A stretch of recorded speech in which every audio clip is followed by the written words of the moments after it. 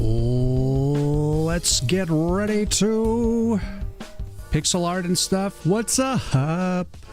How are you? Happy Friday.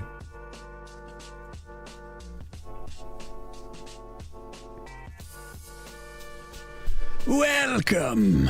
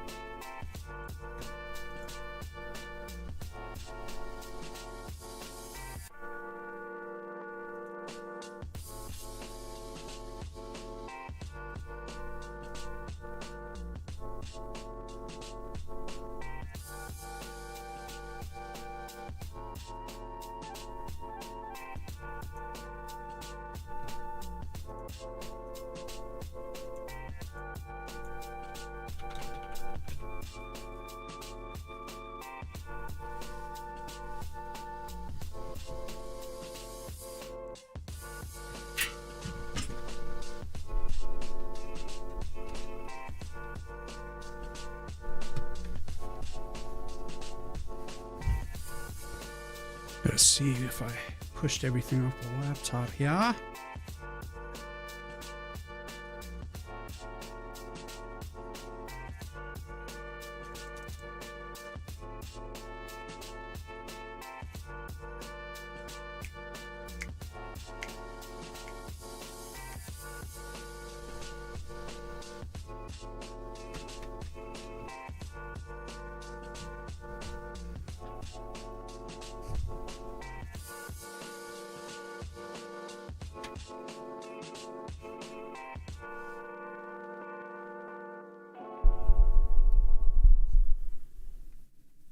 Ba-ba-da-ba-da.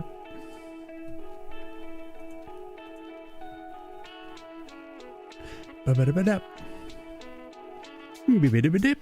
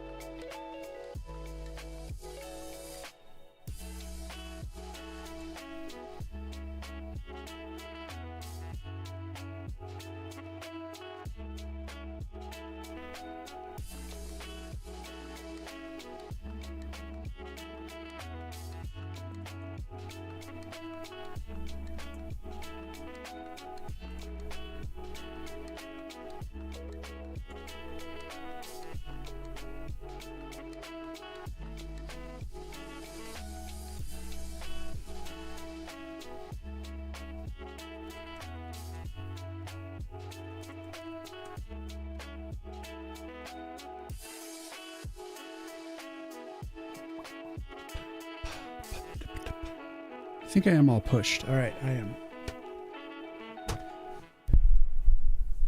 Hello. So we're going to start with a couple of color corrections. And then after that, we're going to work on the new game over screen idea that I have that I'm trying out.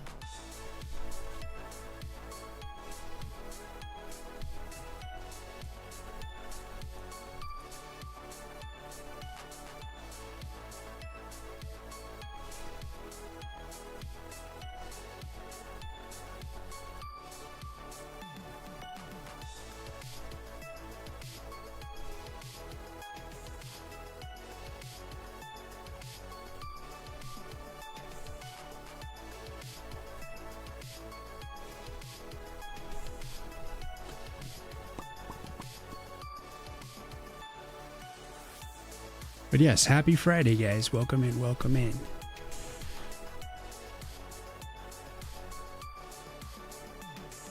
We have much to do today.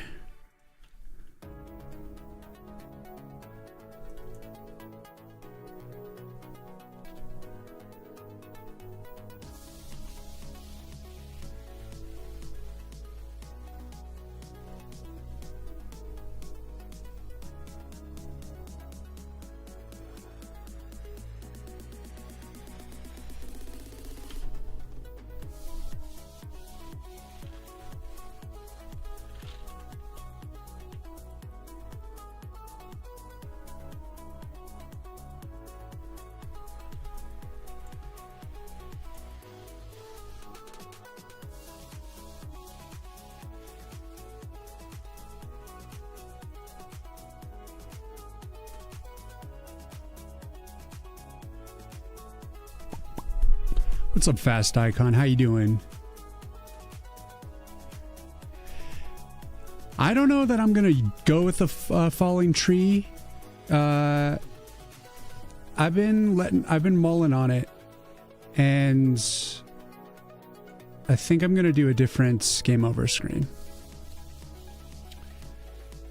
which actually is gonna more look like this. So we're gonna sketch this out today and try to develop it and see if it's where I want to go with it.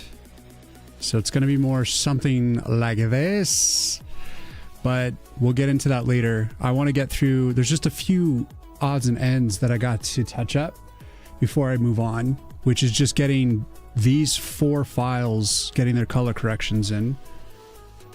And once we do that, we'll be in a pretty good position.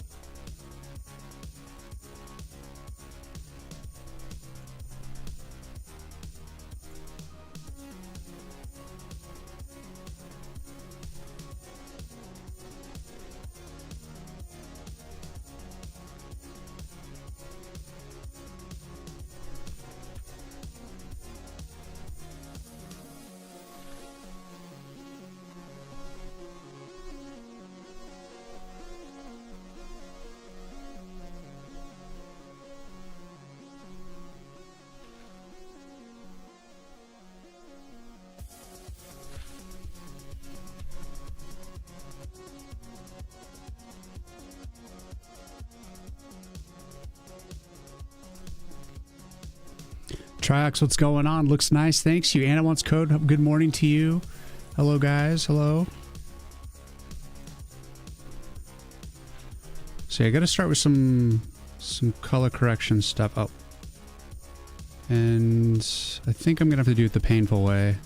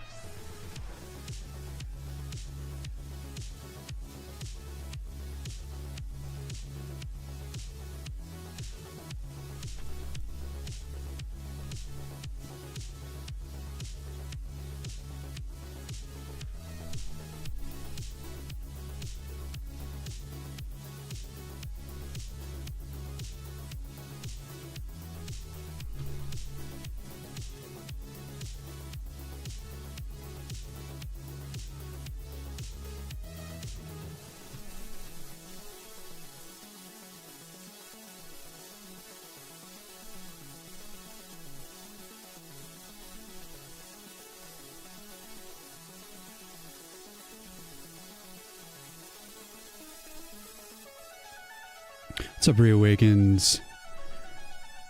Could you use a nose string?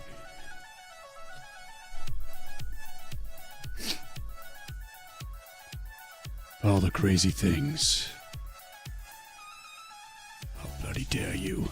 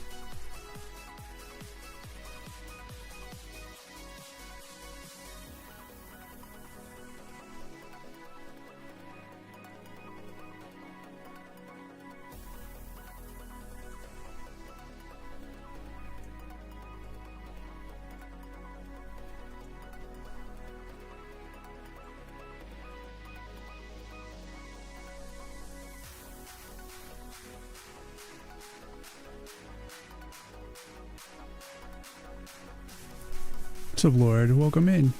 Happy Friday.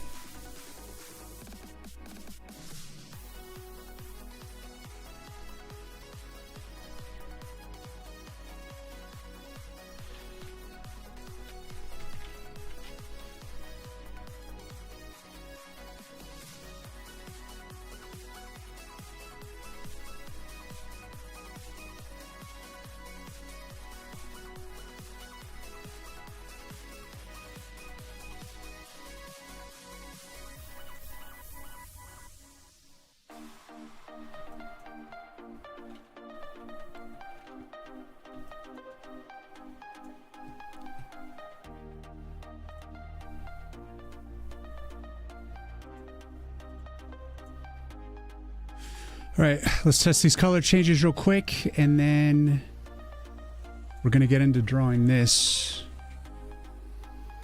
which I sketched this yesterday. What's up, Moo? Welcome in, welcome in. And so I just did this with a ballpoint pen and my sketch pad, and I just took a photograph of it on my iPad and then brought it over on my drive. And so, like, it is possible that I photographed it at a slightly skewed angle. So usually when I do this, it kind of creates like a slight distortion that I may have to account for once I'm drawing it. I'll have to like do stuff to kind of bring it back into, you know, make it make sense basically. So maybe like slightly stretched or something weird, but it looks okay right now, I think, but I'll know more when I actually start drawing it, and I'll just start fixing. So this is how I like to do a lot of my portraits, is I'll draw it in a sketch pad, and then I'll bring it in. And today I actually did like a pro move. I brought it into Clip Studio Paint, and that's where I reduced the size to where I needed it to be, because the bilinear scaling that scales it down in Clip Studio Paint is way better than the pixel art, you know, in Sprite, like the way they do it, they crush it more. So it preserved a lot of it as I shrunk it down. But to be fair, it's also like a relatively large thing. So what I did yesterday was I finished implementing the icons on the card. I got them all to like line up specifically based on like the type of card that it is. And I moved so that the icons would be on top. There'd be like a first few rows, and then the description. I also shortened the description on a lot of these. And so, yeah, the cards have a little bit of a different look now. And it may evolve. This is just where I cleaned it up to up to this point. It probably needs additional formatting, but for now, this is what's going to be until I change it. Until it gets changed.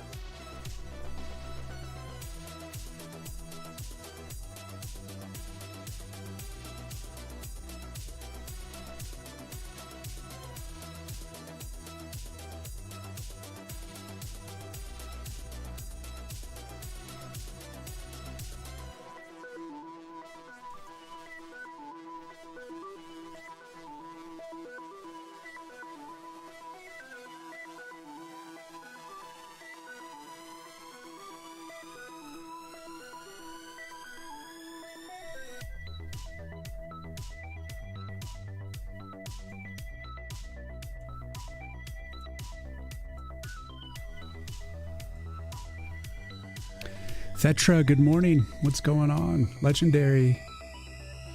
Would you look at that? That's right.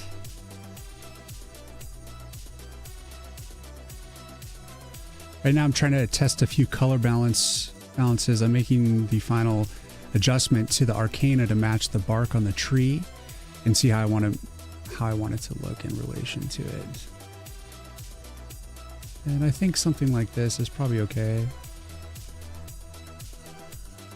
It's all the earth Arcana, so it's meant to be earthy, woody.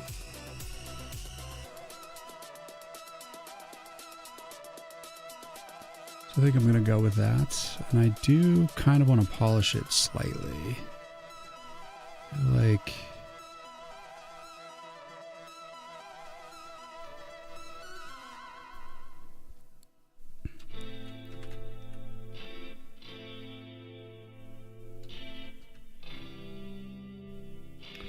few odds and ends here.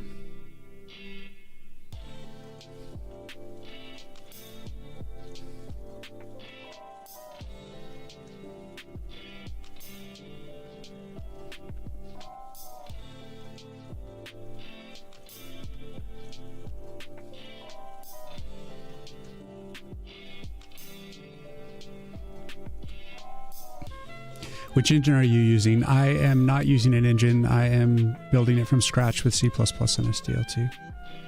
No engine. I'm engine free. Like a madman. Floating in the wind.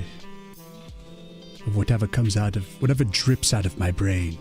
You see a beard growing, warm, cozy fantasy colors, great animations, and a nice voice. You are so close in getting a new long-term viewer. What's up, Thetra? Well, enjoy your stay. I am also working on a pixel art game, 16x16, sci-fi Subnautica-like drive game. Nice. Oh, dive game, not drive. I can read occasionally.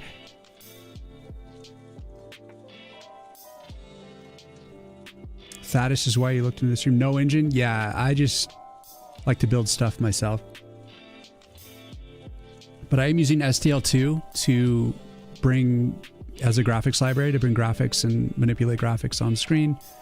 And, you know, C++ is already a framework unto itself. So there's like, I'm not completely making things from scratch. You know, it's not like I'm working in assembly, but yeah, I'm not using an engine. So certainly a lot more lower level than I think the common man. What's up, Lucky Dev? Welcome in. You don't have a car. I'm engine free too. Well, there you go. Just ride a bike. Use your feet. Walk around. Gotta walk around.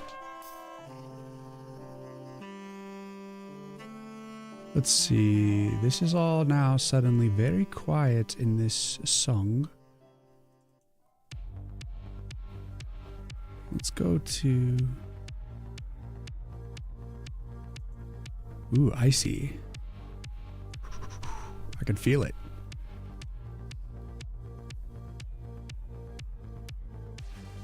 Just a hobby coder and artist, so use what may help me. Engines are awesome, man. I have nothing against engines.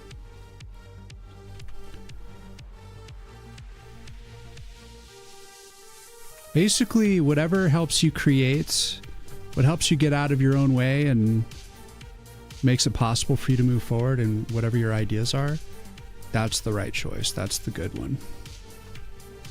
That's what I'm for. Come on. Let's see. Let's make that a circle-y circle. Petra, thank you for the follow. I wish I could do pixel arts. You've been trying to learn for 20 years now. We'll just keep trying, man. Am I going to make the game free? No, well, there will be a free demo, but I am going to sell the game in the end of the day because I'm endeavoring to make my own studio and continue making games, hopefully, for the rest of my life. That would be cool.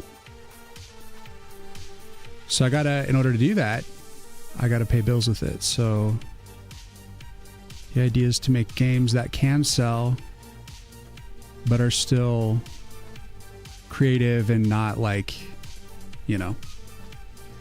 I'm old-fashioned in the sense that I like to make games that you create the entire game and you release the entire thing. It's not like some service game where you're constantly paying for DLC or patches or all this crap.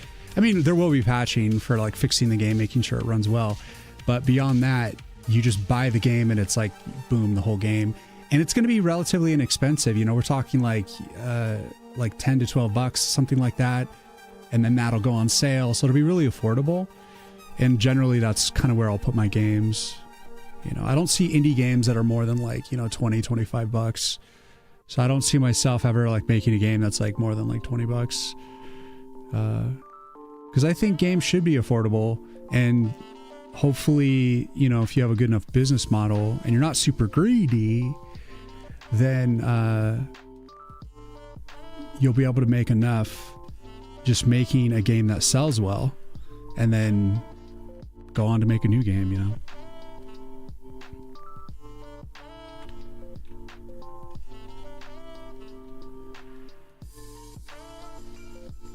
But anyways, that's like my financial philosophy with what I do.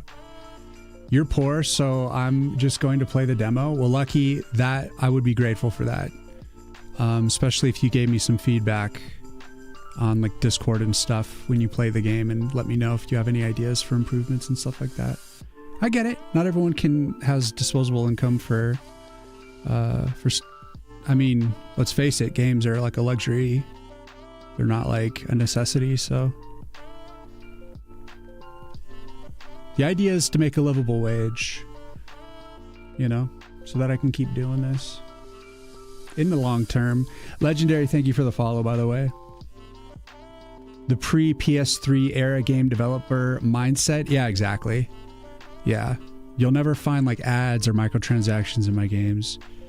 Even though that's like a cash cow for a lot of people, I don't care.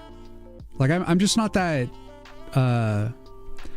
all I need is like enough money to survive. I'm like a pretty frugal person. I don't care to like gouge people. You know what I mean? Like all that matters is that people like are enjoying it and that I did a good job in that sense. And that, I can make enough of a livable wage doing it that I can keep doing it. That's like the general thing. And it's amazing what people call like flops these days. Like games that are considered flops, but like in an indie realm, like, I don't know, man. Like I've seen games that have sold for millions of dollars and people are like, it was a flop. And I'm like, yeah, but they made like so much money. Like they're good, you know, like, I don't know what you mean. So even if my game is a quote unquote flop, but makes some money to live off of it, then I'm like, okay, cool.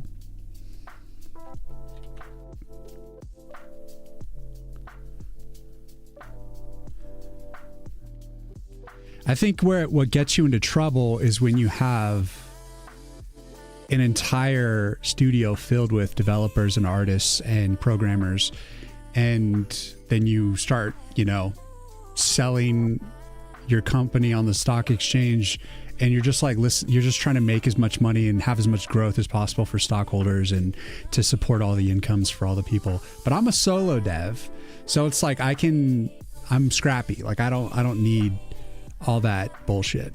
I'm not going to be driven by that. What I'm driven by is wanting to like make something, be creative. Because I've been like I've been a programmer for 20 years, and a good 10 years of that was like making Flash games, and I really enjoyed making games, but I always made it for other people, and I never made my own games.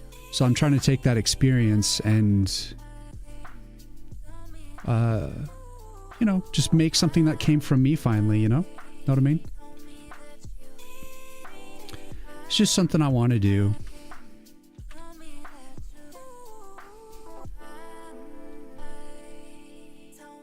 Thank you, Lucky. Wish listing, even if you don't intend to buy the game, is actually a huge favor to me and like a real it really helps me because like it'll end up putting the game in front of people that are on Steam when the game is released that might potentially buy it. So it's like, it can be such a huge help. There's so many games that are built on incredible concepts but are ruined due to being built around microtransactions. Well, I saw this dude that was talking to Pirate Software the other day. It was on I think it was a TikTok short.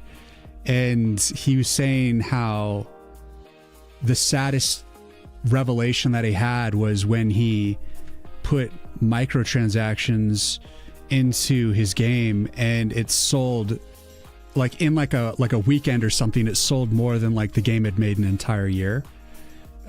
So even though people like bitch and moan about microtransactions, if they're actually like when it's released, they pay for it, they actually go in for it. It's like what people are saying and what people are doing are not reconciling. And so if people can make a grip of money with microtransactions, they're going to be inclined to do so, especially if they're worried about paying their employees, you know, supporting them and all that. So it's like everyone says they hate microtransactions. Like I personally will never buy into microtransactions. I think it's bullshit. But like so many people do. And all it takes is like a few key people to do it. And then like they're like, well, we got to do it. It makes more money than the whole game makes an entire year. So it's like, what do you expect? If people were more shrewd with how they like spent their money, you know, maybe it would go away. But like I said, I'm not like super greedy. I don't intend to have like a big studio of people. That doesn't mean I won't like maybe like hire out at some point, but like I think for the majority, I don't intend to get super greedy about that shit. I just hope the game itself in its core sells well and kind of pays for the dev length of time I've spent deving it. So the idea is never to spend more than like a couple years on a game and then hopefully make enough money to kind of pay for those few years of dev. And I don't know that this first game is going to really do financially, like, you know, I don't think it's going to necessarily achieve that goal for the first one, but you got to get through your first game, you know, whatever the result. Anyways, thank you, Lucky, for bringing up interesting thoughts here. Interesting conversation.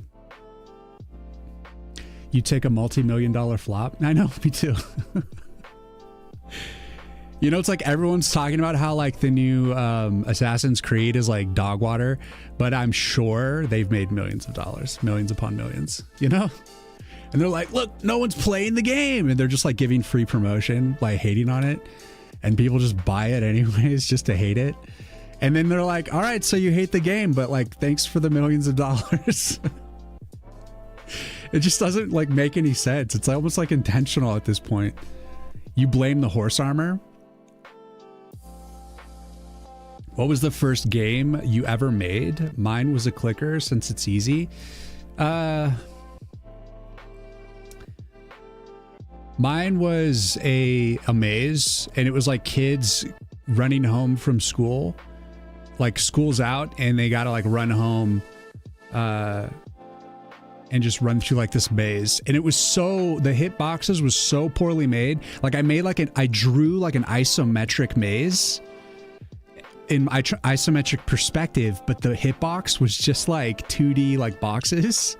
So like you were going through this like 2D top-down maze hitbox wise, but graphically it was through like an isometric looking thing, so it like didn't quite mesh perfectly. It was like kind of fucking, it was weird, you know, because I didn't know how to do hit detection on a slant yet, and so it was like it was pretty bad.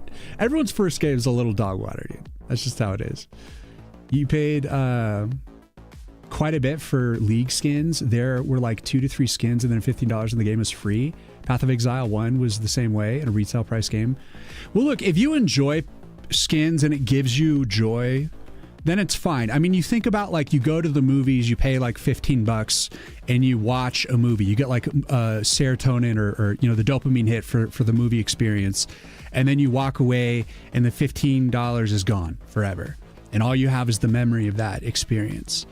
So it's like if you buy skins and you just are using them for a while and you enjoy them, that's okay. But you should also acknowledge the fact that when you pay for skins, when you pay for little cosmetics like that, or any other kind of microtransaction, if the game suddenly they decide, oh, we're not going to do like multiplayer servers anymore, we're going to shut it down.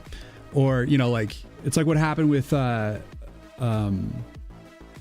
Avengers multiplayer game, right? Didn't they like just take it down after like a year or something like that?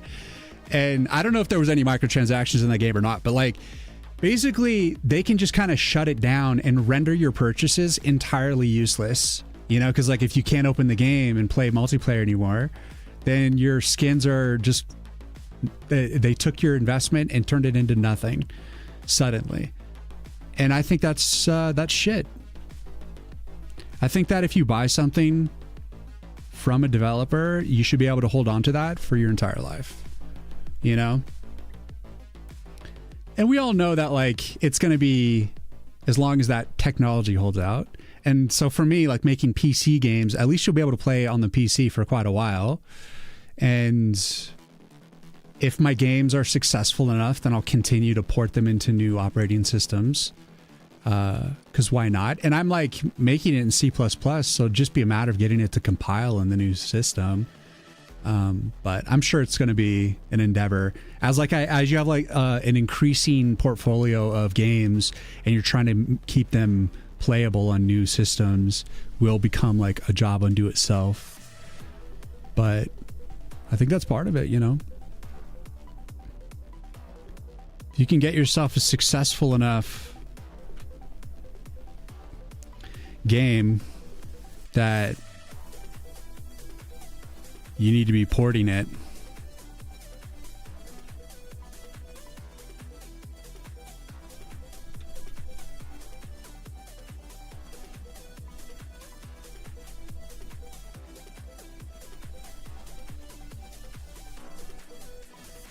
then it's a good problem to have.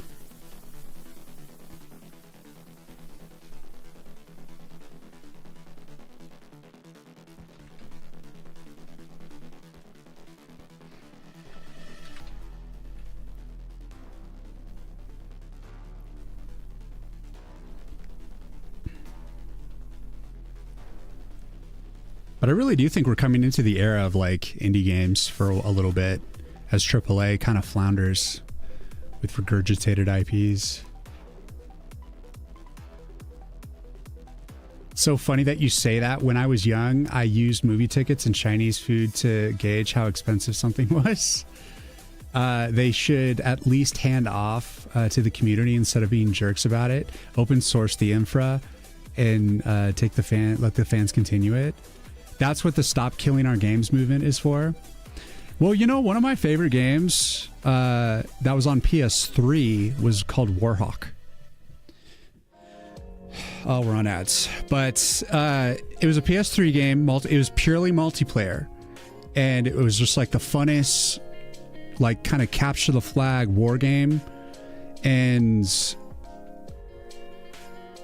they decided, all right, well, because I wasn't paying like a monthly fee. I like bought the game and then I was just playing the game online, and it was fun. It was endlessly fun.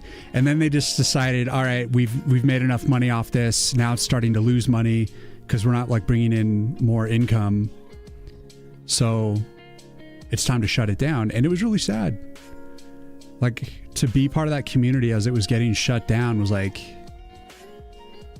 we just were playing endlessly, waiting for it to just be dead. And the community actually kept playing. They found a way to get the servers to keep going by like hosting the servers or whatever. But I didn't play much after that because it was like really hard to set it up, and it was like intermittent failing. Like, I don't know, it just didn't work very well for me. So yeah, it was really sad to see that game go. Microtransactions are worth for studios because 5% of players spend a ton of money on it. And if this 5% stops paying the game, life ends. Game life ends. Yeah. Well, because they have to, like, that's the thing. That's the thing about live service games is what they're trying to do is they're trying to consolidate your entertainment into one thing. And then once they get there, once they hook you there, then they start to, you know, they got the monopoly on it. Then they start to do stuff like jack up prices. It's like what's happening with like Netflix, you know? What did Netflix do? They undercut video rental places and like movie theaters, and they made it super cheap for a super long time. And then everyone was like, oh great, you know, let's just, why even go to the theater? It'll just come out on like streaming services like in like a month. And then so people stopped going to the theater. And then like also they stopped paying for like DVDs of things, and they stop paying that. Basically there isn't as much money in entertainment now because of like Netflix. And then what does Netflix do once they've undercut the entire market and everything's died? You know, it's like Amazon also killing like bookstores. Once they've undercut all those markets, what happens? The prices that we used to get at like brick and mortar bookstores and the prices that we used to get that we used to have to pay for you know, movie tickets and all this stuff like that, Netflix is now increasing their prices because they're the only service in town. So they're like, you know what, let's go back to those old prices now that we got everyone and we've killed all the other businesses. Now we can jack up the price and fuck you guys, and we're gonna like lock stuff and put ads on things and just fuck you, kiss my ass. We're gonna make as much money on you as possible now that we've trapped you. It's shady and it's shitty. I'm not for it. Remember the time the Worst Clicker game was the most popular on Steam because people would sell things like $10,000 in the game? Oh yeah, the banana game, yeah. Everyone remembers the clicking banana game. Click games are like it's a very strange phenomenon to me, because like all you're doing is just clicking, and it's a very simple game, and somehow, yeah, like people are, if it works, man. You know, financially.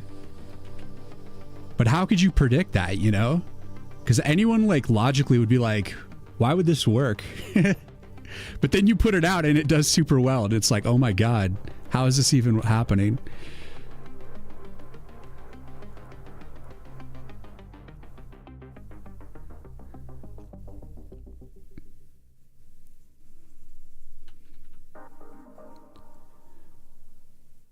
See, for me, like the enjoyment is giving a chance to like really take time to design something, put a lot of heart and soul into it, try to like tell a story through a game, and evolve as an artist through the process. So for me, it's like it's intentionally about taking a long time to produce the thing and doing it right, you know, doing it well. And hopefully by the end, it'll be worth, you know, the financial turn. But like I said, if it's a livable wage, I'm happy so that I can continue enjoying that process of creating something. So it's not about making the most transactions, whatever. It's like giving myself the opportunity to spend my life being creative, which is like super hard to do, to like corner the market on some sort of creative thing. I think people are, yeah, like going back to Blu-rays, Anarchy, I think people are going back to physical media for sure. Because they're realizing that if you own something, if you quote unquote own something digitally, like, you know, you purchase a movie on Amazon. If Amazon just decides, okay, we're no longer going to support that movie, you're like, well, I bought it though, like, but I don't physically own it. What the fuck? Like, it makes no sense to digitally, you know, kind of do that thing. So, I mean, I get that. But I mean, for me, the rub is like, I will be selling games on Steam, and that is basically like selling a license to the game in a way. So that isn't like the perfect thing. It's not like selling physical media. So I should probably look into actually selling a physical copy of the game somehow. That would be cool.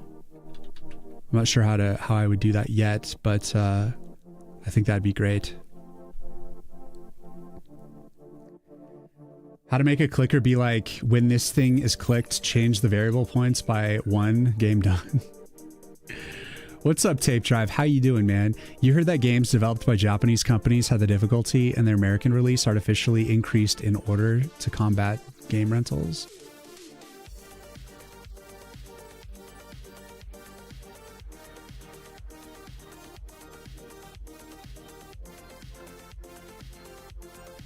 Limited run games. No, yeah, I heard that too, actually.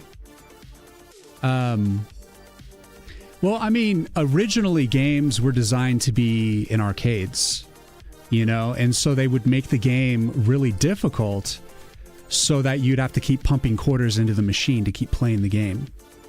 And so the more difficult you made a game, the more money you made on it.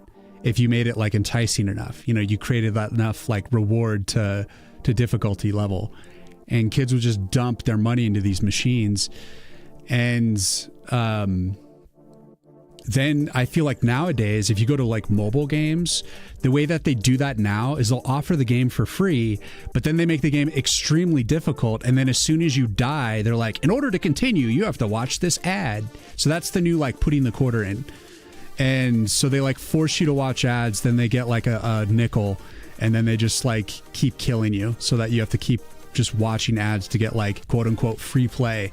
But really you're just making yourself the product by, you know, having to shove ads into your face constantly. It's another predatory practice. I was really glad to hear Steam saying no to games with ads. They're like, fuck that. I think that's a classy move.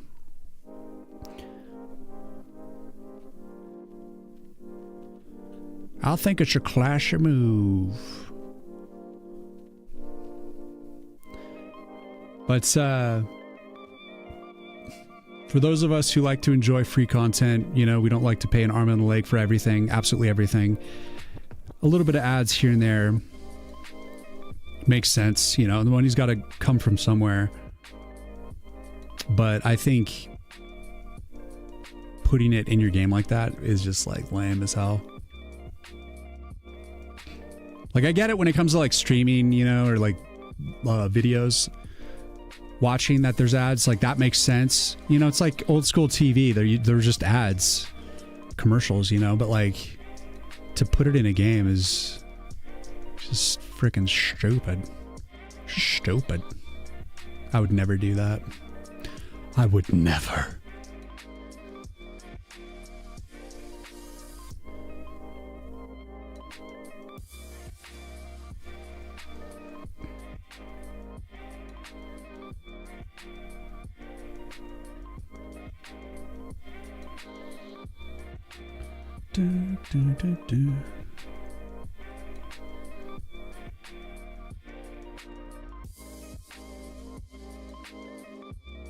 Good morning, Lo. How you doing?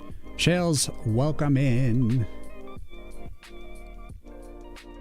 One time I downloaded a game for free, but when I opened it, it asked me to pay $10. It's like, download it for free.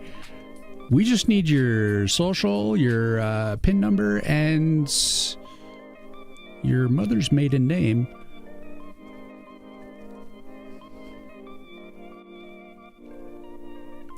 Oh shit.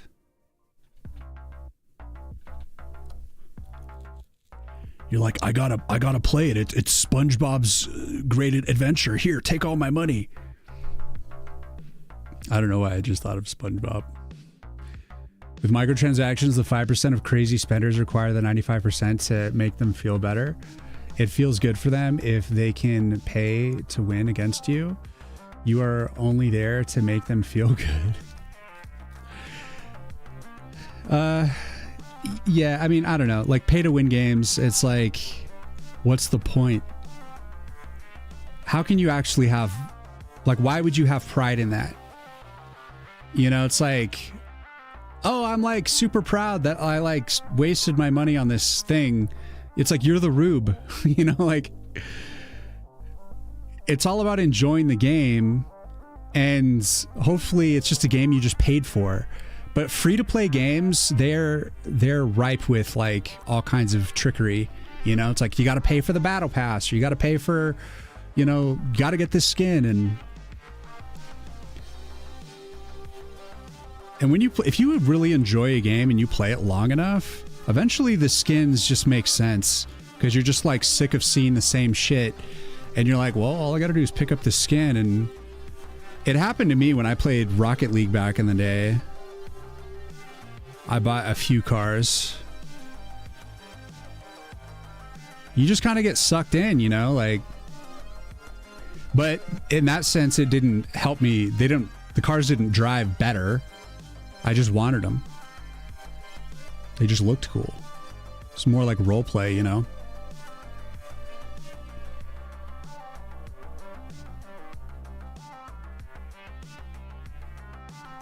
So I spent $2 for the Michael Knight car.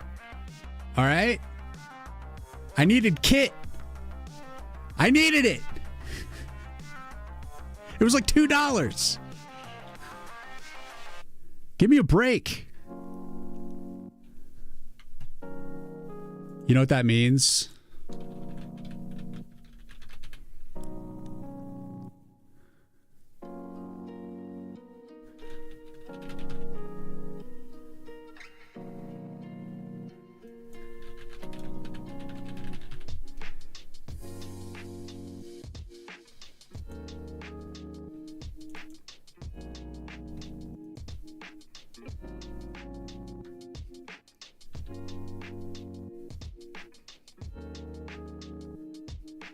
This is one of the shows I watched as a kid.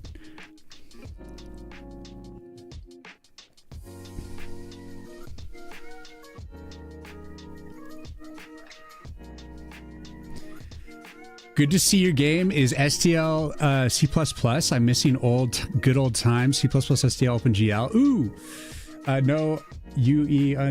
No Unreal. No Unity. No Fight with engines. No, yeah. Like I built things from scratch.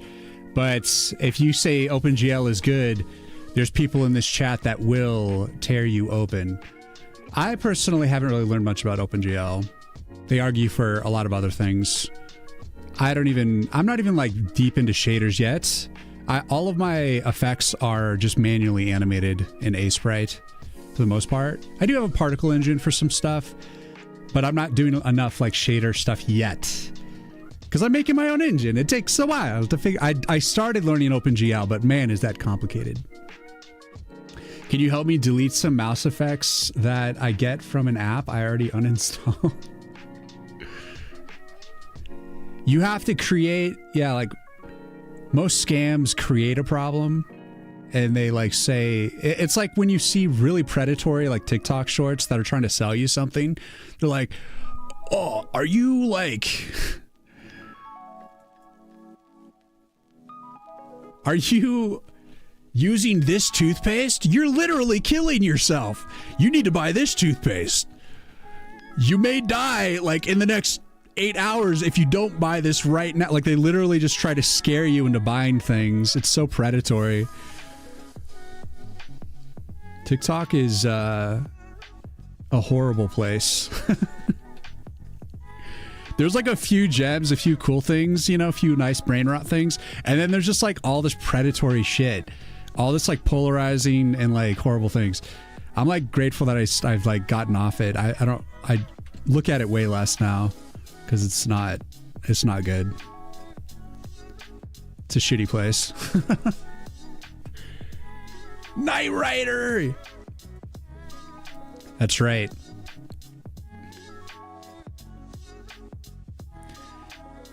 All right, that's enough old school themes from my childhood. Let's get back to a playlist, yeah? Where's the playlist? Why is it... Oh, here it is. It's the first one.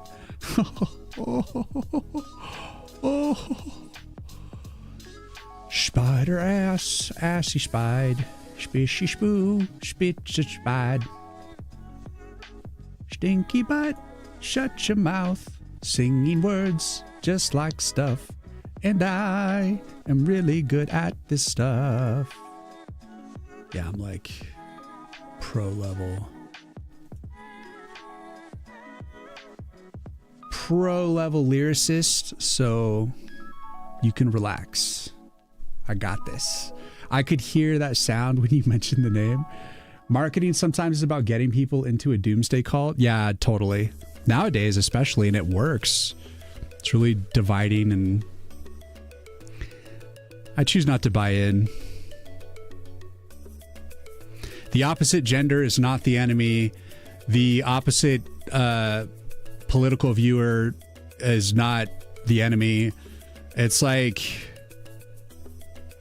we're all having to eat, sleep, and shit just the same. And we all like to be entertained. And it's like, I don't even care. Opinions change, egos change. Like, it's all so volatile. To hinge your life on how people feel that day is a recipe for solitude and hating. It's like a waste of your life. You should spend more time loving, starting with yourself, and just giving respect and learning from each other. Because I'll tell you what's going to happen with all this technology. They're going to do just like they did with Netflix. They're going to get everyone addicted to like the LLMs, where everyone's getting all of their information from one little source. They don't go to individual websites anymore. They don't go to books. They all go to one little source. And once they start to bottleneck through everyone through that one little thing, that's when they start putting ads. That's when they start putting membership fees. Then they start increasing it. And so they got you by the balls. And they also start to like water the information down. They give you shittier information. It's like, you think it's so great because they're just getting you hooked on it. Then it's gonna go to shit. You can mark my words. Open your eyes, people. Open your eyes. Quantum, what's going on, man?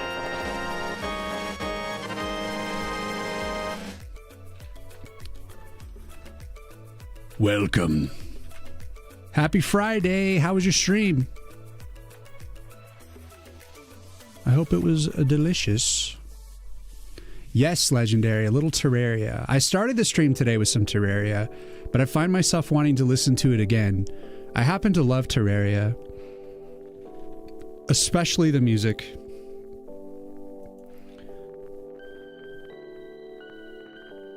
Why is there another one in there?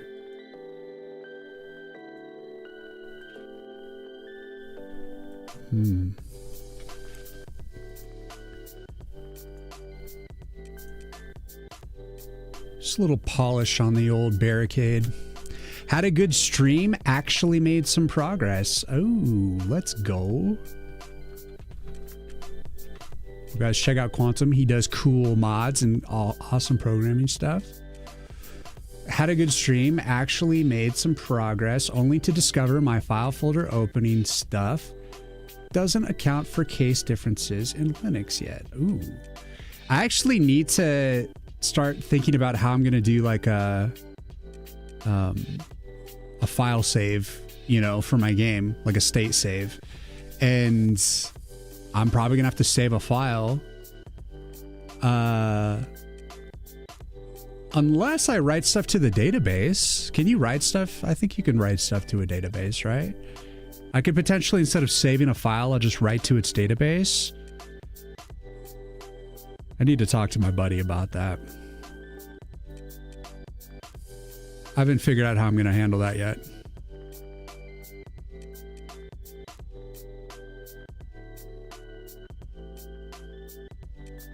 There's 4 people sleeping in your house and you're watching lives at 2:09. Terraria and Minecraft before Fire Free. Let's go. Yeah, Terraria is kind of like it's like the 2D pixel art version of Minecraft in a way. Though it's got its own strengths. Honestly, I was always more into Terraria than I was into Minecraft. Save and memory call, it's a roguelike and reset every time the game starts. Yeah, right. That's one way, I guess. I've never saved a game state yet. Yeah, like I haven't even like really looked into it yet. And I'm wondering whether or not I'm going to do it for the for the demo or not. I don't know if I'm going to allow you to save the game in the demo. You just play the game and then it just like basically acts like a roguelike. But it's going to be just a very simple level. Like it's only going to be like 3 levels. It's going to be a very short demo. And so that way it can be like just a sampling of the game and people can give me general feedback.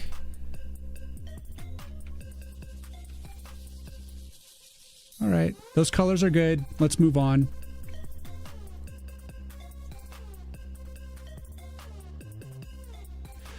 Okay, guys. Here's the thing. And I know if you're on YouTube, the thumbnail of the video is actually this picture. We're going to be working on this picture today. I just had to get all that color correction out of the way. All right, that stuff I just had to. It's been on my to-do list for like 2 weeks. We just had to do it. So it's done. Fuck it. Get out of here. So basically I've been thinking about the current game over screen idea that I've been working on stream. Let's take a look at it. So as you guys know, I was creating this game over screen. And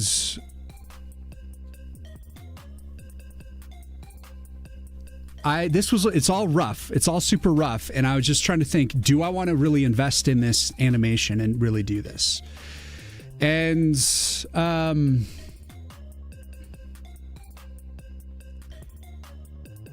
I think I am going to not do this because I think what I would like instead is something a little more ethereal. And you know what came to mind when I thought about this? It was Baldur's Gate 2. You know when you die in Baldur's Gate 2 and it's just a hand that dissolves into nothingness? It's like they don't show you dying in the game in that moment. They take you to like this whole cinematic of like the hand decaying, like on the, you know, blowing away on the wind kind of a thing. And I decided I wanted to do something like that because Baldur's Gate 2 is like one of my favorite games ever. And the idea is that Gantz, there's this guy that's inside the tree, right? This dude, this guy's spirit is bound to the tree. So then when it's game over, his spirit will decay into nothingness. And so I decided instead of a hand, I'll do his face. And so that's what I came up with this. So we're going to draw his face and then we're going to like have his wind have his hair whipping in the wind and then like have it slowly decay. And I don't know if I'll probably have like the skull underneath exposed too. So then it'll all just kind of like blow on the dust on the wind. And so it's going to be very similar and very inspired by the Baldur's Gate 2 because it's awesome. And I realized in Baldur's Gate 3 they didn't do that death. I don't know what the death is in Baldur's Gate 3. I couldn't find it, the game over for it, because I haven't played that game yet. So I was like surprised that they didn't have like the same death if they don't. Reminds me of ATHF, Aqua Teen Hunger Force episode where the tree rips Carl's skin off. Juice! Oh no, tree fall. May I give you a little animation hints? Yes, the BG2 death animation was awesome. Yeah. If you're going to criticize the rough animation that I have here, then I'll have to say I'm not like generally interested because this was an unfinished kind of like temporary mock-up of the concept. And so to take criticism on it would just be a waste of your breath and my time because I don't even think I'm going to like follow through with it because there's just a lot of problems with it and generally it works though for like what generally I was thinking. Of course it needed refinement, but like the only thing I really liked from this was the game over itself. And I also really like this stump. I think the stump looks really cool. Even though it was like a really simple thing. Lazy Artist, thank you for the follow. So like a fatality, I guess, yeah, in a way. No crits. Well, share your opinion, Thetra. So like maybe the tree losing all the leaves also. So like, yeah, like the whole tree falling over thing is not going to be the death. it's too, I don't know. I feel like it's too mundane. I wanted something more just interesting. So, and since the game itself is all like on the same level a lot of times, I was like, why not make a whole other like game over sequence? And so that's when I came up with this, because it just made me think of Baldur's Gate. And that makes me happy. I sketched this. I just roughly sketched this yesterday, and I thought it looked pretty cool. And so I just wanted to, we're just going to draw this out today and just do the decay. And also, when we did like the melting animation for the life drain, people were pretty satisfied by that. And so I think we're going to have like another sort of, it's not going to be the same, you know, it's going to be its own thing. But like, it's not going to be a melting of the skin. It's going to be like a dust on the wind kind of a thing. But it's going to be like another, like the skin melts, like floats away and there's bone underneath. Like we see the skull, but it's going to be at this angle. So it's going to be this kind of like whole, just a whole other angle, you know, the 3/4 angle. Let's see.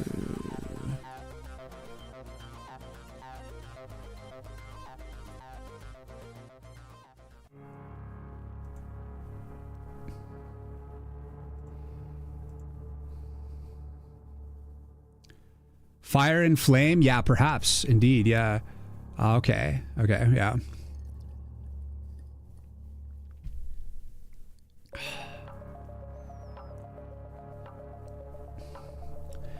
So I just feel like something like this will be a little bit more of like a payoff, even though it's like a terrible thing. And I even was thinking like maybe at the end I'll show like a picture of like the forest cut down maybe. Trio, thank you for the follow. So we'll see. But we're going to start with this. Like this would be the intro, and then it would like pull back and it would be the forest. So this is going to be Gant in spirit form. So he's going to be like, we're going to have him like in green, sort of like spirit look kind of a thing. There's a recreation of Minecraft that is better than Minecraft's because it has servers and all emoted and skins for free. Oh yeah, I'm sure there's like a million repackaged Minecrafts at this point, re-envisioned Minecrafts, because Minecraft was one of the biggest games for a while in the entire world. There's one brown flash-like frame in there, and I thought, oh, it would want something to look like flashy. Do a black frame first and then a bright color so it flashes more for the eye. I thought the animation looks pretty good. Oh yeah, so there was no like flash. That was because like right here when it gets to this frame, it was like I just didn't draw the face on it yet. So that little blip of the face going away was just like, again, it's just rough. I just wanted to add a few more frames of the tree falling over to slow it down. We're on ads. But like I said, this is just a rough animation that like wasn't even fully realized because I was just playing with it. I even have other concepts here. So I had the one where it like falls over and the leaves stay. And then we had the crack screen that came from a viewer. So it comes down and like cracks your computer screen. Again, these are all just like super rough. They're not like designed to be really refined. My favorite, my personal, well, this actually was like another one I had that wasn't my favorite, but this is like the crumble, which is kind of like really, it's like silly in a sense. But then here was my favorite, was the, what I call barrier crash. This one's the best. Game over. But it makes no sense. Why does he explode? But I just liked it.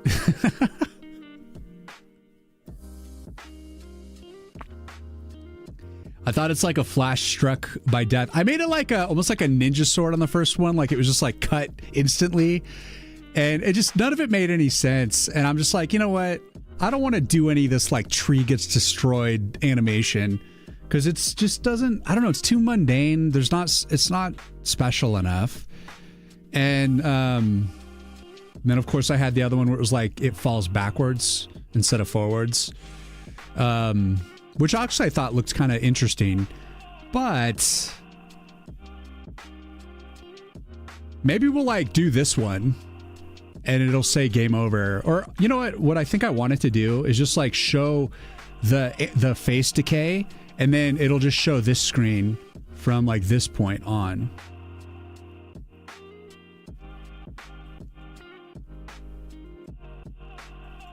So let's say like right here.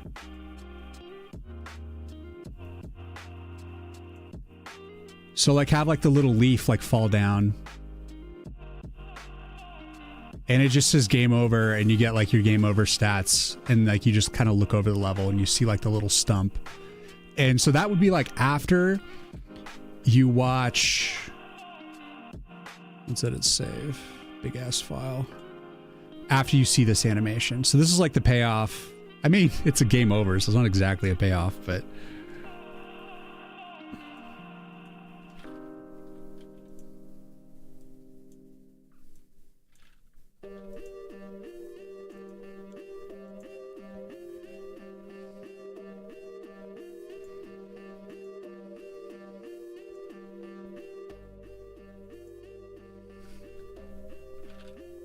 boom, bam, jump, bam, bam, bam.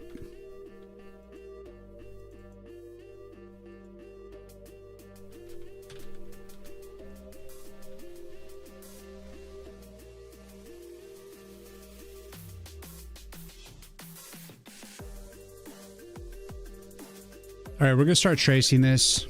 So this is the 480 by 270 screen. It's just gonna fill the entire game screen, and I may actually end up being a little bit more asymmetrical with it by putting the face like further over, or have it like slowly pan, you know, so that the head kind of moves to the left. But for now, we'll just draw it in the middle. We got to draw the initial asset, and then we'll start to animate it, do something more with it.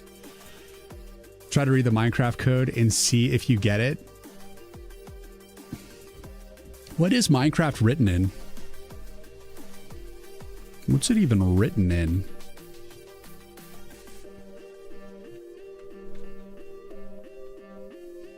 Java?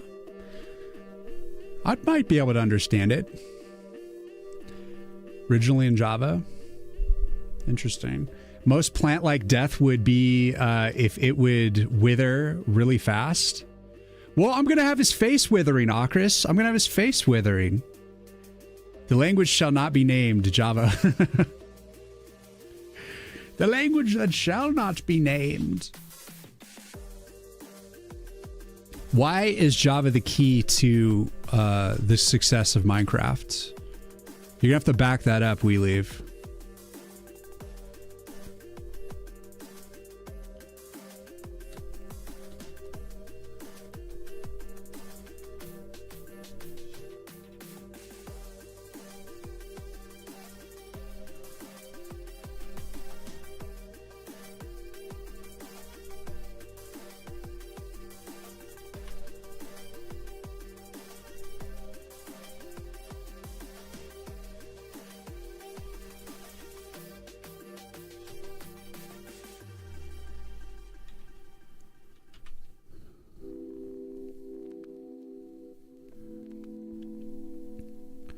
So like I said before, I photographed this. I sketched this in my sketch pad yesterday, and today before stream, I just put it flat on my table, and then I put my iPad over and took a picture of it. So it's possible that this picture is actually a little bit warped, a little bit messed up because of that. Because maybe I took it at like a slight angle or something like that. So I'm just gonna draw. I'm gonna try to probably make some of the corrections as I go. But it's probably going to be a little bit skewed, and then I'm going to have to like fix it. It's probably just skewed anyways, even if I took it like a perfect photograph of it, because let's face it, I'm a rough artist.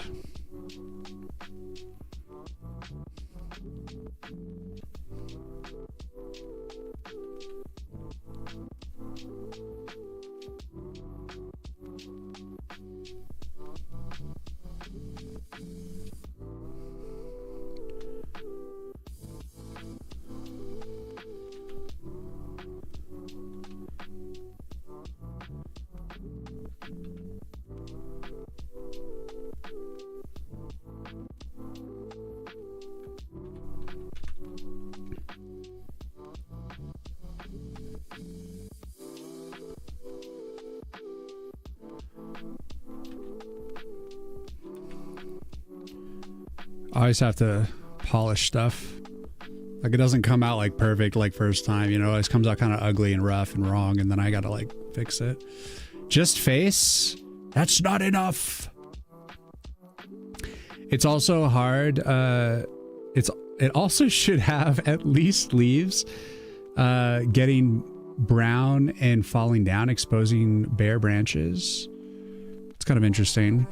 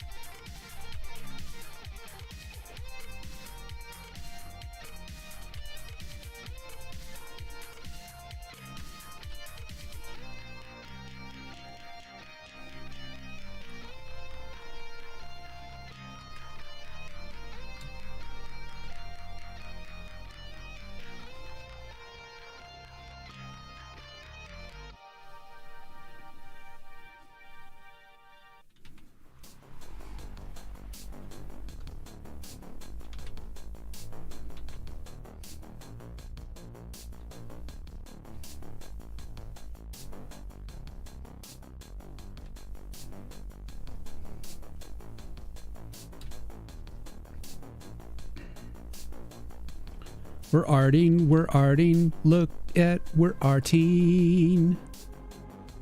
Minecraft code looks like they made it hard to read so no one can copy the code, and it has like 890,000 files. Holy shit. What came first, the color orange or the fruit?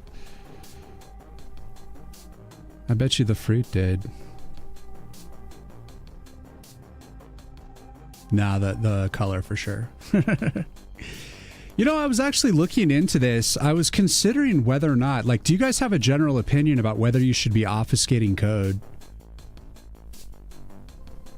How do you guys feel about obfuscation? Do you guys know what obfuscation is? For those who don't know what obfuscation is, it's when you compile your code in such a way that it renders it unreadable to just general people. So if someone downloads and like decompiles your code, they wouldn't be able to necessarily make heads or tails of what they're looking at. So it would change like variable names to weird like random character formations, and it just does stuff to like basically disorganize your code. But from what I heard, it like slows down your code, and for the most part, you have to, if people are trying to download and like use your code, it's probably because either they're just trying to learn, or they're fascinated with and trying to capture the amount of success that you've had. So you're already like successful if people already care enough. But since there's so much stuff out there, probably people don't give a shit about your code. And I'm like trying to decide whether or not I want to like put any love into that or not.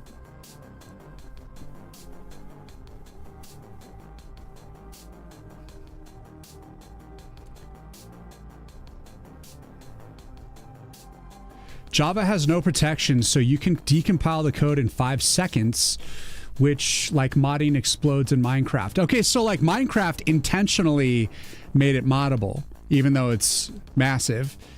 But that wasn't intentional. It was Notch just kind of effing around in the programming language he used for work rather than C, which he normally used for games. Interesting. Let's do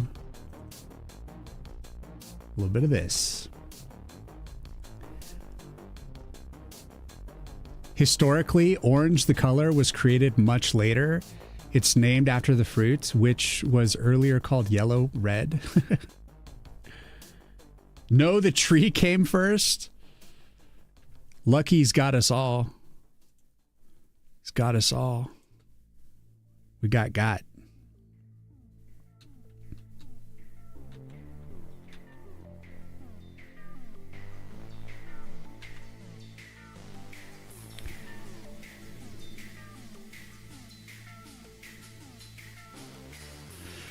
So this mouth is like in the wrong position, but I'm gonna trace it and then I'm gonna move it. First big mistake I made.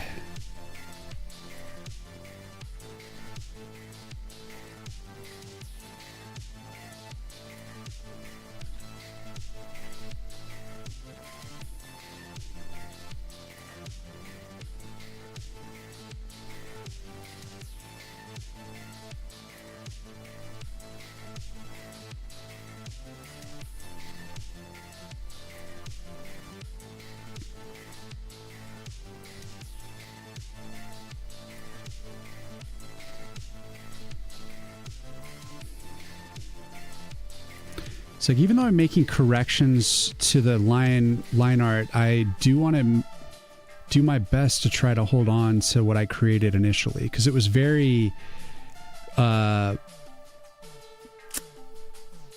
like line speed and everything, it was just very fluid and good. And I'm trying to keep that like sketchy goodness from before. So hopefully by fixing it, quote unquote, I won't render it stiff, basically.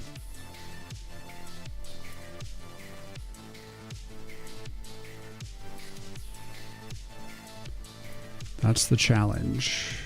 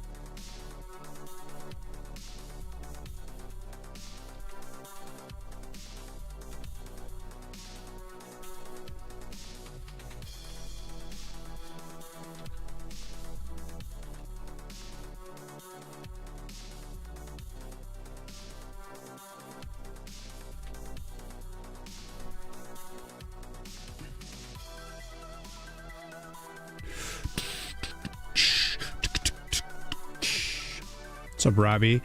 Do you really have to practice to get good at art? I just don't think I have talent for it. I can code though really good. You know, C#, C++, and Python. Yeah, man, you can get good at art. And if you're good at coding, then you know how to basically come into a framework and apply those rules. And the benefit in coding is you have a compiler to yell at you when you mess things up. Yes. And so that's what makes getting good at art harder, right? Because the feedback loop is harder to come by. You know, maybe getting a mentor that can tell you how to do things, or how to, within yourself, develop that observer that's capable of seeing when something's off, something needs to be improved or changed for some reason. So there is a fundamental knowledge or framework that you can learn, and it's going to be pieced together from a million different sources.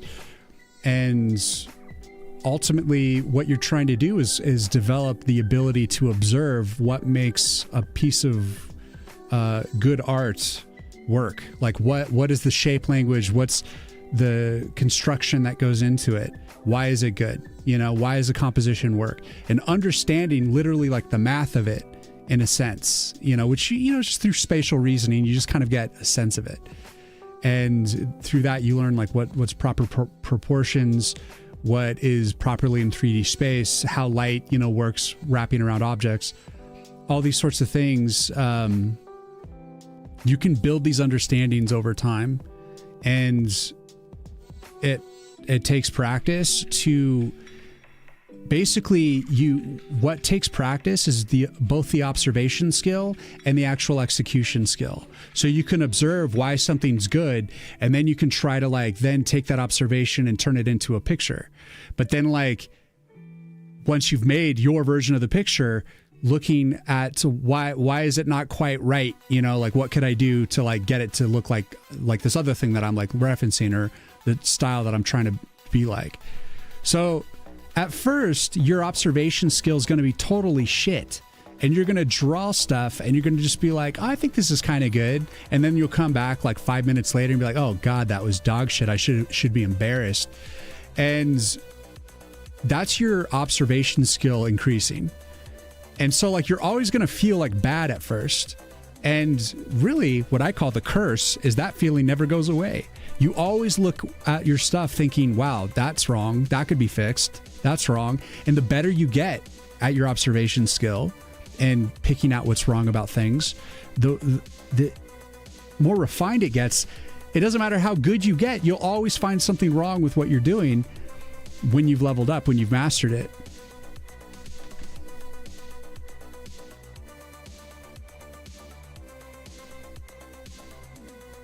That's why I call it the curse, because it's something that just doesn't go away.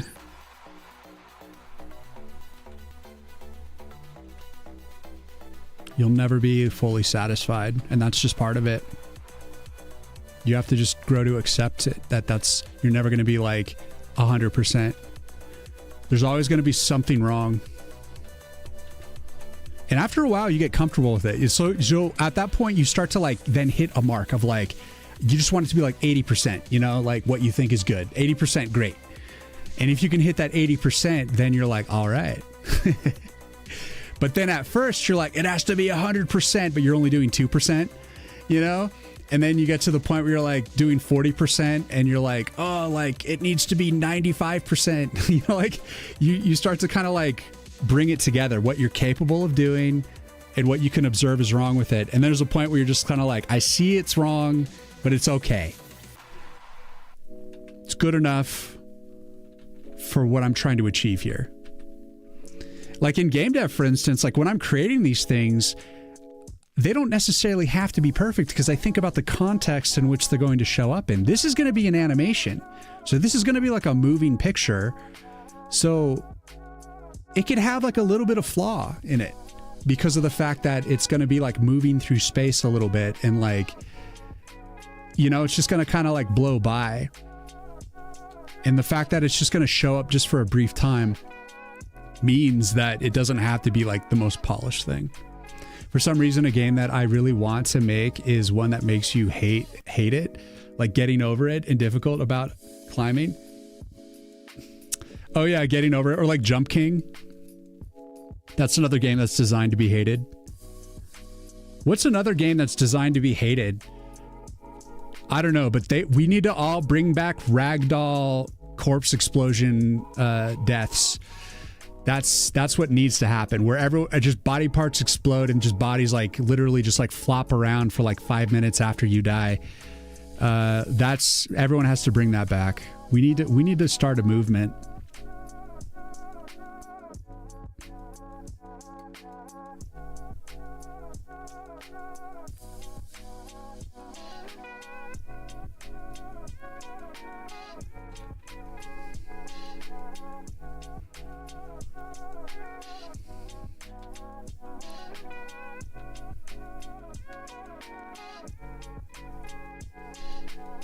Coming back and thinking it's bad makes you level up. Way worse is when you think it's amazing and it's actually trash. Yeah, so you need to learn as an artist or as any sort of designer how to love yourself, to see what's wrong in what you're doing, see what's bad about it, but also to see what's good about it. You know, this is one technique to do this, to develop that skill of self-love in the face of constant criticism, self-criticism, is to keep a sketch pad and date it, and only draw on that sketch pad from like, say like you start your January sketch pad. So you just draw on it till you fill it up. And then when it's done, you start a new sketch pad 3 months later.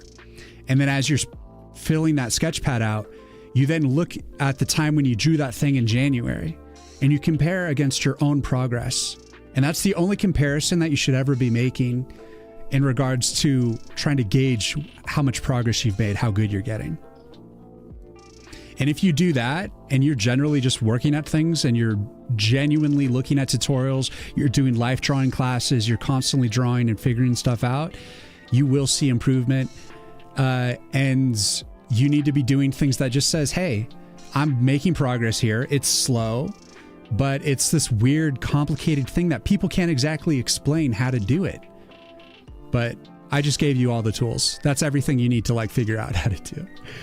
But to actually go through and master all those things, it's one thing to just suggest it and a whole other thing to actually sit down and get it done. Good luck. You got this, Robbie. Tried to make everything look perfect in a game is a perfect way to avoid ever releasing it. I agree.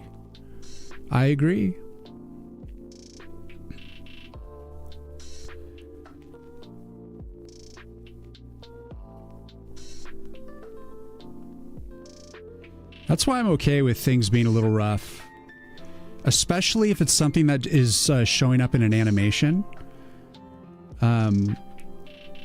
There's actually like really fun like cheat frames you can do in an animation where like one frame is like really stretched and distorted, but it really like lends itself to the animation itself. I love doing those frames. Like if you stop on like one frame, the animation just looks absolutely crazy and wrong. I love seeing that kind of stuff.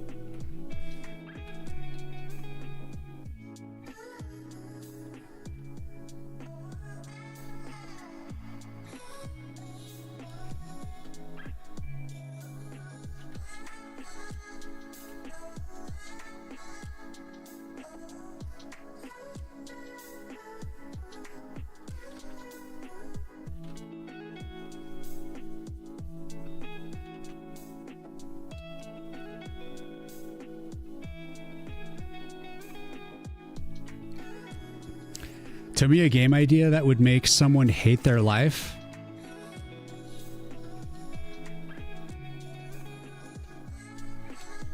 Oh,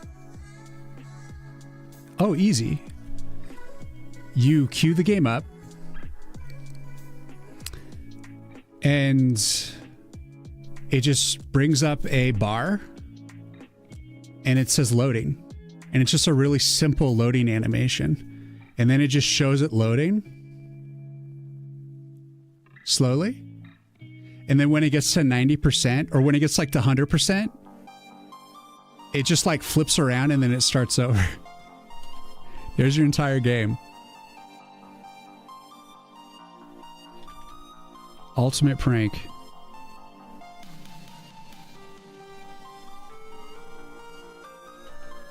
There is no game.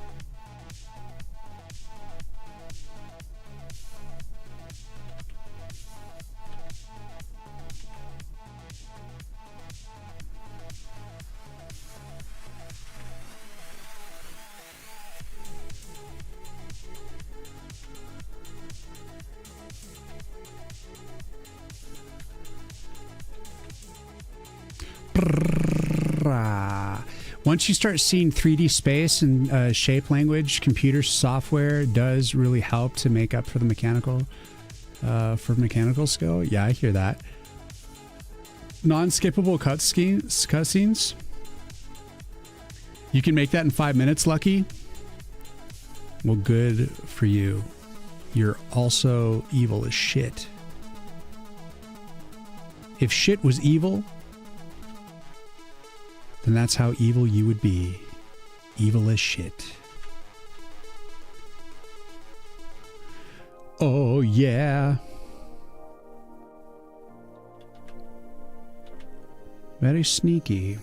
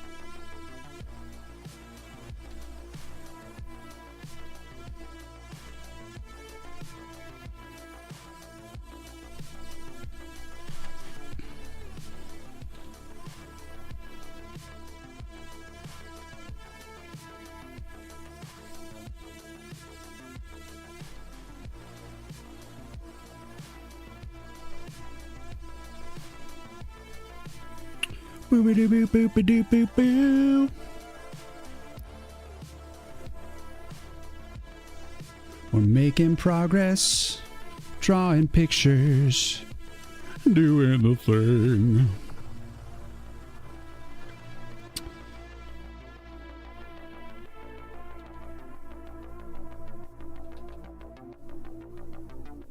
So I'm going to put the hair on a different layer so that I can whip it around like a whippy whipperson. You made it so every 10 seconds it goes 1% up, and put the title Legacy Fighters so people don't know it's an evil game. You're horrible.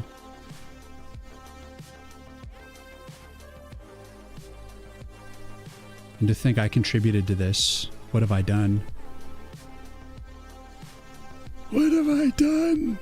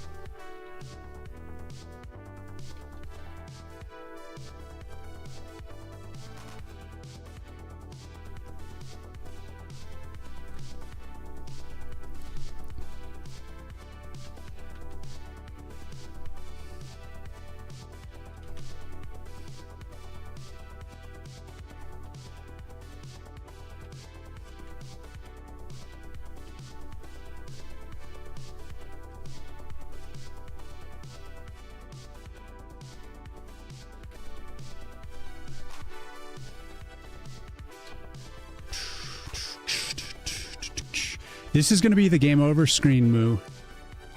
We're going to create an animation of him decaying on the wind.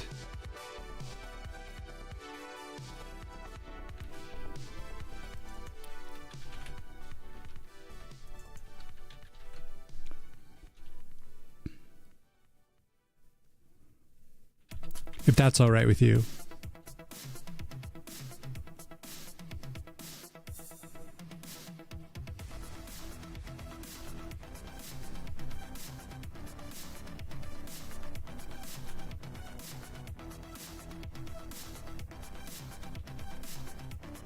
If that's okay with you.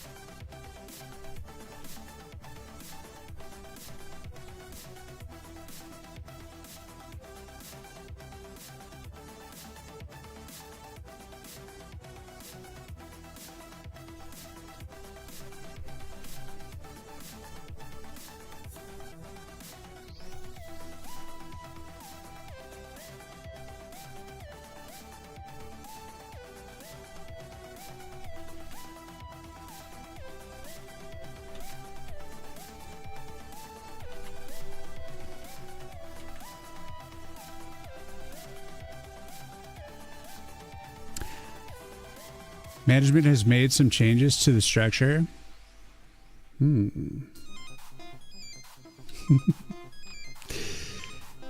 I reject. We're doing it anyways. How dare you? How dare you? This is what we will be doing, whether you like it or you hate it. The only difference is whether you like it or you hate it. Either way, it still is.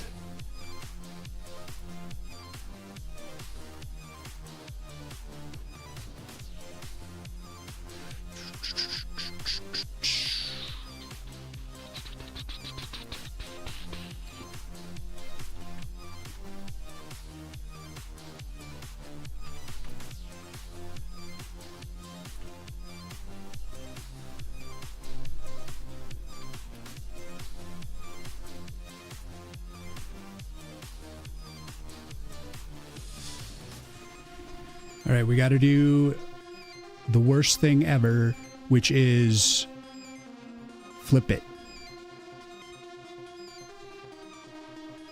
Oh, wait. I need to flip the canvas.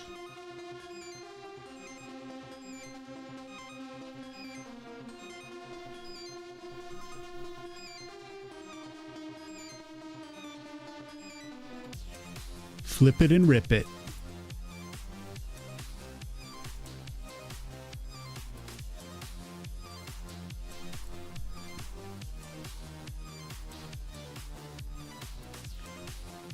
I think his nose is maybe a little too foreshortened.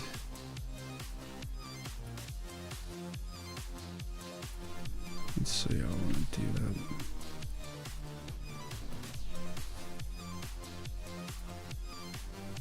Yeah, I could bring all of this down.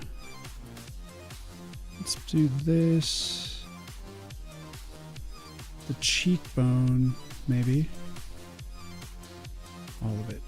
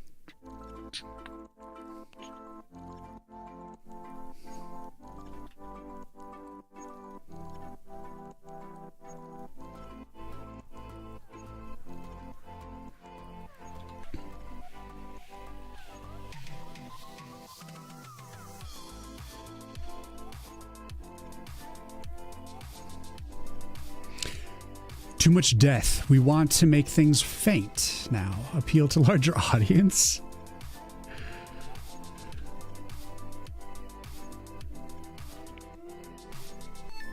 That's one thing I'm definitely concerned about doing. Like, I'm like, am I nerfing things when I shouldn't be? Graphically, but I'm like, I think I'm doing an okay job.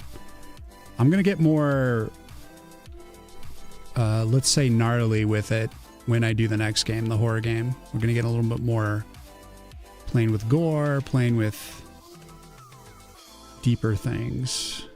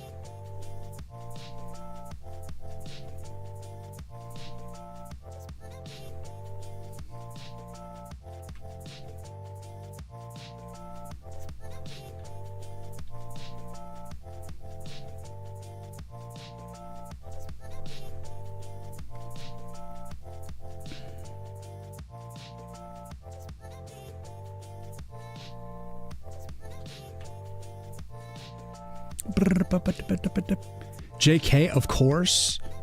You already finished the game, so now another idea. Game donde? Donde done?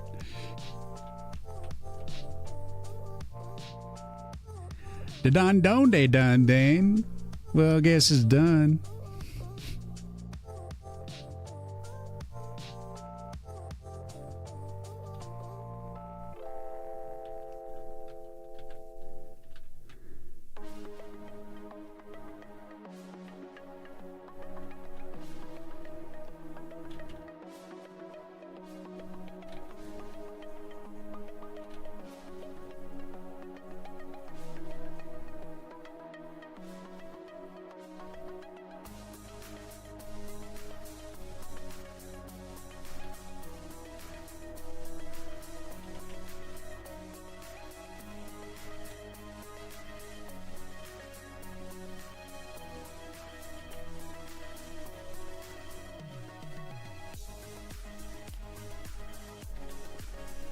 Hydrate. Cheers, Anna.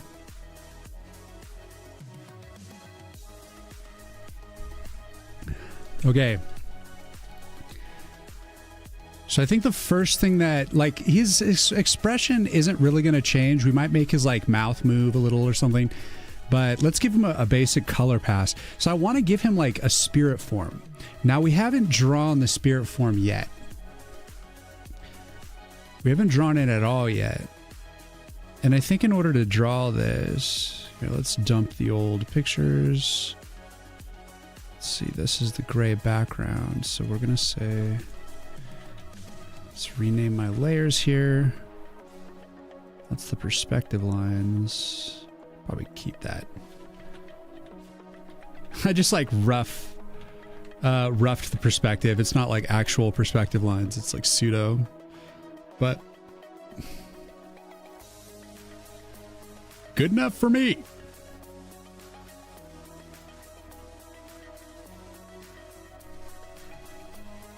Let's see, actually, before I go a little further.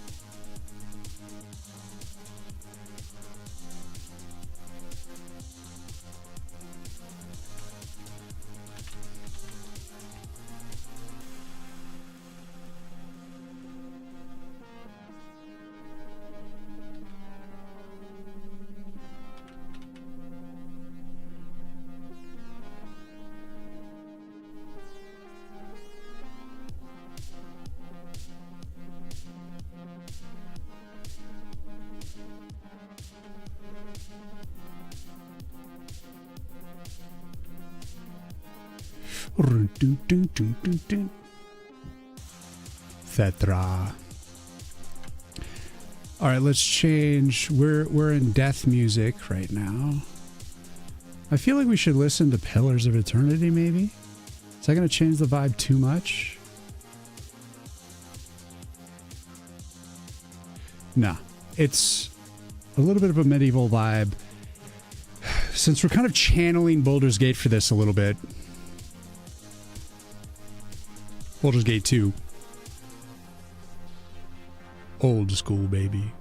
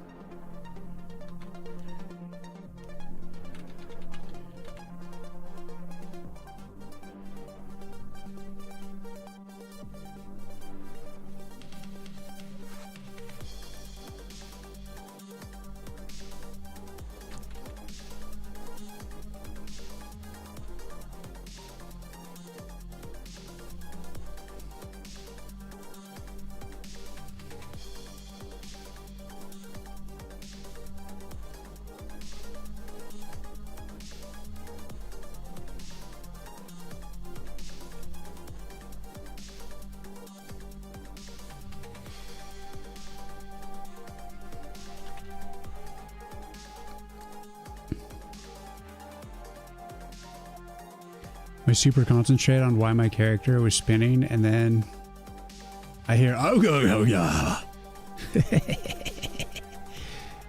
That's right. I keep you on your toes. We're here to deep focus with the occasional distraction for balance.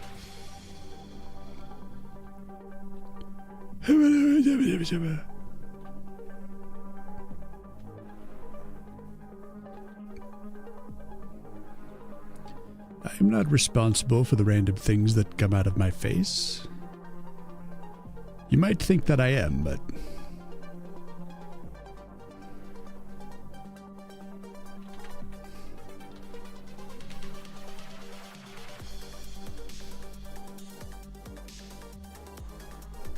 balanced as all things should be. Yes. Yes.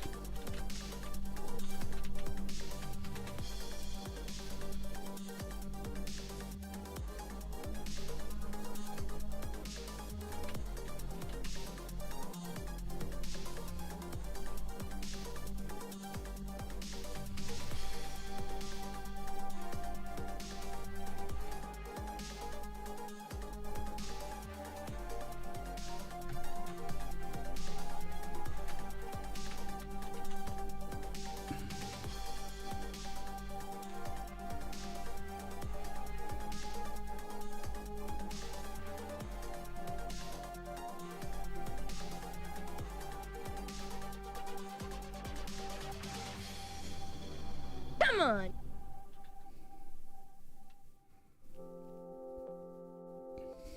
Thank you, female VTuber, for the follow.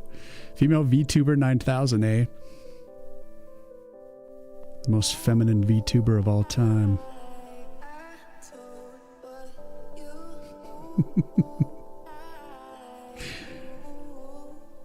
What a sportingly good name. Yeah, Lucky Dev, you're going to have to come up with another torture device game on your own. I'm not going to help you this time.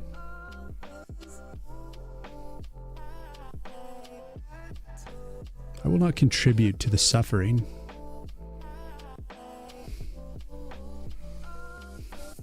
I've already done enough.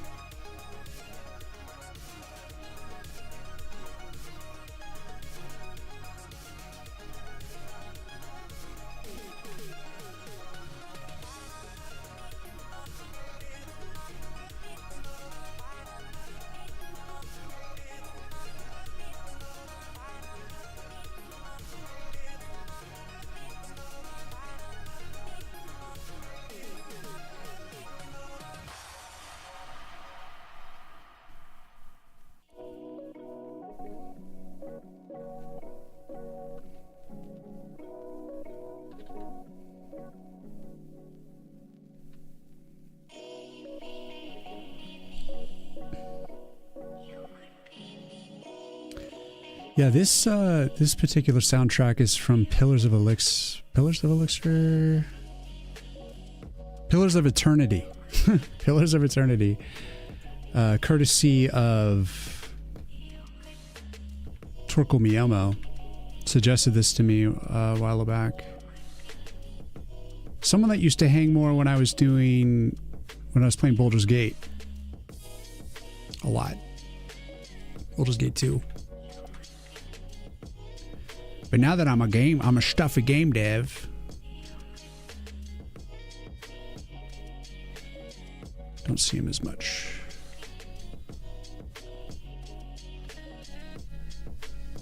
Every now and then he pops in though and says, "What up? Yo, what up?"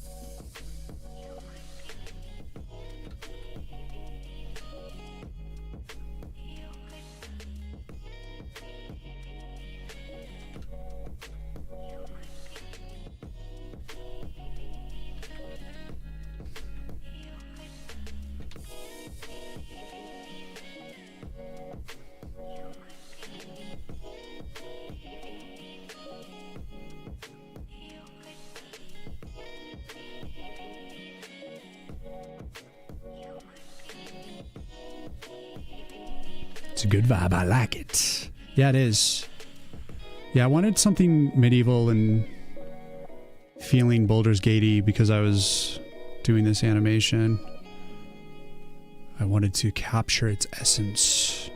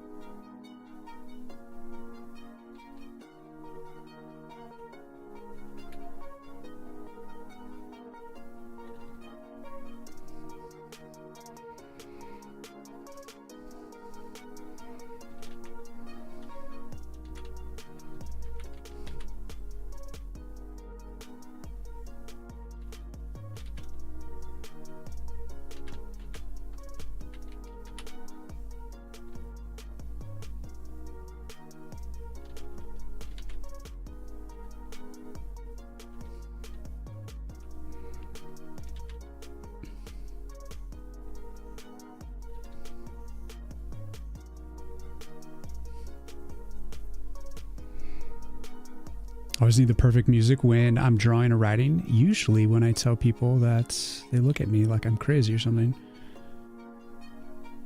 Whoever these people are, you need to stop hanging out with them. Oh, it's 3:40. Gotta sleep. Lucky, thank you for hanging out, man. Go get your rest. You got the back of the programmer broken? What the hell? Bye. Yeah, Lucky. Thanks for hanging, man. You sadistic game dev, you. I'm absolutely that way in terms of listening to different music, watching different movies, like leading into the different things that I need to do. Because I've learned that I myself am in fact programmable. I can condition myself into a feeling, into a mood, you know? See the things that I'd absorb, and it feels like you might be the same. Like, if it's time to get medieval or dark or mystical, I like to put that on, you know?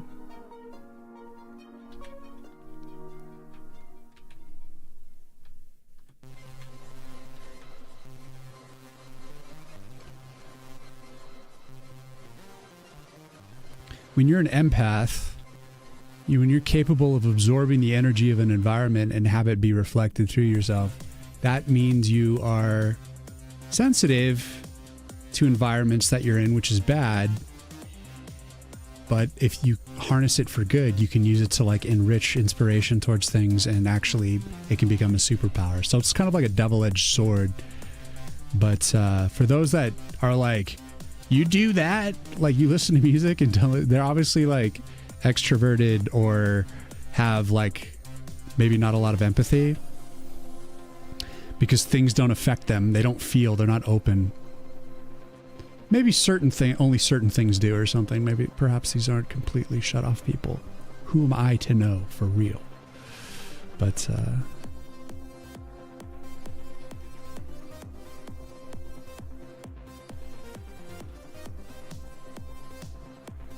I've had people like misinterpret and say like, hey, you're impressionable, you know, like I'm gullible or something. And I'm like, there's a difference between being affected by the environment that you're in because you're paying attention, you're mindful, and you're part of it. And there's a difference between that and whether or not whether you'll just go along with whatever's going on, you know? So just because something is affecting me doesn't mean I accept it and I'm like turning into that thing or whatever. People that say that to me, I'm just like, you're an idiot. You don't get it. You don't know what you're talking about. Because they're the type of people that like are more closed off. Their aperture is like, or my aperture is like, you know what I mean? For those who get it, they get it. Whatever. Exactly. I need to be there to create it. Yeah. Inspired to try the drawing to A-Sprite process. Inspired me to try the drawing the A-Sprite process and really like the portrait results I'm getting. Thanks for the inspiration. Hell yeah, Moo. It's also inspiring to see other people getting inspired. Yeah. Hell yeah, buddy. It's what I gotta hear. I want a drink. I got my little chocolate drink here. It's basically just some like chocolate collagen powder with some hot water. I call it my collagen tea. Good for the joints, but also it's like a way to have like a Swiss Miss type taste without like a bunch of sugar. I like to cut the sugar out. Collagen's good for you anyways. I like that chocolate.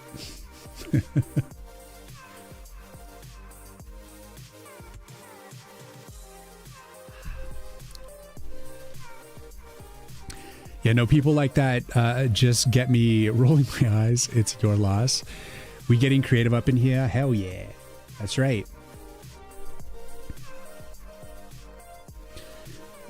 And people who have like different ways of being, you know, maybe perhaps their aperture's a little bit more closed. They're not as openly feeling about the world. That's a good way to be too. It's not wrong. It's just different.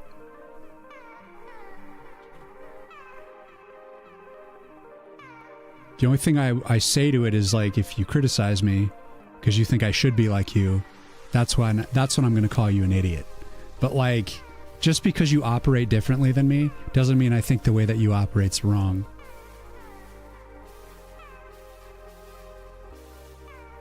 Just to be clear, I am no better than how different people operate. Just different. I was done with my day, but decided to take another spin. Hell yeah. Very good.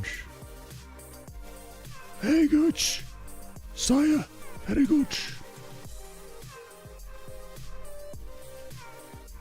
I am no better or no worse. We are all exactly the same creature.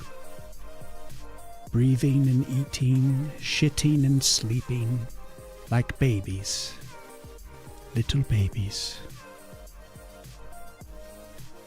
Getting all philosophical, talking about shitting babies. Hey, it's Easter time. Speaking of babies, you know what I'm going to make? I'm going to make a carrot cake and... well, there's some ham. I'm not going to make that. I'm just going to eat ham. I'm going to eat some ham. Some carrot cake. It's going to be good. That's what I'm doing for Easter. My only regret is I don't have more chocolate, but that could be easily remedied. Oh, wait, no, I do have some chocolate ice cream. Never mind. We're good. Everything's fine. Everyone can relax.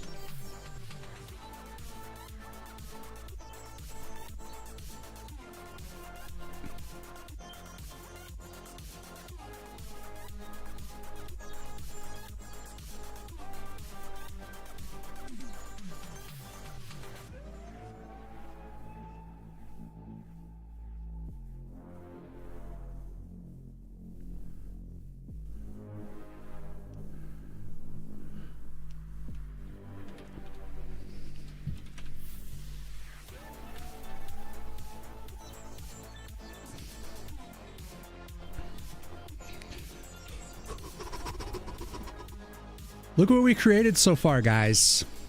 We're just goofing off. We're just two boots goofing. Okay, you're hungry now? Well, shit. Sorry. All right, so what I want to do is I definitely want to do more to the beard and stuff in terms of adding shadow, some midtones. But I think what I'm going to do first is actually animate the silhouette first. So we're going to do the hair like whipping in the wind. And then we'll come back and add some shadow. So that way we can knock the animation out first. And oh, my leg. It's like leaning on my leg weird. Oh. Looks amazing, thank you. All right, so we need a shadow. Ears in shadow and needs a little bit of extra shadow. Let's do a little bit of this. Got to finish the ear first, and then we're going to get to the hair.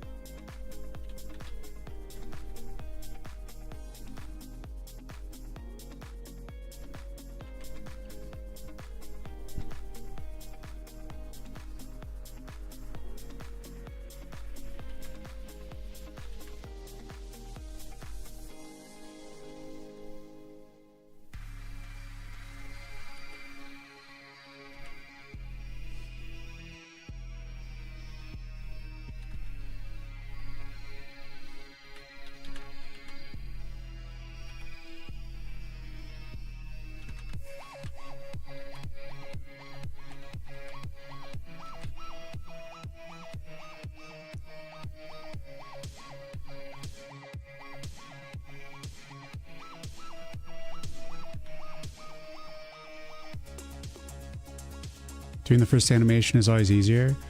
Yeah, I just want it to not like show the first frame of it with a shadow yet, because it'll look off. Oh, you know what? That should be like a highlight there. Oh, is that covered by the hair?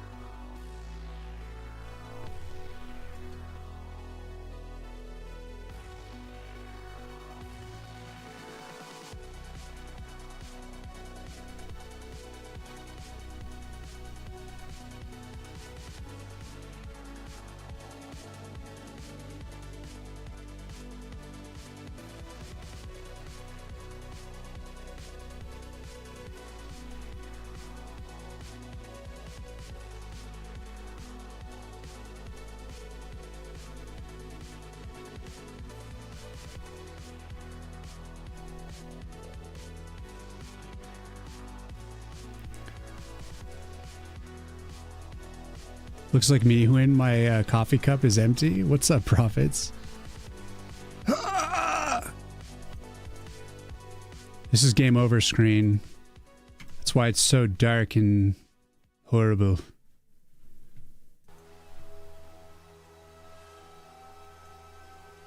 So palpable.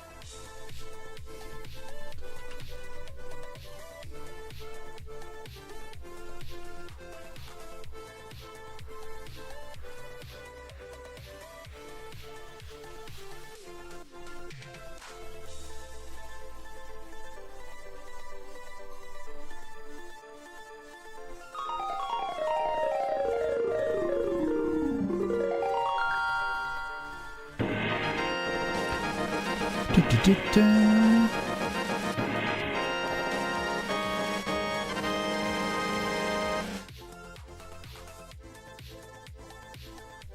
God, I cut off part of the beard. What's up? Lardison, what's going on, man? How you doing? Thank you so much for the raid.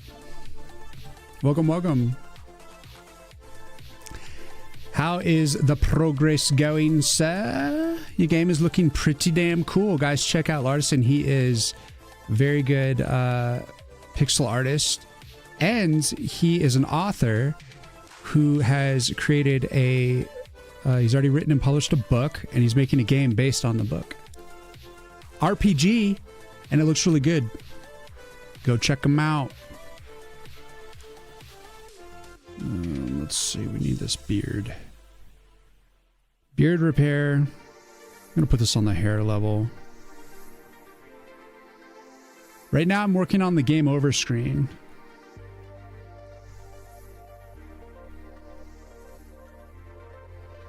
So it's Gant in Lost in Torment here.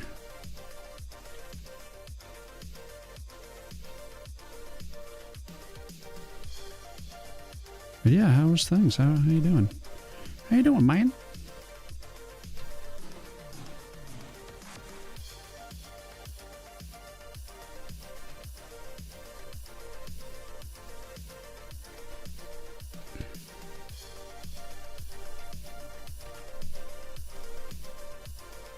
Need to set up my guitar stuff for the game jam I'm doing Monday. Nice. Usually lurking on your streams. Appreciate that, man. Very much appreciate. I should do a guitar stream myself. It's been a while since I've done a music stream. So I'm creating a game over screen where it's going to be like flowing hair. And he's going to slowly dissolve.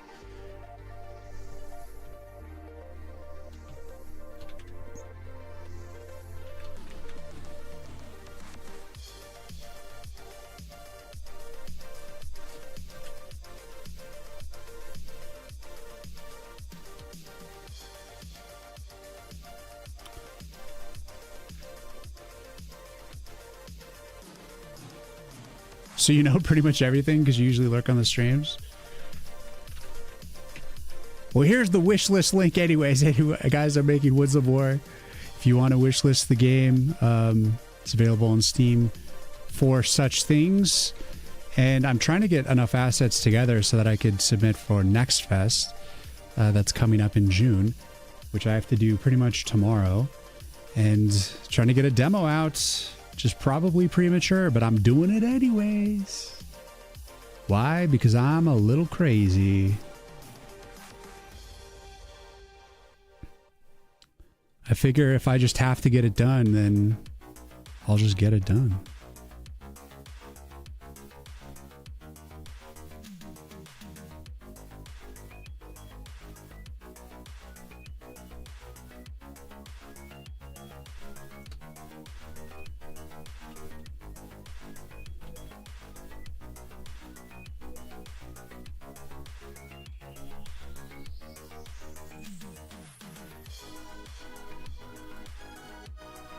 Sound logic, right?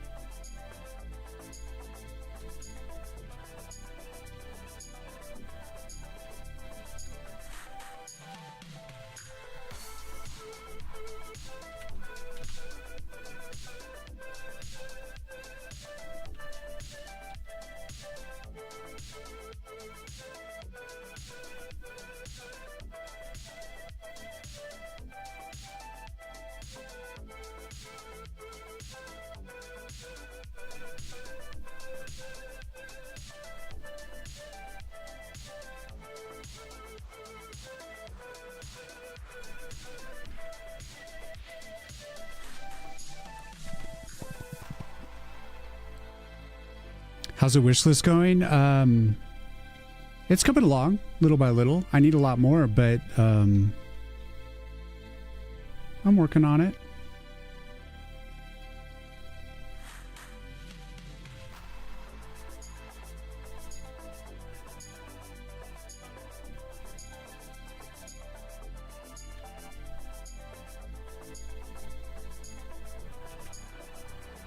I always knew this game was going to be a challenge to market, especially when I didn't have like even a demo yet, and the Steam page not really fully realized. So it's like,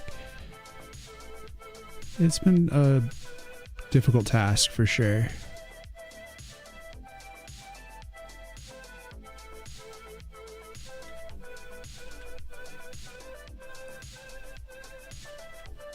But there is steady growth.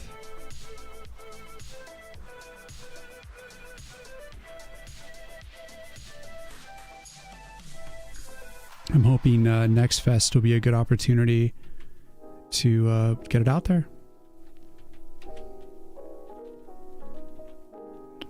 For people looking for upcoming new games.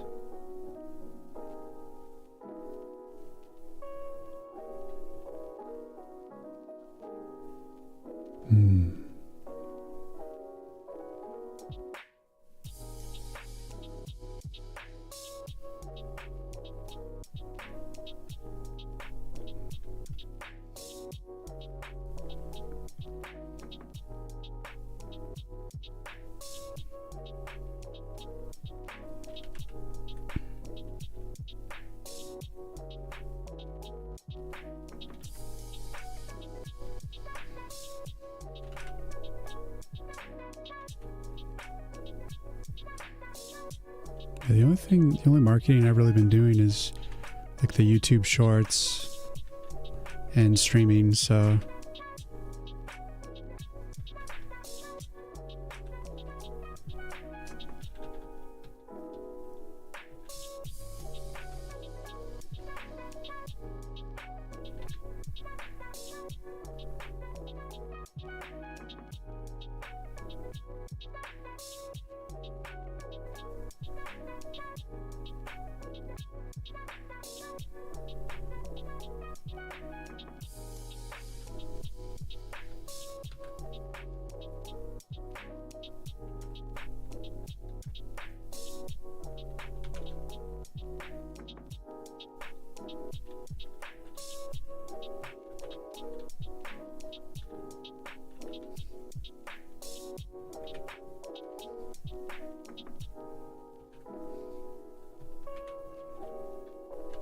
could always be doing more.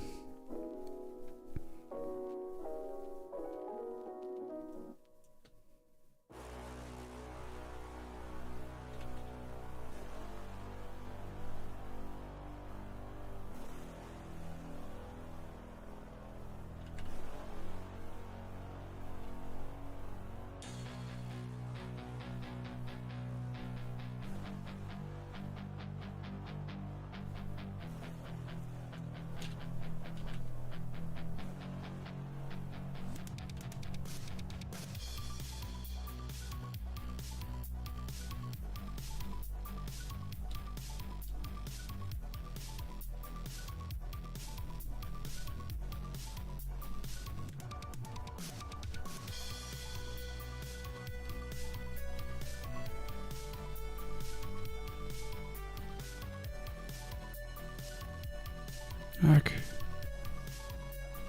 Wrong layer.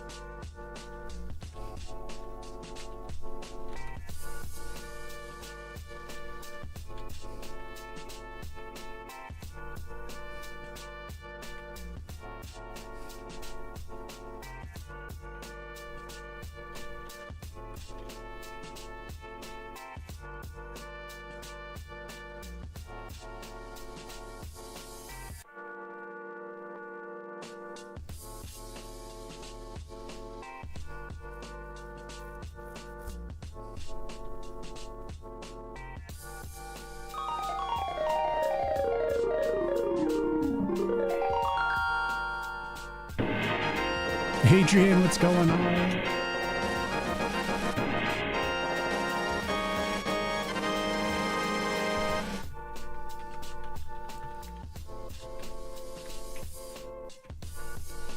Thank you for the raid.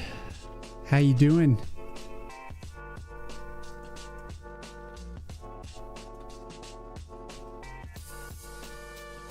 Working on a hair animation right now. This is actually going to be the game over screen. There's lots to do. Yes, I'm animating the death sequence today. Game over, baby. How was your stream? Top of the morning, Shergo. How you doing, man? Looking great, thanks. It's work in progress. It's coming along.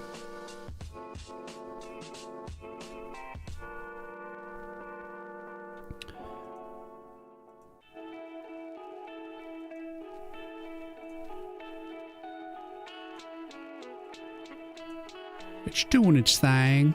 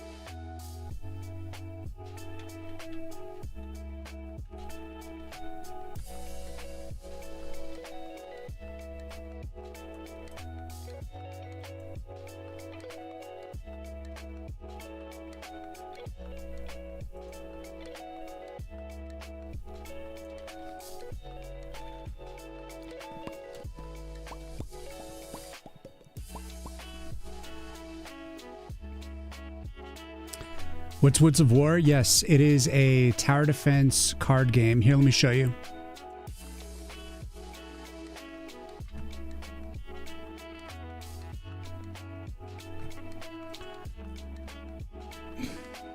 That's what I've built so far. I just added the icons to the cards the past few days. So I just started organizing them. Yesterday, I polished it a little bit more so they're positions intentionally. But yeah, it just starts out with a 3 card. You can send a card back if you want, all of them if you want, whatever. And then right now you have a ton of mana crystals. Normally you won't start with this much money, but you should have enough to lay down 3 cards. And you need to build up your arcanas up on the tree, and you have to have at least 1 arcana built on the tree on either side before an enemy hits it. Otherwise it's game over. And then enemies, as they come, will you'll earn money every time you kill an enemy. And with that mana crystals, it's doubles as your currency and your mana.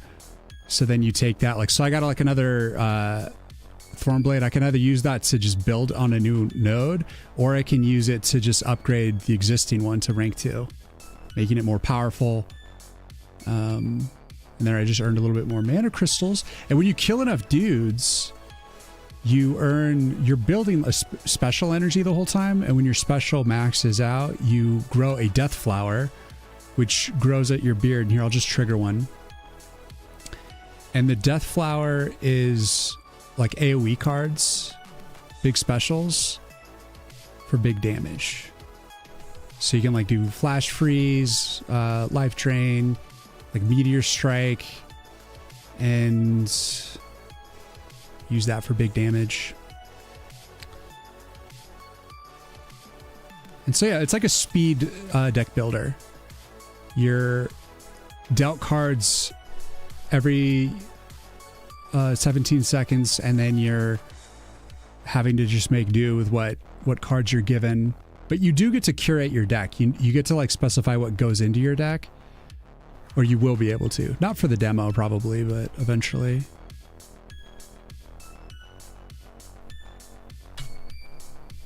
Let's see.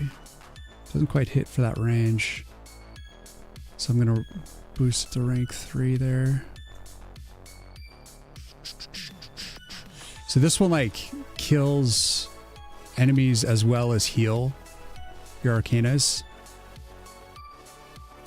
It's like a little bit of a shadow magic for you. Oh shit, we got a goblin bomber. Kill him. Those are like creepers. They like instantly kill stuff. But yeah, so this is it. Tower defense card game.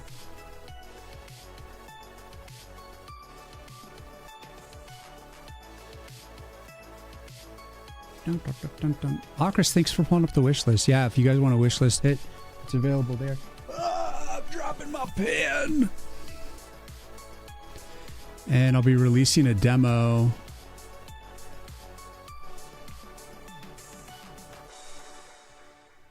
in the next month.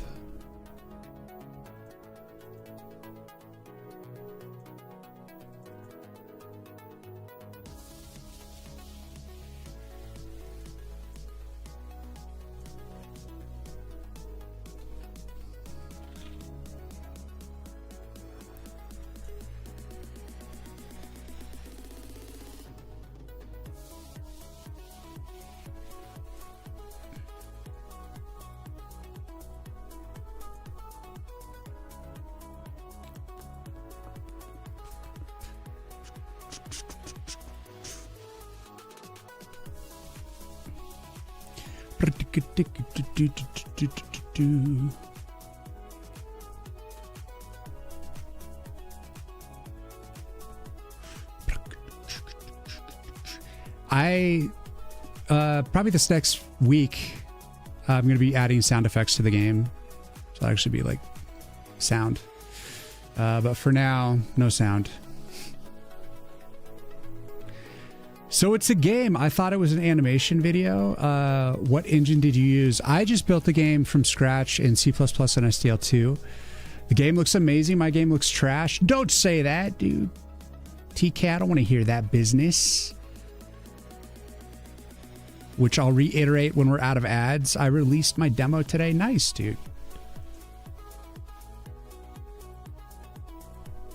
Well, first step in marketing 101 in your game, don't call it trash.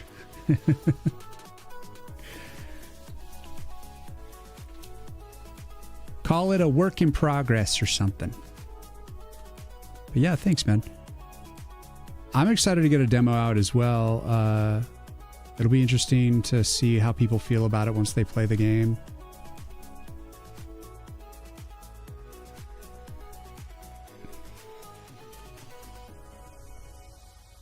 But yeah, I appreciate it. Be proud of the fact you made something. Hell yeah.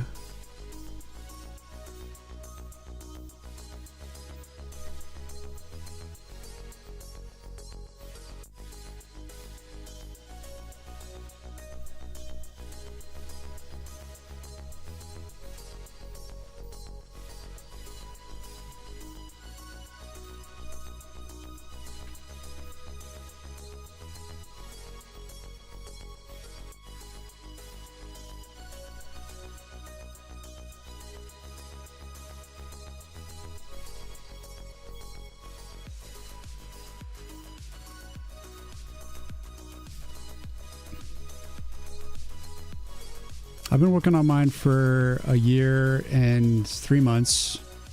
Let's just say it's like almost a year and a half kind of a thing. Because I did work on it a little bit on the prior year.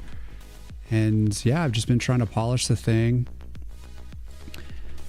And I put a lot of love into it, a lot of elbow grease. As I'm trying to grow as a designer.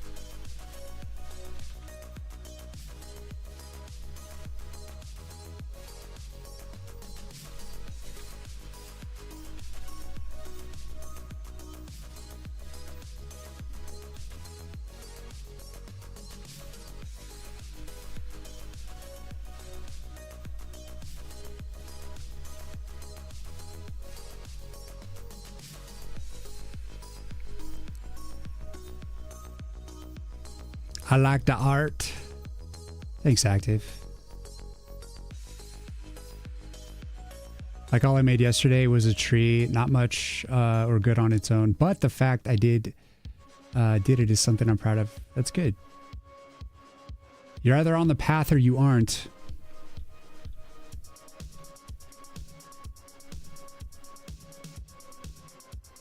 The only way you're ever going to get... Well, the only way you're ever going to evolve is if you put effort.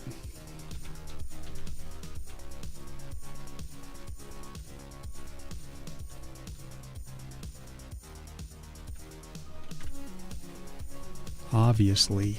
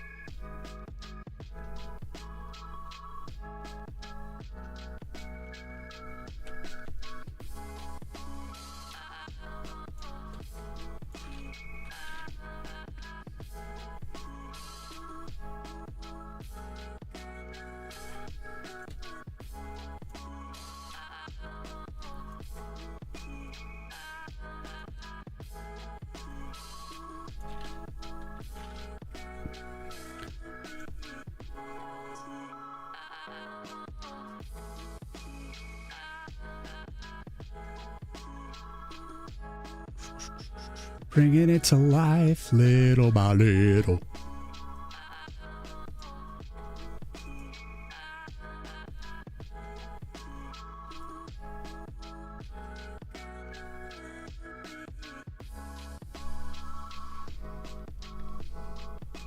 It's called Hardest Fall on itch.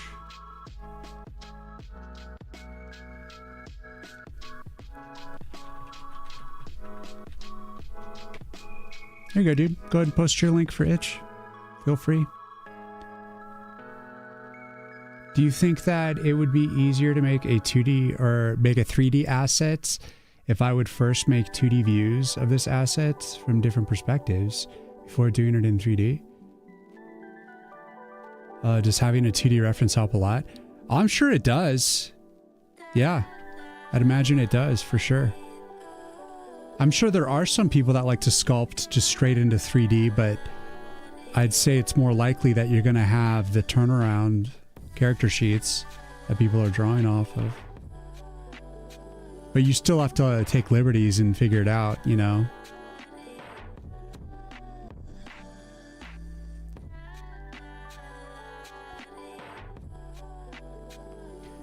You get to shop for some kids' birthdays and modern toys. Bum me out? Why is that? What's wrong with today's toys? Is it because they're just lame?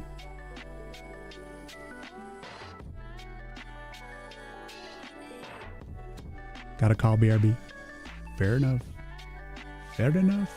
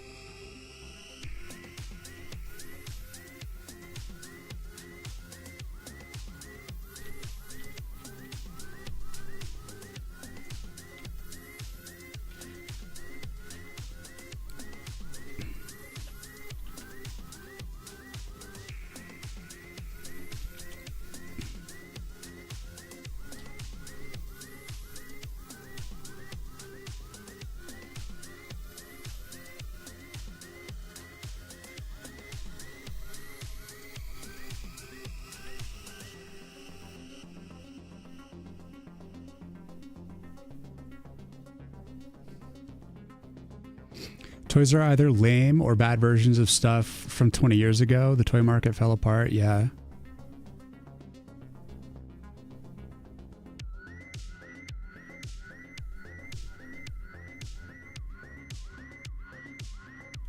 I'm sure there's still some premium stuff out there if you know where to look.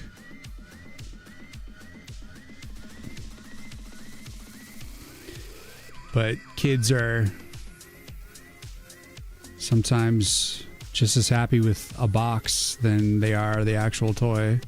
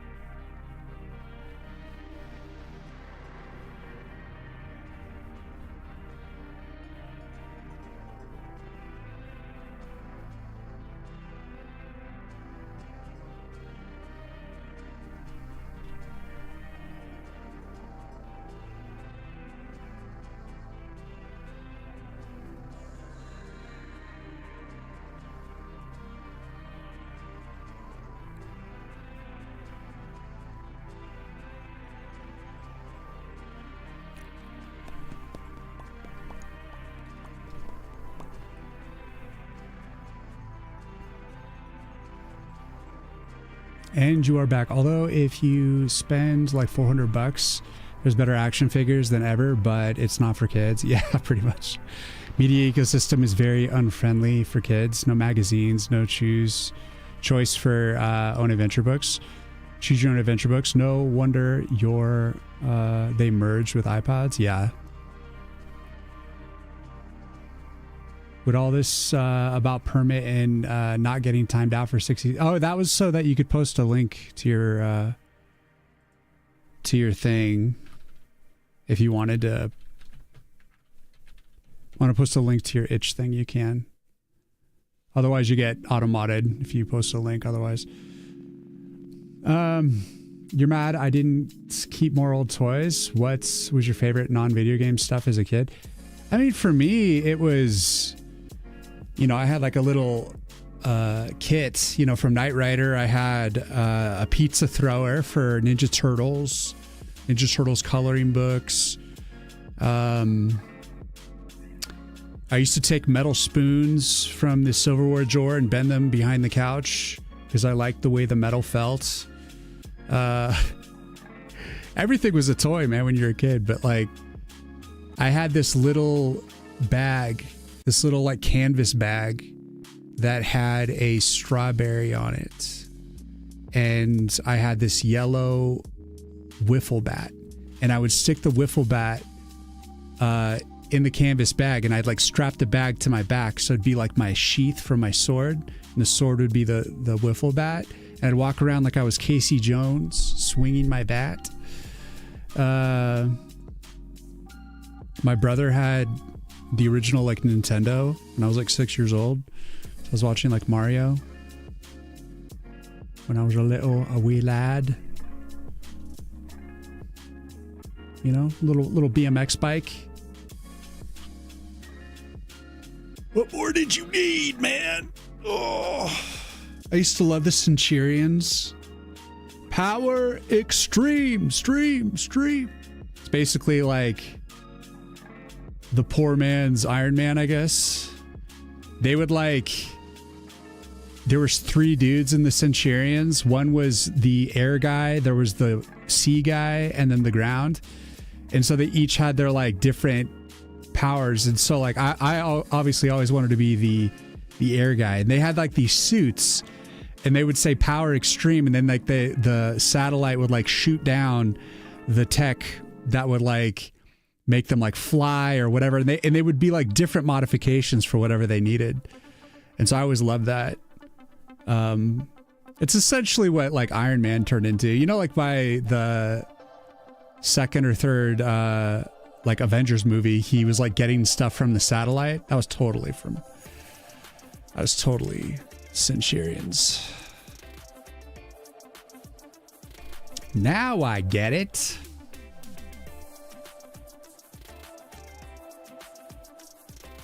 Ocris is demanding mouse sensitivity setting. You should stop everything you're doing, gamer, and just do that right now. Patch it for Ocris.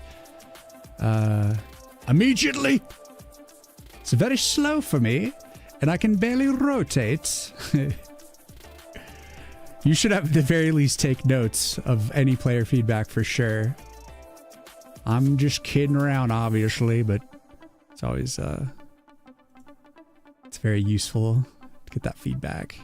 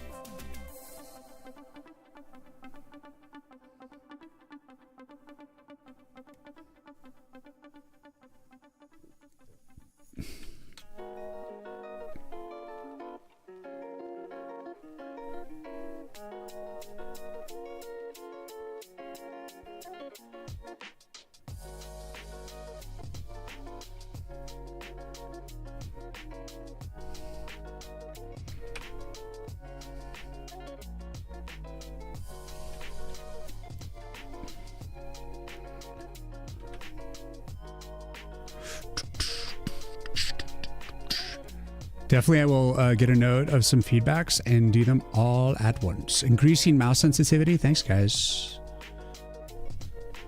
Very cool. Very cool.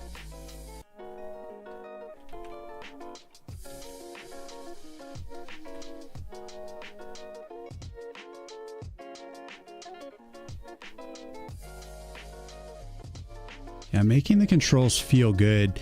That's like, I always say that's my first barrier for entry in terms of like my first foundational principle towards what makes a game fun. Rule number one, remove all frustration. So anything that doesn't really function like it should, that maybe is like a little like sluggish or seems like it's just kind of functioning in a way that doesn't make any sense or not as responsive as you might need it. Like, you want to limit the amount of frustration as much as possible. Make things kind of run as you might think they would expect. And basically reducing that friction. You know, the only way they're going to have fun is if they're not frustrated, first of all. With that being said, I do think there are games that can intentionally make things frustrating in a satisfying way as well.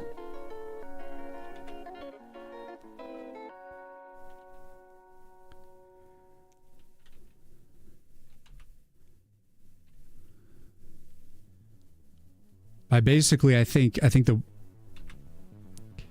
way I think of that is like by giving you the tools to learn and grow from whatever it is, you know. So like if you get game over and you throw the controller out the window, it's like if you feel like you can get back in there, you know, that you learned something now, like now you know the enemy does a certain thing, or like you're able to grow and feel like you can get back in there.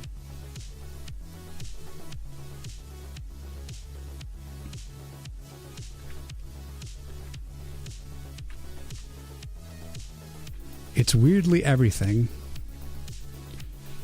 Weirdly everything.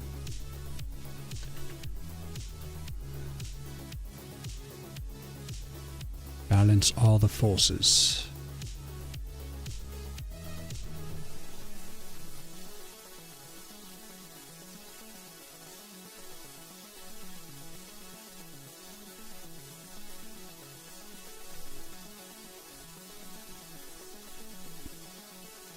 It's my theory anyways.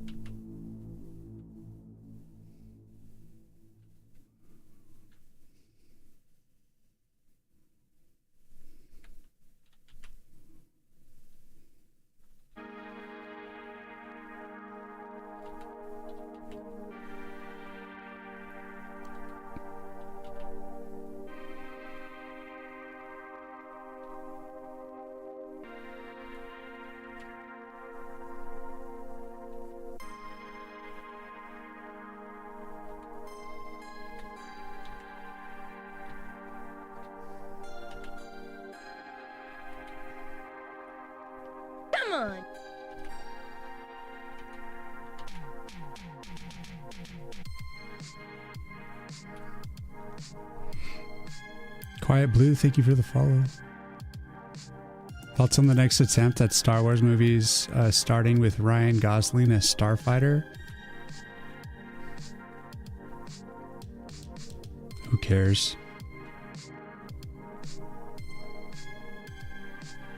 Star Wars died a long time ago. I'm sure there will be some novel, like, fun stuff. But it's not, like, something I really care about.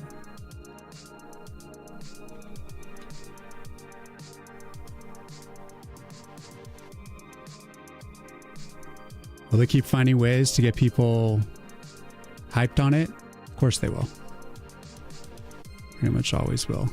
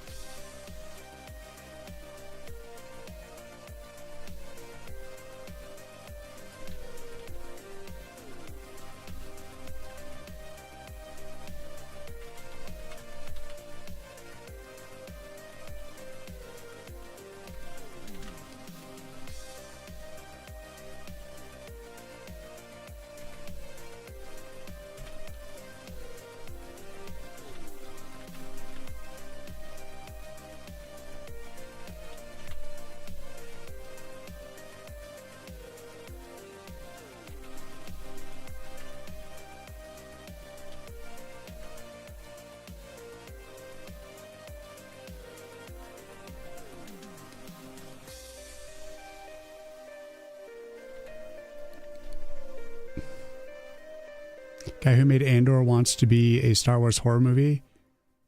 Wants to do a Star Wars horror movie. That's awesome. Andor was pretty good. It's like kind of whatever, but it's like the Chucky series. Most people are usually only hyped for the name. I tried to watch the Chucky series. It was insufferable. I really didn't like it.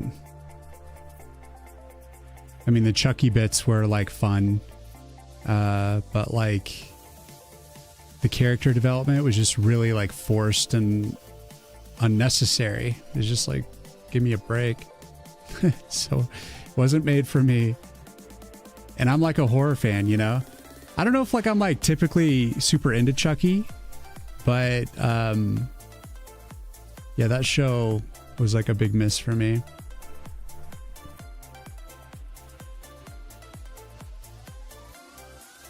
The name has become a staple mostly. Yeah. What's up, Cracks?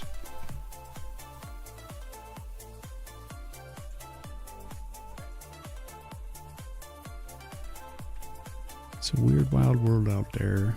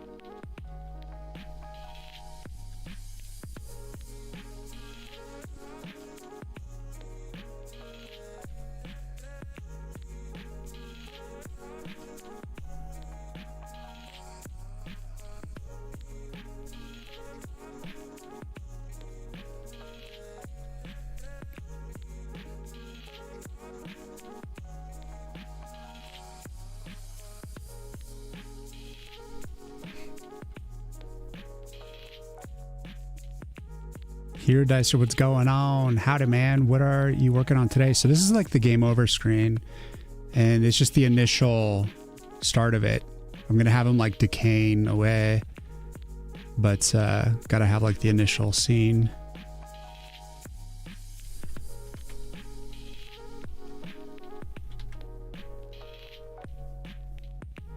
I'm sort of abandoning the tree falling over animation.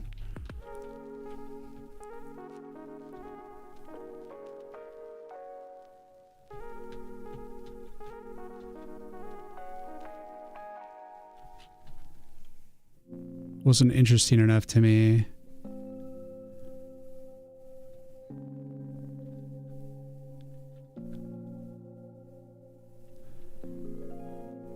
It's like I thought all along it would feel right, but once I actually did it, it's just how I do things too. Like I'll hold on to an idea for like 6 months thinking that's going to be the one, and then I do it and then I'm like, nope.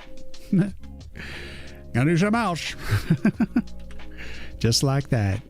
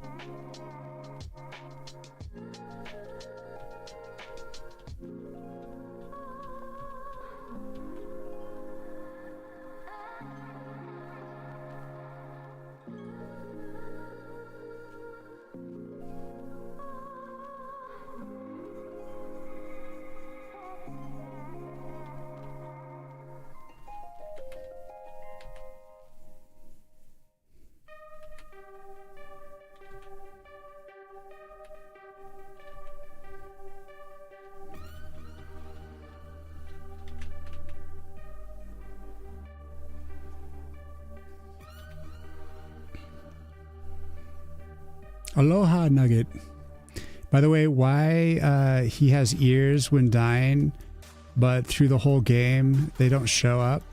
You're talking about the tree, the face on the tree. This is his spirit. The whole time you're actually going to be seeing his spirit form when he talks. So you're going to know that Gant is talking. But like when it comes to the actual tree itself, the tree is just showing like a representation of the spirit inside through the face. So it's just kind of like, it's just an illusion on the tree. This is who he really is. He's just like a spirit floating around.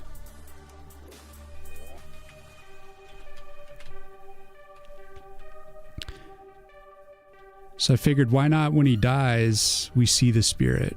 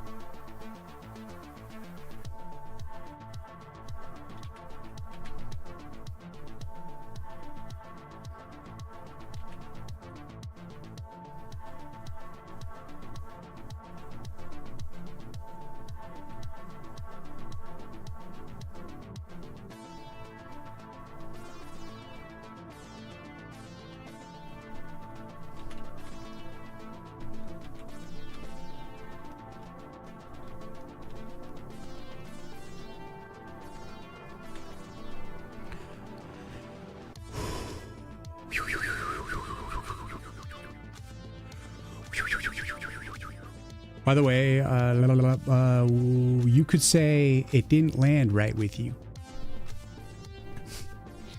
If a tree animation is abandoned, does it still make a sound when it hits the ground? Cracks, I don't know. I don't know!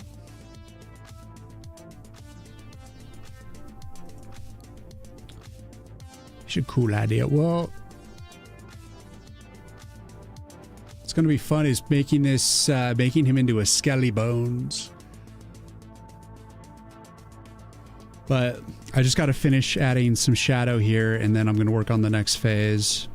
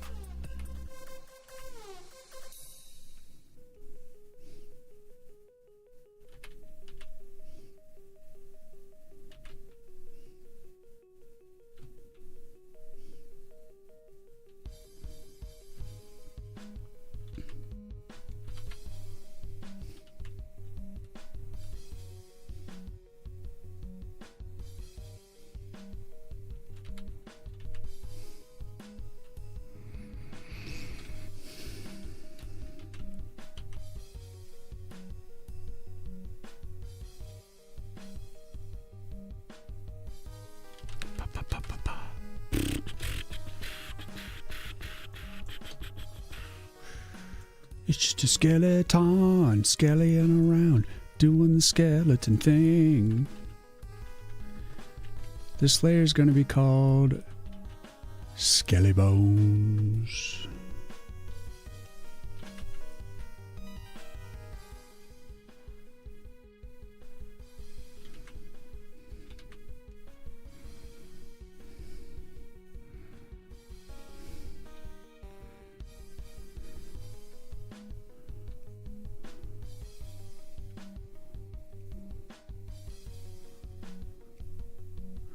Are you a skeleton? Spooky? Spooky.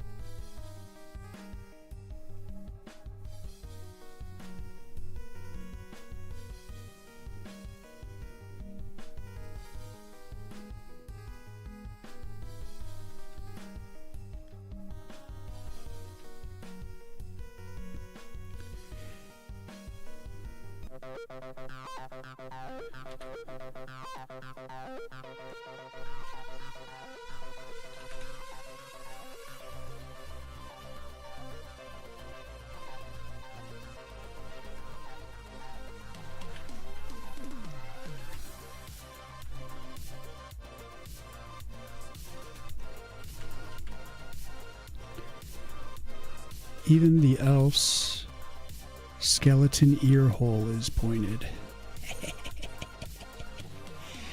Ah, yes. Of course, everyone knows this about elven anatomy.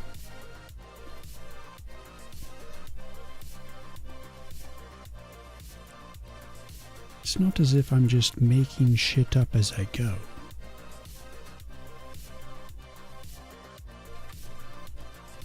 That's exactly what I'm doing. Oh, shit. Skeletons. Skeleton around.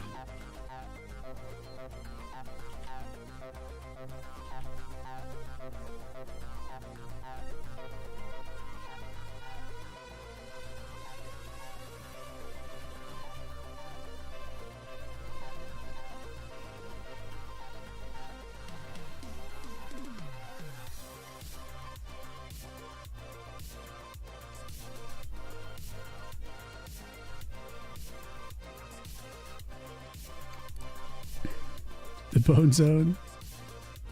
No one needs to know. Good old Bone Zone. That's right.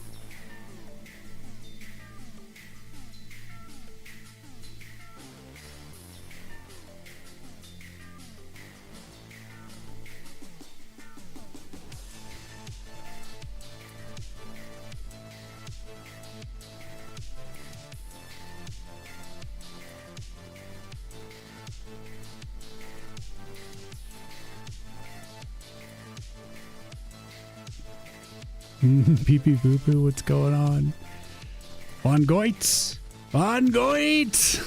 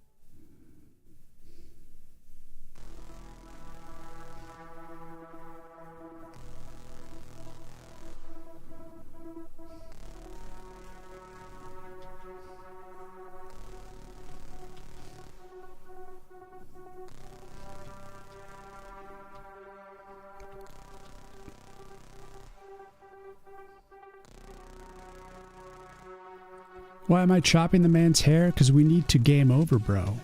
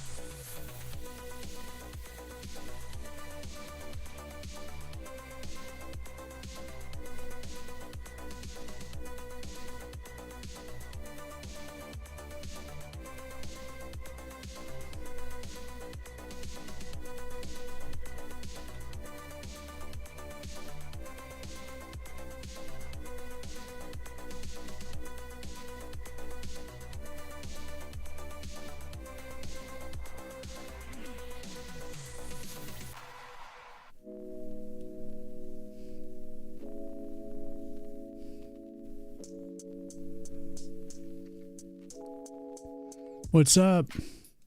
Finally got your prototype launched. Nice.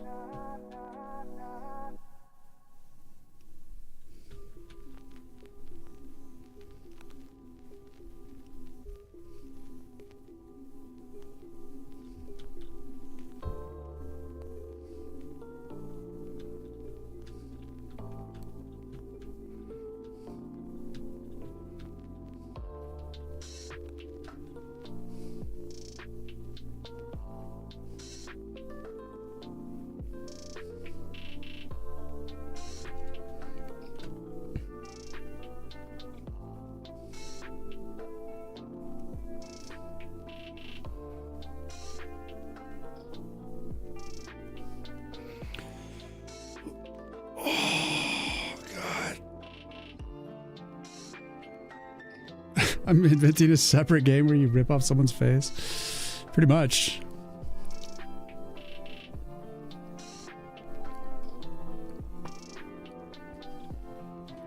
It's interesting why to create out. This is for the game over screen.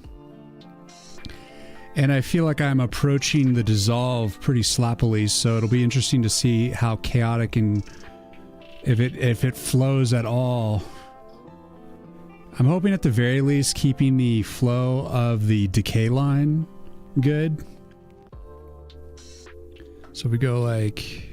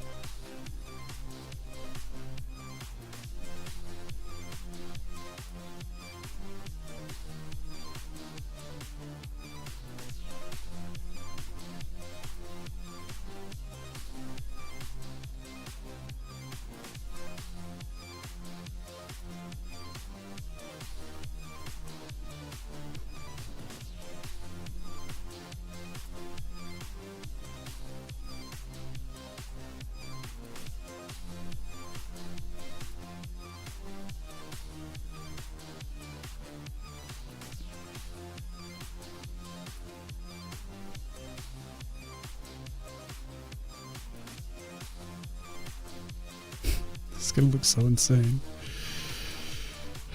Possibly in a bad way.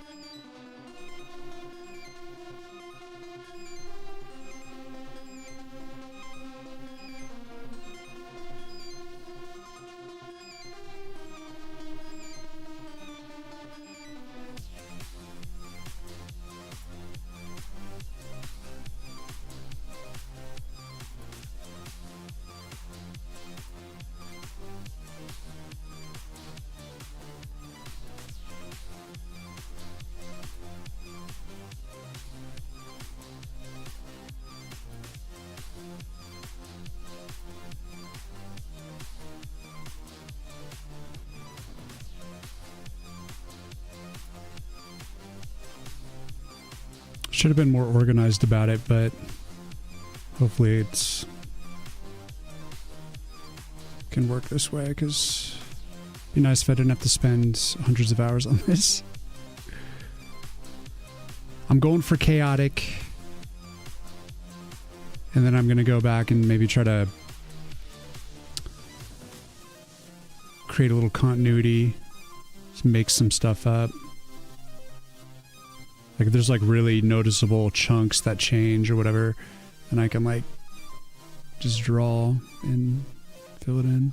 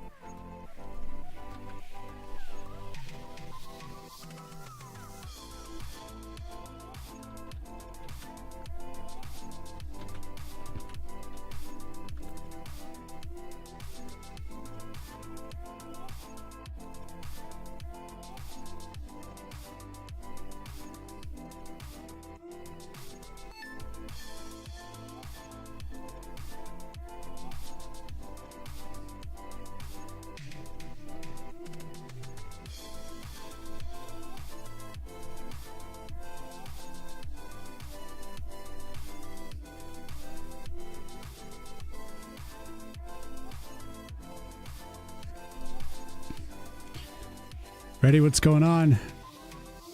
Most time going to be on painting.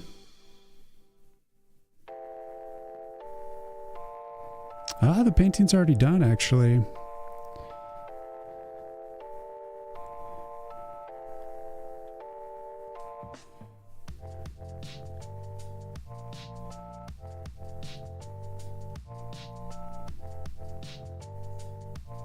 That is if I, unless there's like, you know, continuity issues, which I'm sure there is. I just hope they're,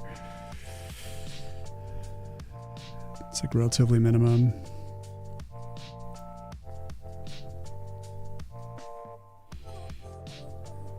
It's going to be tough to clean this one up, for sure.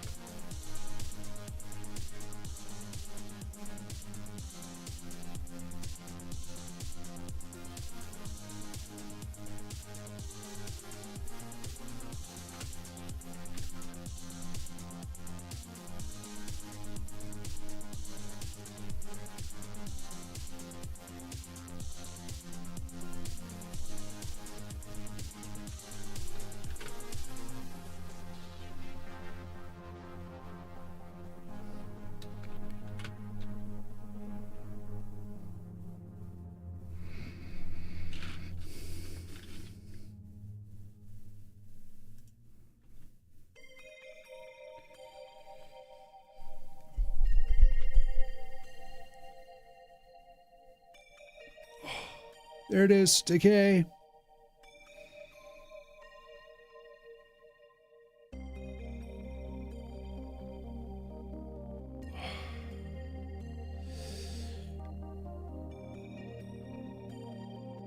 So other things we're going to do to it, but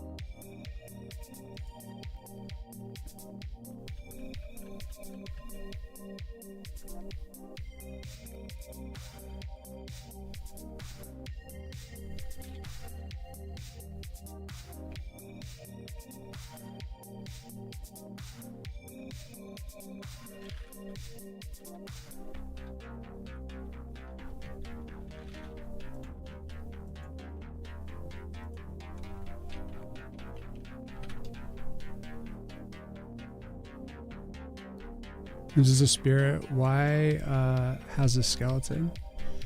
It's a spirit skeleton. The skeleton's also going to decay, but I wanted to add some secondary movement.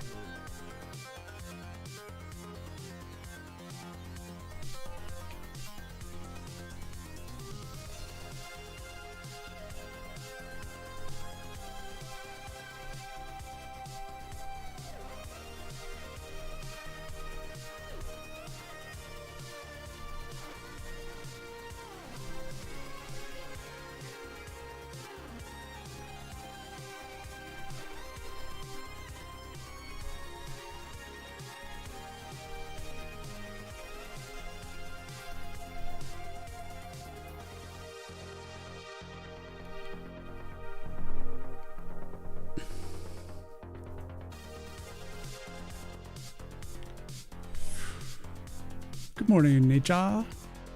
10 inches of snow, damn. As your midnight oil spent, making a game over screen.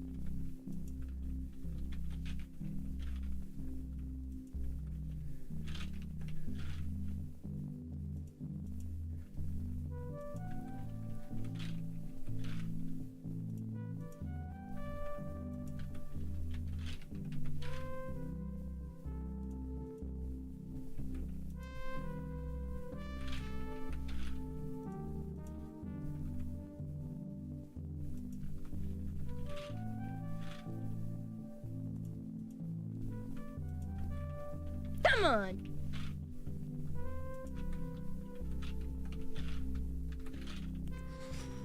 Shetty, thank you for the follow.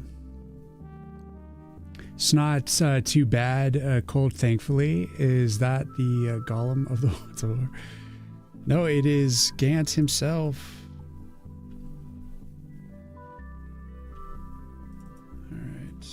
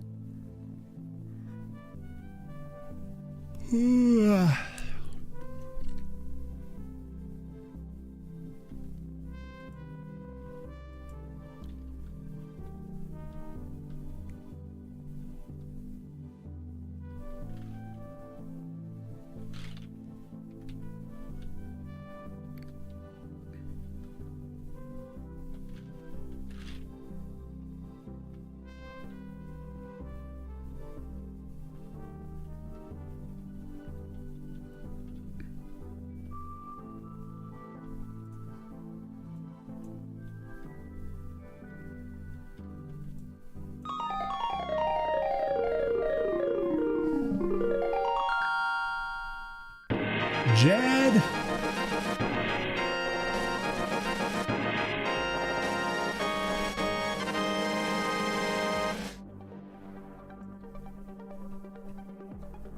Clarion, what's going on? Boom, how you doing? Get slimed, bro. What's up, Jed? Thanks so much for the raid.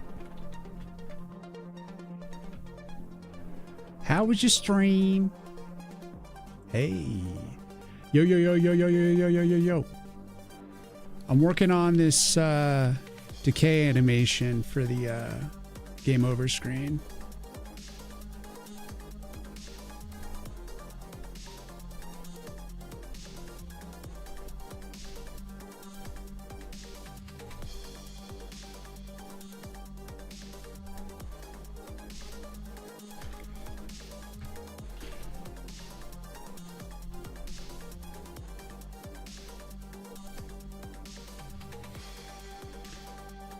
This is a work in progress. Welcome in, guys. I am Riyin Art, and I'm making a game called Woods of War.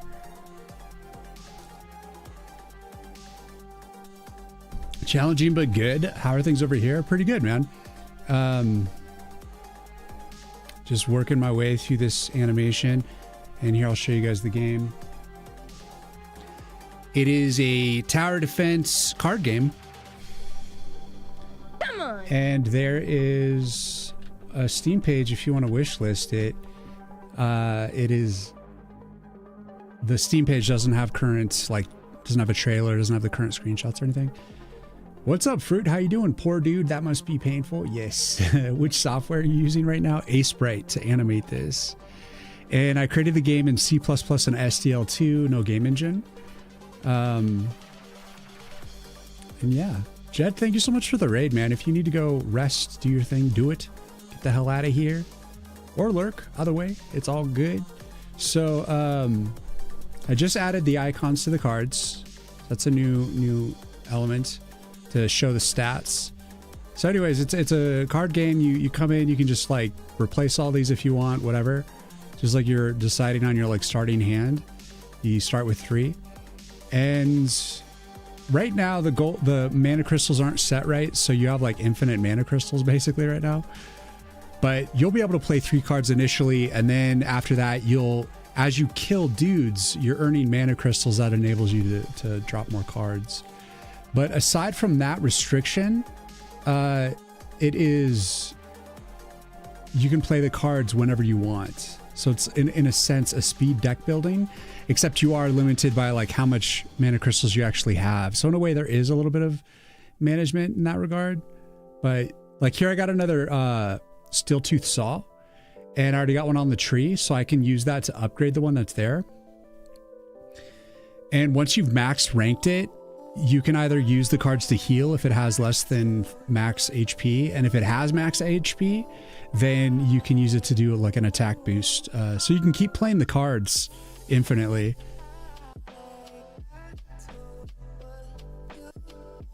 Yeah, you might raid and run, but I'll leave a comfy lurk. Always love the art, man. Have a good stream. Thanks, man. Appreciate it. So yeah, that's the game. It hasn't been fully constructed into a game, meaning we don't have the game over screen yet implemented, but that's what I'm working on now. So when you die, you will see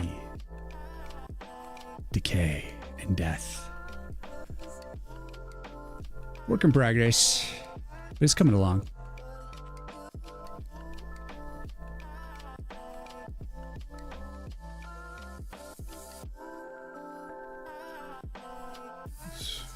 So that needs to be...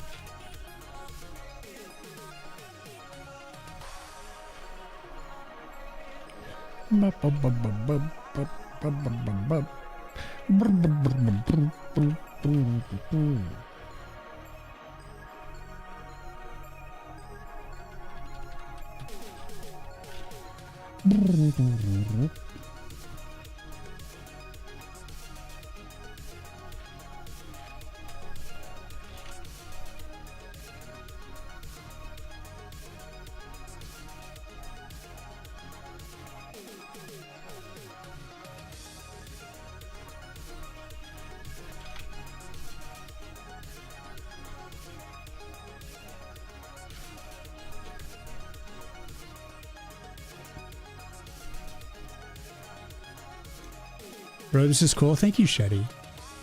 Thank you for the follow. Also, Shonsky, thank you for the follow. Welcome, welcome. A little bit of a focus stream right now. So I need to do the decay on the skeleton as well.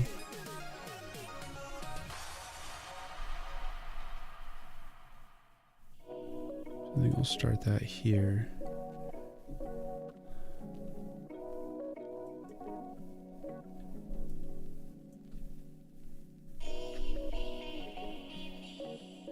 So I'm going to do it a little bit differently on this one.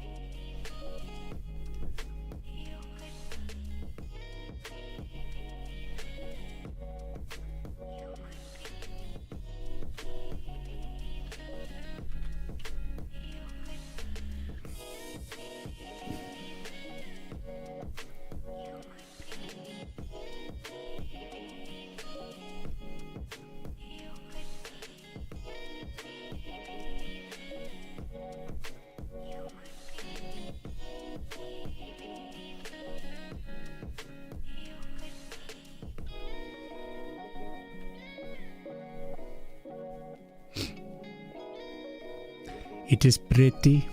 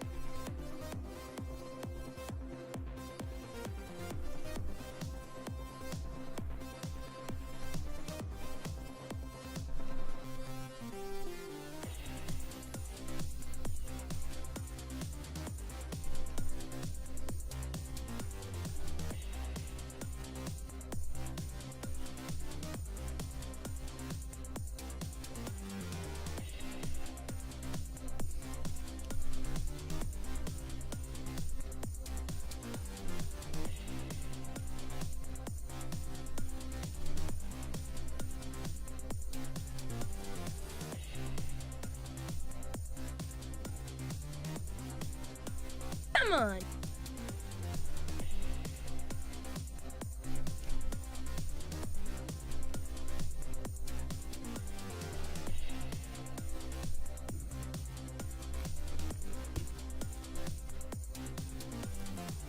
Papa Be Fun, thank you for the follow. Welcome.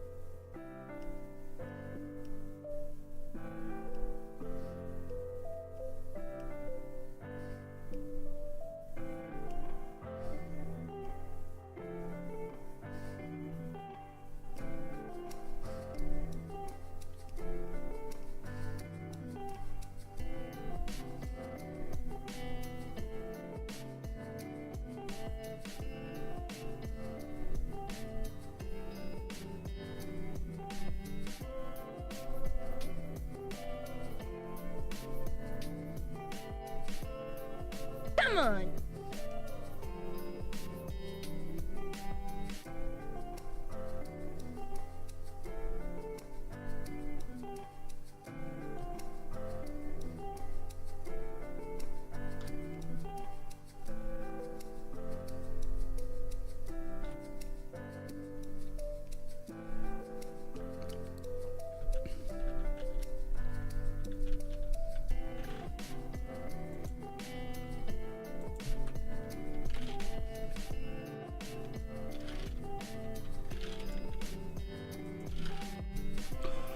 Hui, Hussy, thank you for the follow. Hello, have a great day. Thanks. You have a great day too. Have a good holiday weekend.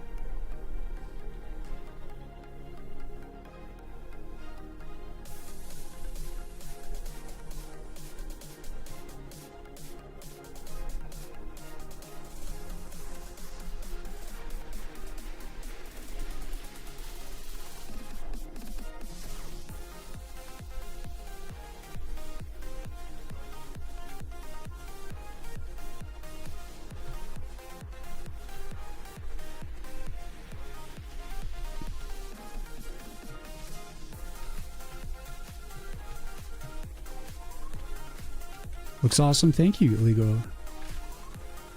It's coming along, coming along.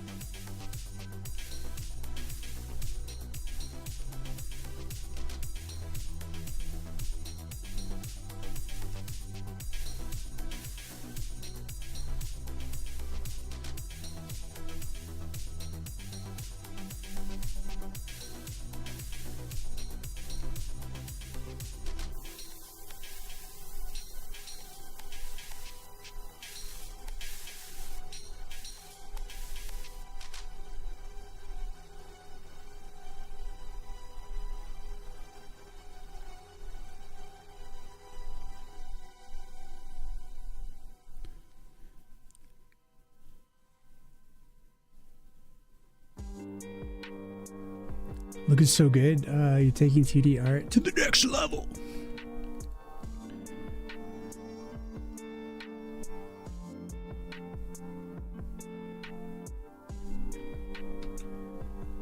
Gotta have payoff for the... If you're gonna lose, then I gotta make it really painful with a really nice animation. Everybody knows that.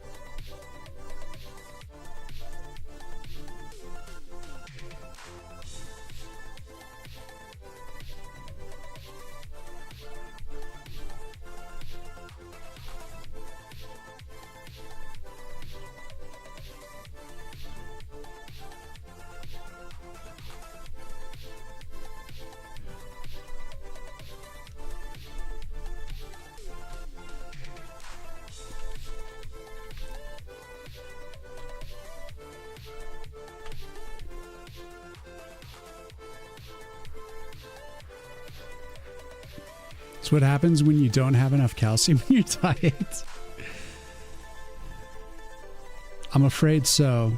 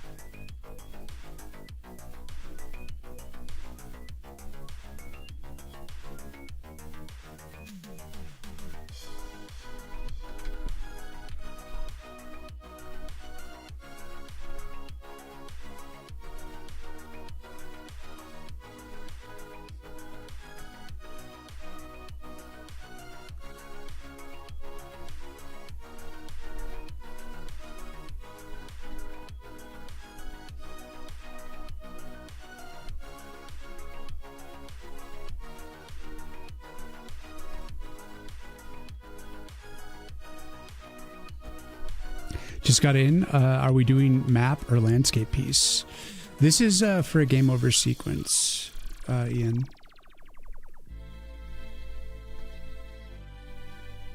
For the Woods of War tower defense card game I'm building. Check it out on stream. Here, actually, let me grab the wish list link and pop it over on old YouTube. If you want to check it out, you can wish list it. It's hopefully will be out this year.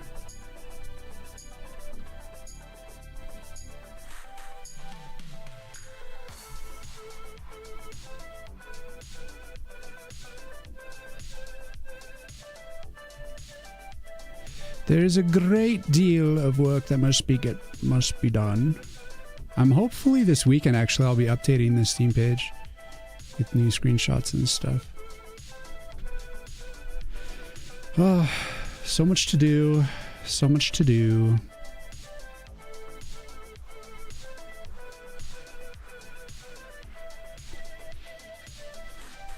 Also got to sign up for Next Fest. Got to make some translations for the new. I edited some cards, and then we got the color adjustments in, thankfully.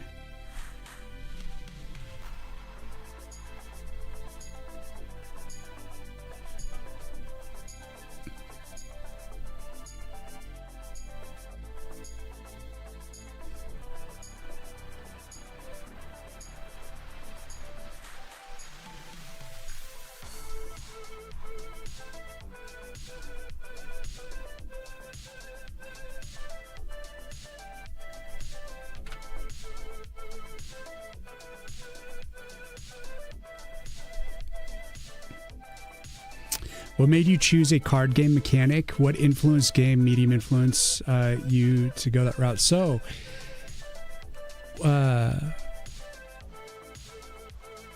I'll tell you in a second, Nature. So, like, what I initially wanted to do was just more of a straight up traditional tower defense that was similar functionality wise to Kingdom Rush, where you have the nodes where you place towers and you just click the node and a little like quick menu comes up, and that's where you can drop towers. And then once the tower's built, you open another quick menu and you can like edit stuff. So that's initially how I had built it. And then I added in cards for AoE effects, basically just spells you could cast on all the enemies, dropping like different types of damage. And once I had made the cards and implemented them into the game, it got me thinking, I wonder if it would be a little bit more interesting if instead of you being able to just always choose whatever you want in terms of the towers, what if you were dealt the cards randomly? You could curate your deck, but like the cards themselves would be dealt to you randomly, so you have to acclimate to what you're given. So that way, each time you play the level, it's a little bit different. Because of the order in which the cards, the order in which you receive your cards. And so you're always trying to be like making the best of the cards that you're getting. And then also within the subset of cards that you have in your hand, what's the best way to like play that, what order to play them in, if you should mix them or do like certain things. And I was just like, you know what? I'm just going to put everything into the cards, including the Arcana, where you use to build towers, because I just think that's a lot more compelling and it creates more variety. And because I wanted to avoid players playing just the same towers constantly and getting really bored with it really quick. This way it would be like each level's always going to be slightly unique. You played Tower Rush? So yeah, it's like Hearthstone meets Kingdom Rush, but there is no turn-based, you know, like in Hearthstone or any Magic card game, whatever. Like, card games tend to be turn-based. This is going to be, it's like based on like how much mana crystals you have to cast spells at the time, but your you can play the card if you have the mana. You can play as many cards in a row as you want, you know. So it's like in a way a speed deck builder.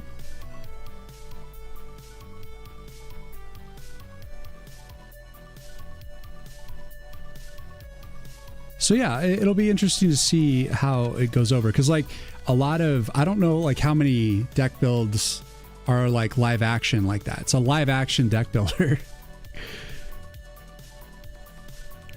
I'm sure there's a bunch, but like I'm not aware of them, particularly aware of them.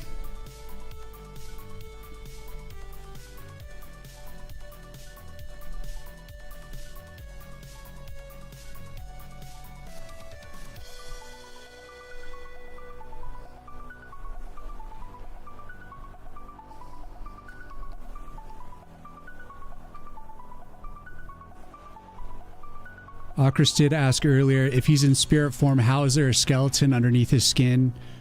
And my answer to that is by George, because it's cool. It doesn't have to make sense. I just like having the skin go away and then there's just like something underneath. It's like, it's just cool. I'm sorry if it doesn't follow your exact logic, Chris. Jeez. I mean, you're right, but I don't care. I like it.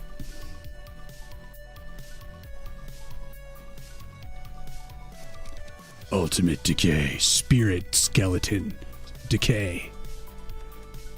That's how final this death is.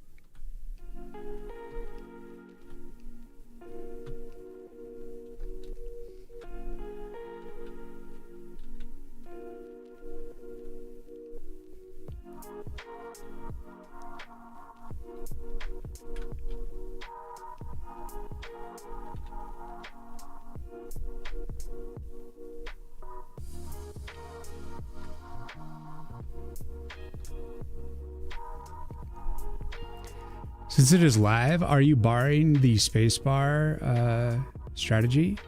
Also, how wild have you tried to vary your cards to see default draw box? Will the cards be focused, or will it be more where you place them and when you place them? More like time mechanics to helping momentum. Here, I'll show you the game. There will be, what's up, Nan? So there's going to be Arcana cards. So right now what you see on the screen are Arcana cards. And these are actual, like, basically towers. And you place these for defenses, weapons, different ways to put up basically your armor and your weaponry. And then there's also going to be AoE cards, which you can drop for big damage. And then there's also going to be what I'm calling utility cards. And utility cards are going to be a mix of all different sorts of functionality. Like there's going to be a node swap. There's going to be like you can put on like damage shields. What else was there on the utility card? The God, I'm like brain farting, but I have like a bunch of like utility card stuff that is just basically kind of miscellaneous management on the cards. And this is all currently Earth magic. There's going to be Earth, Fire, Frost, and Shadow, and they're all going to have like kind of a different, you know, they're going to be more, some of them are going to be more focused on different magic, different kind of like ambiance, whatever. And so you come in with your towers, and you have to be building your tower stuff up, like the defense stuff up, because if they hit the tree directly and there's no nodes attached to it, you will lose. It's instant death. The card, if the tree gets hit once and it's naked, you're done. So right now the right side is vulnerable. So if he hits the right side, if he gets through the barrier and hits the right side, I'd be dead. But I got another barricade here, so I'm just gonna like pop that on, and it's going to upgrade to rank 2. So it has a little bit more armor, a little bit, and it heals it to max life. And then I have a steel tooth saw, so I'm just gonna drop that. And that way now I have like armor on the tree now, which also, so it acts as like armor and weaponry at the same time. And so you're basically trying to manage and protect like these things. And there's just different enemy types that cause different issues, you know, like the steel tooth saw, for instance, it can only attack ground enemies. But we should already have like, we already have like a dragon over here. Like, so that's a flying enemy that can only be, I just lost. I wasn't paying attention. There was a goblin bomber. He came in, he wiped out all of my 2 arcane on the tree, and I'm instantly dead. Does that make sense, Jay?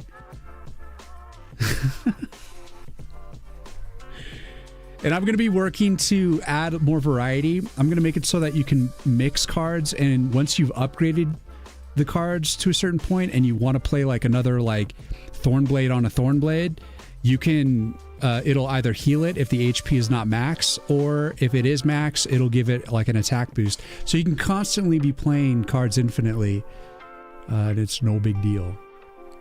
So Nature, to answer your question from like 1,000 hours ago, I will be eating pork and making a carrot cake for Easter, as well as some yams. That's the plan.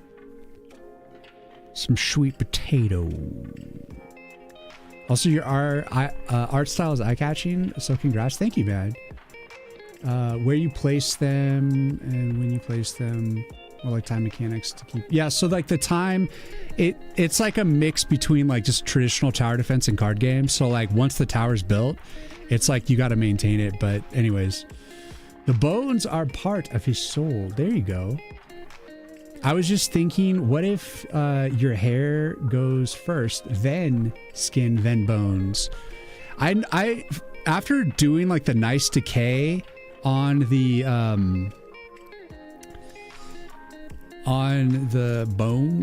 bones, you know, the skull, it makes me want to like make the chunks of the skin like smaller, which we might just go through and do that, a pass of that.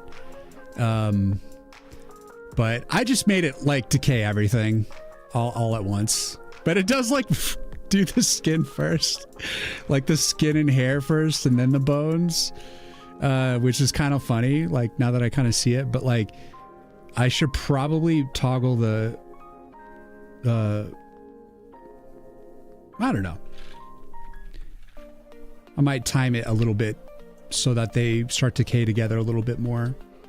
But anyways, that's right, carrot cake. Yup.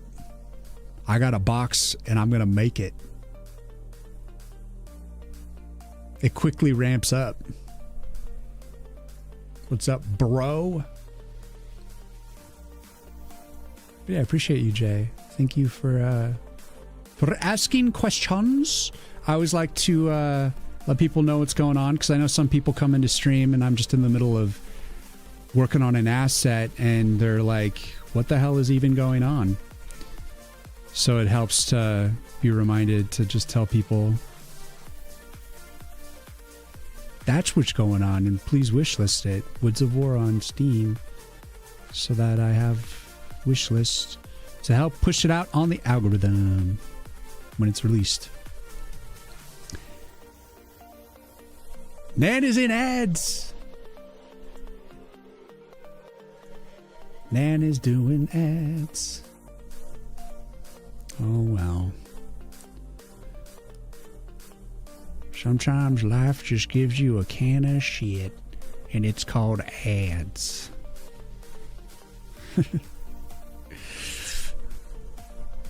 Awesome. Okay, that was a great representation. Last question.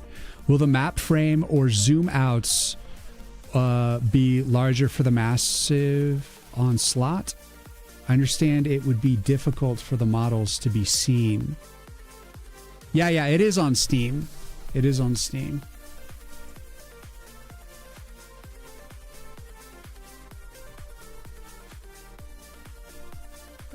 Here I pinned the message that shows the link to the Steam page, and the Steam page doesn't have the current screenshots, so it doesn't. That's like kind of older. Like it's the way the game looked like a few months ago, and it's better now. But I still think that older design looks good, but like it just looks better now. So, but anyways, yes, Nan, I will be making carrot cake. Hell yeah. And it just needs more. This just generally needs more love. Slowly bringing it together. It's happening. Slowly but surely. Yep. I'm just slowly dripping away these fragments like sands, like the sands of time. We'll eventually get there.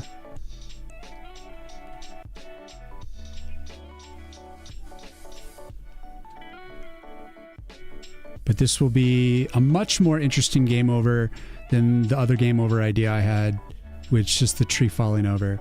That was boring. It made me sad. Not really sad, just bored. And so I was like, we're doing this instead. And I think it's way more interesting and people are going to get more of a kick out of it.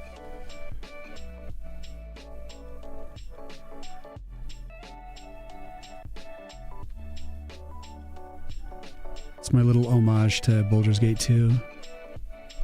If you know, you know. But yeah, like, should the hair dissolve first? I just was dissolving like the entire picture in chunks on the skin part, and I was like, you know what, maybe I need to like break up the chunks a little bit more on the skin, because like seeing it on the skelly like go like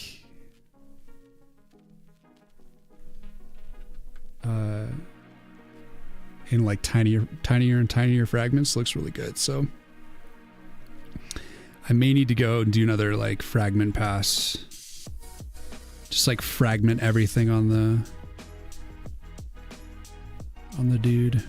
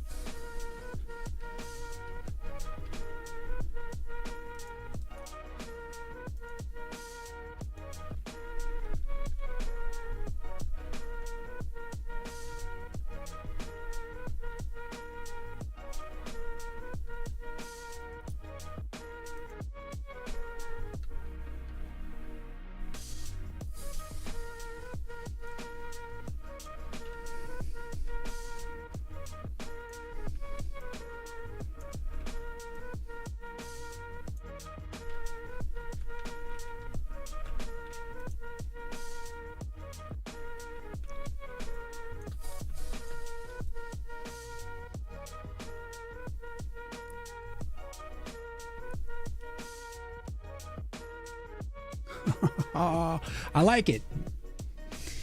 People, thank you for the wish list.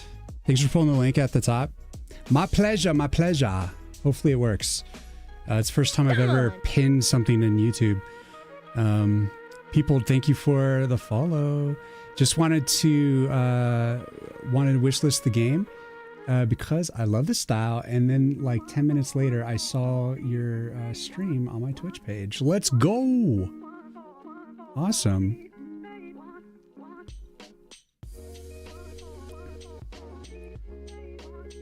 Oof, the way it like ends at the end. Okay, so the other thing we got to do, guys, to really tie it together is the background. See the little flames in the background? We need to like, yeah, you guessed it. Make them flame around. Okay, so I'm going to hide the dude. We got to get into these flames. And so I'm going to delete all of this. And we are going to stop the playback. And fix this.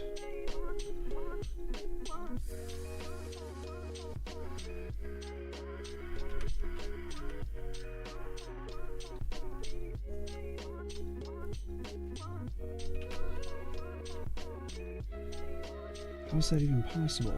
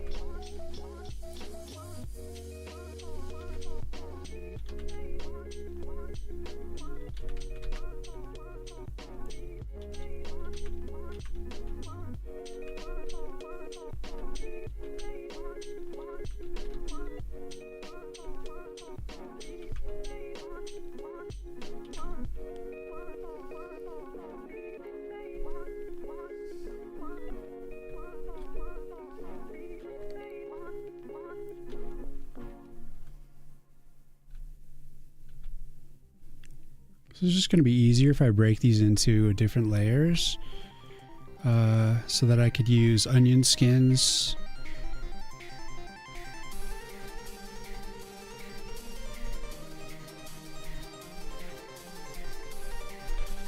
So go like this.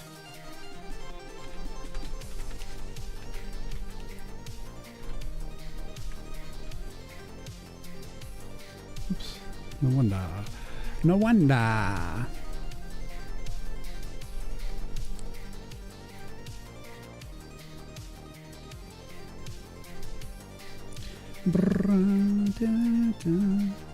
Yes, how are you, Nancodes? Push Toy and me would both like to know. Am I using Unity or Godot? Jay, I am not using any game engine whatsoever. I'm building my game from scratch in C++ and SDL2. Although I have the utmost respect for game engines, I prefer building my own stuff. And so far, God, what was the last... what was the last prediction of lines?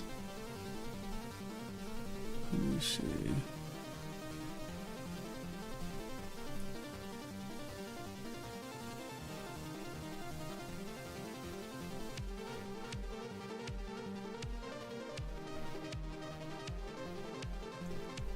I think these are my extensions.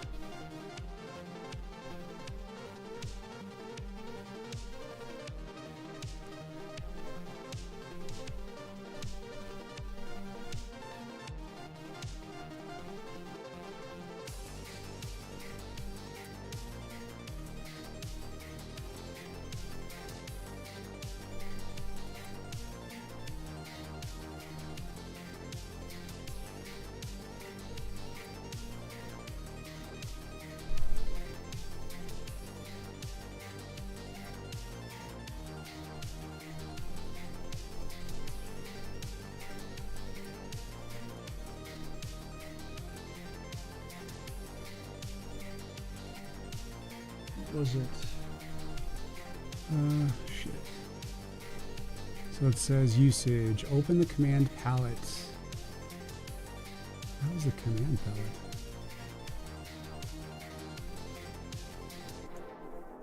Is this the command palette?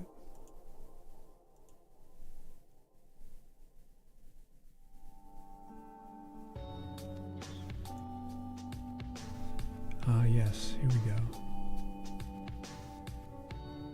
Yes. Okay.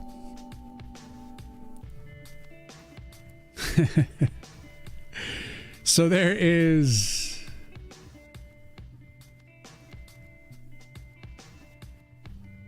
110,000 lines of code.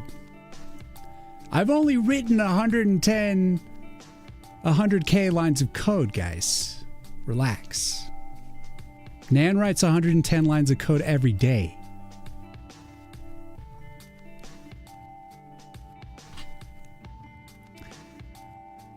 The checkerboard reminds me of Unity. How long did you take to learn, or did you go to school for game design? I actually went to school for media arts and animation. My bachelor's degree, it's like in storyboarding, animating, 3D modeling, and graphic design, a little bit of Flash, just generally like media arts and stuff, you know, like how to basically visual storytelling and commercial art. And I also took, you know, classes on like green screening, like all kinds of like random, you know, stuff that I found interesting. And so, but it's a BS, a bachelor's of science. It's like it's a technical degree, because like it was all technology the entire time. I was like learning computers, and well, I was also learning to draw as well. I did a lot of life drawing classes, all kinds of stuff. And then when I got out of college, when I graduated with my bachelor's, I immediately started my own studio photography business, which had nothing to do with my degree. And so I was running a studio photography business for a couple years. And then I just eventually wanted to offer clients websites. And so I just started learning website stuff. And then I just kept getting deeper into websites, and which eventually led to Flash. So then I got like deeper into programming. And then at one point I had an employee who was taking like product photography, and while he was like every hour like he would work, I would like be earning money. So I would just like sit and build Flash games when I was first learning to do Flash games. And then like as soon as I like had a small portfolio of Flash games, I went and got a job as a Flash developer, and I worked for 10 years as making Flash games. That's how I got into programming. Wait, is that what you asked? Yeah, yes, what's this goal for? That's my life story, man. Meow, meow, meow, meow, meow, meow, meow, meow, meow. Meow, meow, meow, meow, meow, meow, meow. And everyone loves hearing it over and over. My apologies, people. I'll try to be more interesting as the games get released. I'll try. No guarantees, though. Still working on the refactor. How are you? Ooh. But mainly being distracted by Riyin art. My pleasure. I'm here to help you relax as you take on the monolith of code you've taken on. Woke up preparing my coffee. Feels okay, man. Hell yeah. What's up, Sombra? Welcome in. Uh-oh. I'm out of drink. It's okay. I have backup drink.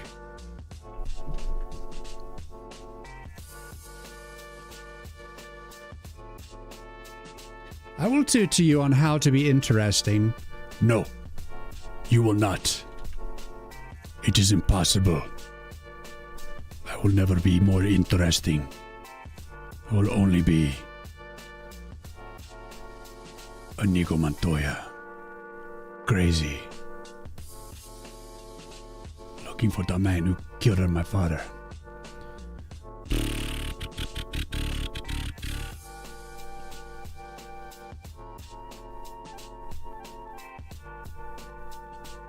We are making the flames go.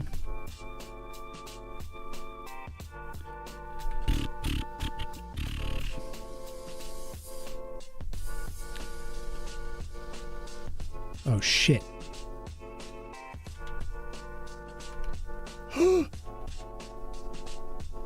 It's okay. Everyone, it's okay. Don't worry.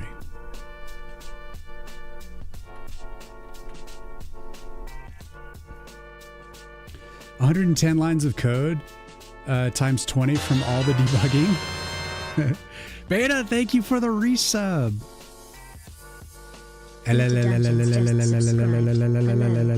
She says hello. Yo, what up? I don't know why that's the thing, Beta, but that is our thing, all right? Whether you like it or you do not. How you doing, Beta? Thank you so much for the subs. Let's go. That's an awesome way to get into programming. Interesting. Just keep doing voices, adds flair. Oh, I don't choose to do voices. The voices choose to do me. I just like don't really think about it.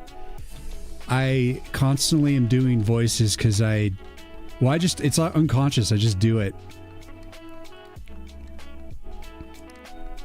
So to be honest, when I switch into other voices, I don't really even think that. I don't consciously do it. I just do it. Because secretly I wish I had an interesting accent. But I do not. I have an American accent. It's boring. It's boring. I'm sorry. I'm just a regular guy. Just normal. Regular normal.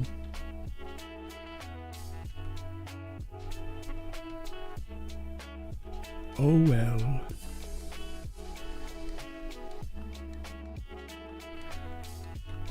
Round. I mean, that's part of it, I guess. I also just like to do voices. It's just funny to me. Oh no. It's just funny. Virtual building or real building? Working on the bots. Enjoying a Saturday off? Let's go. Have you already thought about your next game? Nan, I haven't. I only know that I want my next game to be a horror game. I want it to be spooky, scary, skeleton. It's going to be and I want it to be like a dungeon crawler, like a roguelike, similar to Hades or Wizard of Legends, but horror themed. And I haven't really gone too much into. I know the mechanic I want, and I know the genre, the ambiance, but I have not really spent any time developing it further. I don't have time. Everything is all about Woods of War right now. Trying to make it cool. It's going to get all my juice until it all comes back. Gyushida Flame is coming alive.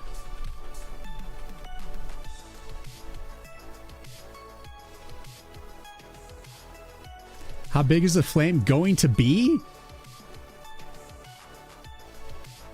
That's one tiny bottle. It's just going to be levitating. It's like a background thing. Staying awake for 24 hours trying to reset my sleep schedule. Fluffy, that sucks. Hang in there, man. Jeez. Your voices are like my sound effects I add in conversations.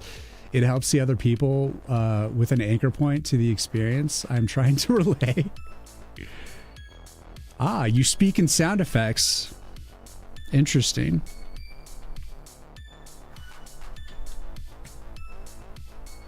There's a lot of weird people here on the internet. Me most of all.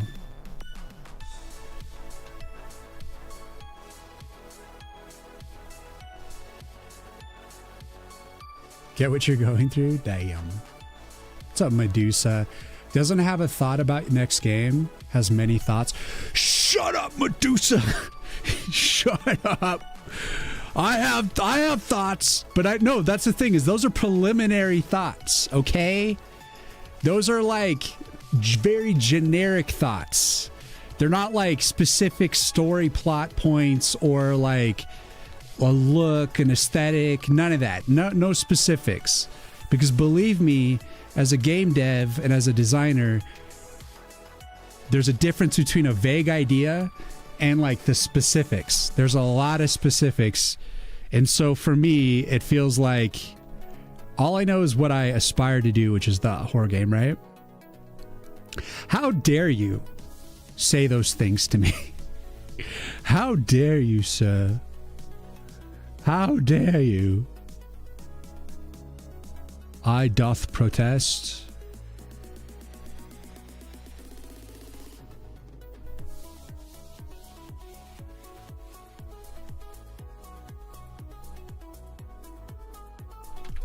How bloody dare you?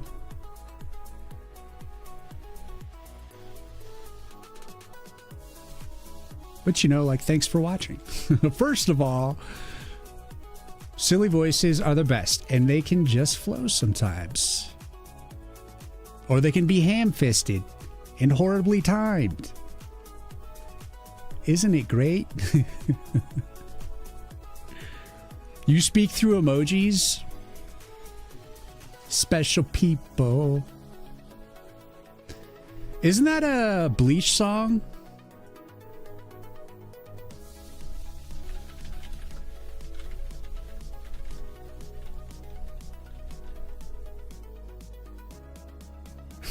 There's like no way I would find it. It's an end. It's like an end credit song for Bleach. No, it's Happy People. I don't know why I thought it said Special People, but it might as well say Special People.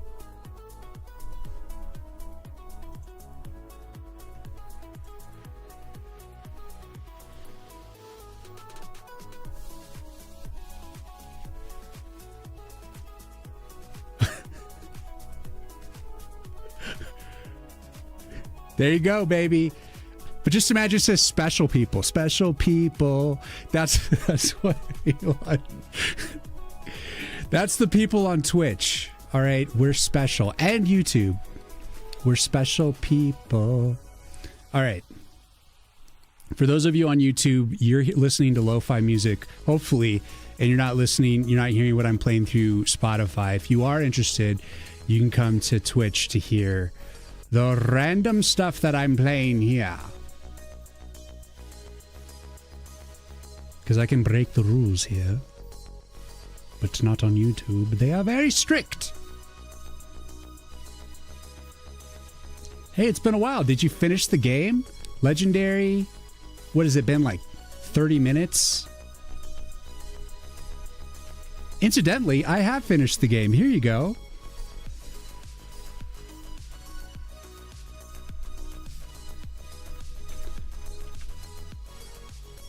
Nah, I won't be done with the game for a long time. It'll be sad when it's over. 'Cause by George, it's fun to do.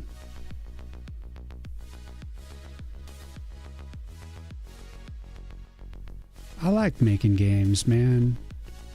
It's fun just answering the call. Solving all the problems that come up, making animations and messing with aesthetics. Like all yesterday, actually this week, I like had to write probably about 1,500 lines of code to just bring in the icons on the cards. Can we appreciate for a second the 1,500 lines of code it took for it to just do this? can we look at these cards and you see little icons on the cards? Can you just appreciate for just 2 seconds? It took me 1,500 lines of code roughly to make that all happen. And the reason why it took so many is because I had to divide the magic damage into 4 schools of magic.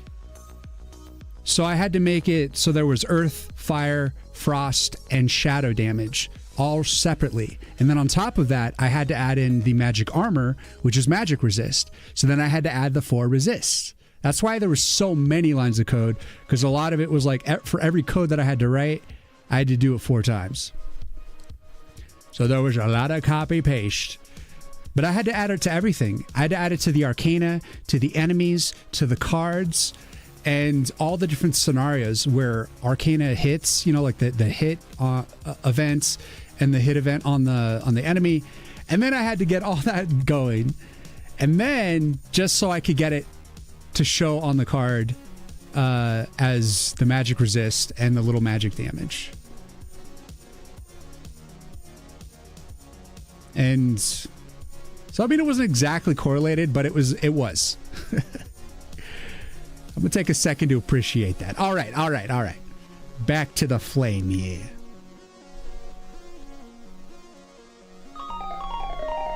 It was a lot of work. That was brutal.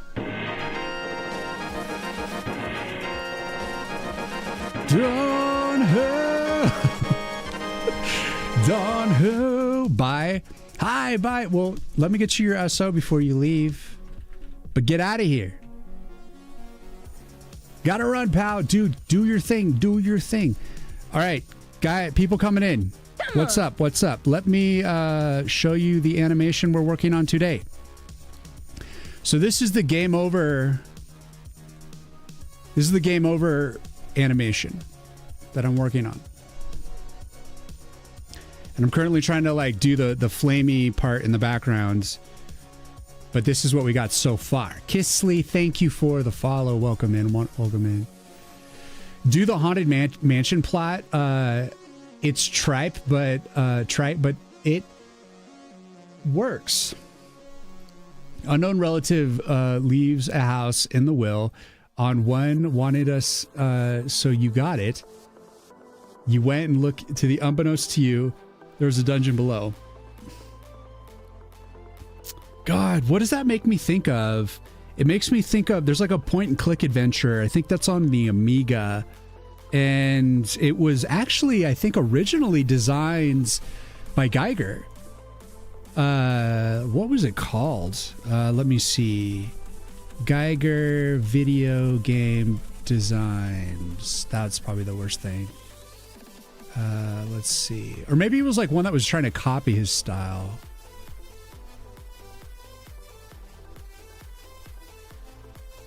Let's see.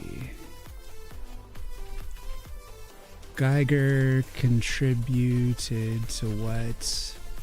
Video games. Dark Seed. Bro, it's called Dark Seed.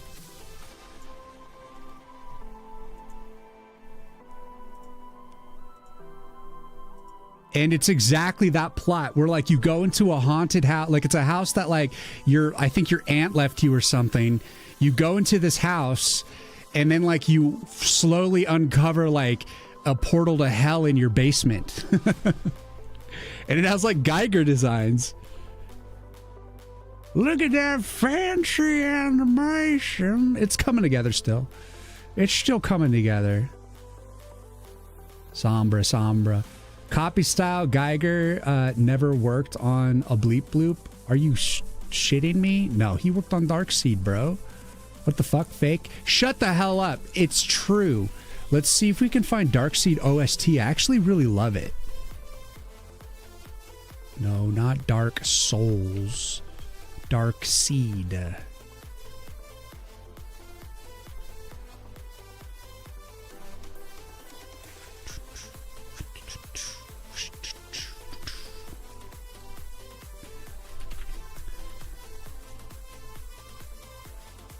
Here, I'm actually gonna play it real quick.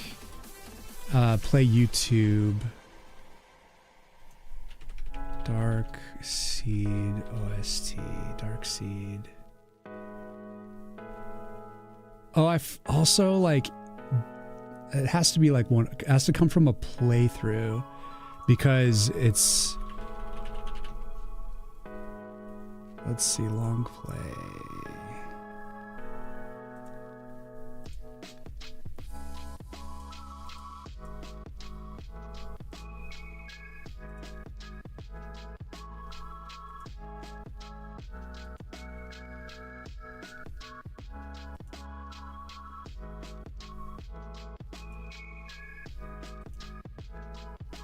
Oh, this, it must have been Dark Seed 2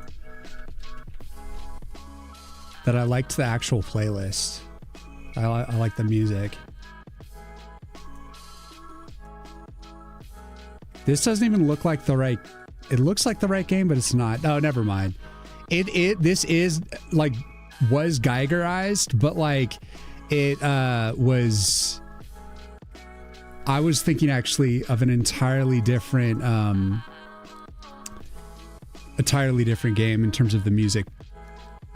But I'm pretty sure Darkseed was that storyline. I don't know. I forget. Grumble, how you doing, man? How's the game coming along? You hate learning things? Can't believe Geiger worked on Dark Souls? I said Darkseed. God, what things? Can't be all things? Ring, ding, ding, ding, ding, ding. For those of you coming in from Don Ho, you could check out my wish list here on Steam, or you could wish list my game on Steam if you want. It is a tower defense card game called Woods of War, and the screenshots are not current, and there's no trailer yet, but there will be soon, and there's going to be a demo in the next month or so. So it's all starting to come together quick. It's going to come together fast. It's going to be good. Here, I'll play the game a little bit while I catch up on chat. Wicked.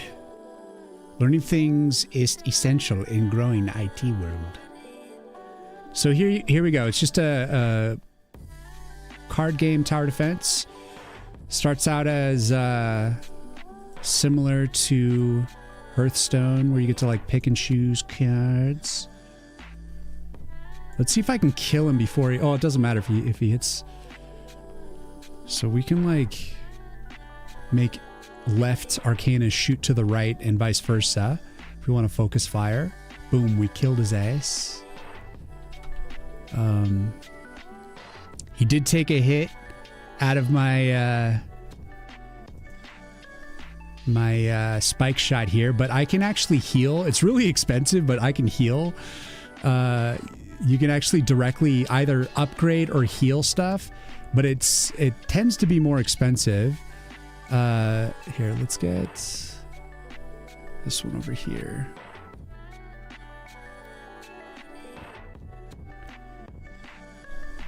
So I did all the arts. Here, let's actually put this over here.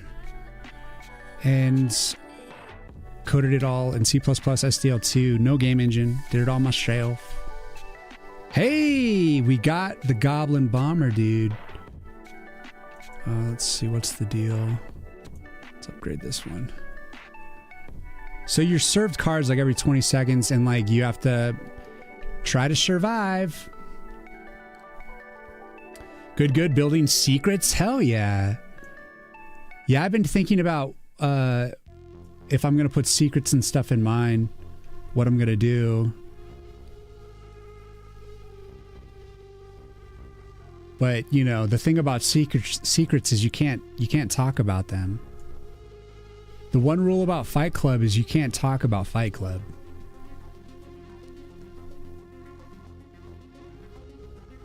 Sombra is morning time for me. Learning pixel art recently. Oh my god. Let's upgrade that. Okay, I just got a death flower. That means I killed enough dudes and I earned a death flower here. And that gives me AoE power when I... you click it to claim it when you're ready. because it does freeze the game. So you have to click the Death Flower 2 when you feel like you have a moment to pick up a card that is just AoE, whatever you want. So I do have some Arcana that needs some healing, I think. Actually, not really, but anyways, let's just play it anyways. I made my bed, I'm gonna lie in it.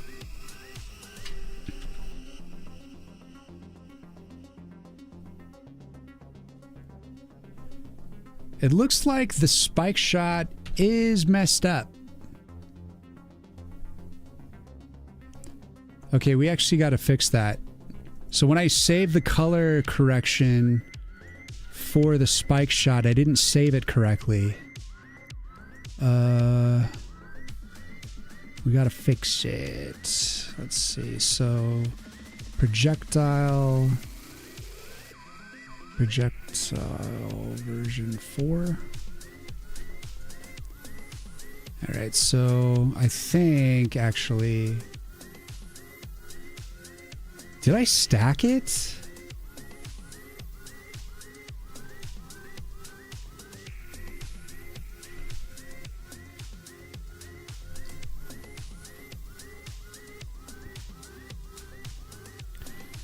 Here, let's actually, we got to open up the other projectile so I can remember. Let's see. No, I put it all on the line. I didn't change the size. Why was that messed up?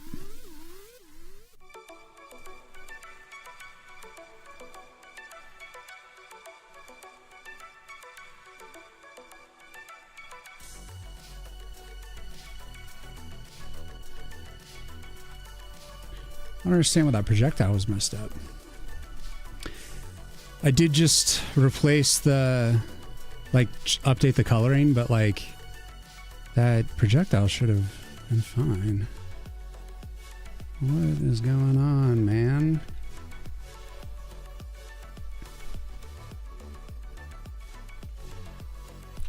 Yeah, it's still messed up.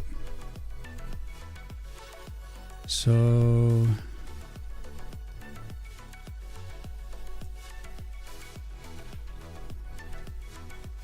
let's see, 24 by 11. Let's check the database.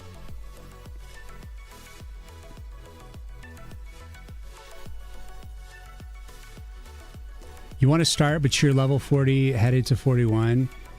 Feel like you're a bit too late, so I will try to modify first, plus home, work, hobby, life balance.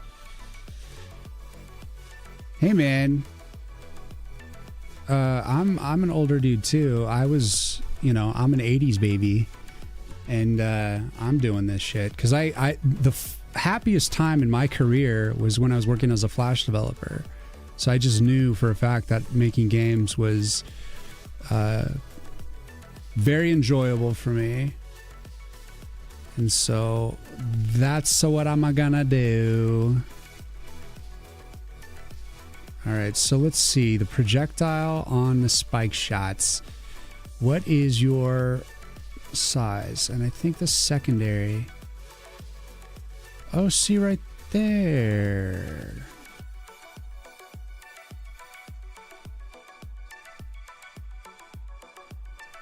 Why is it that size?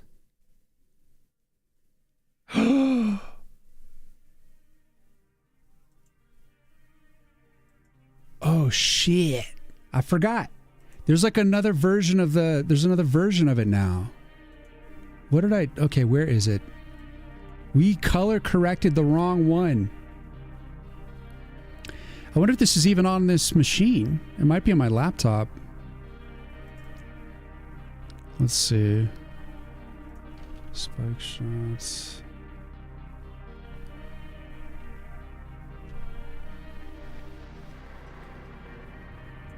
That's the cloud. I didn't push it yet, so I can totally pull. Is this it? Spike.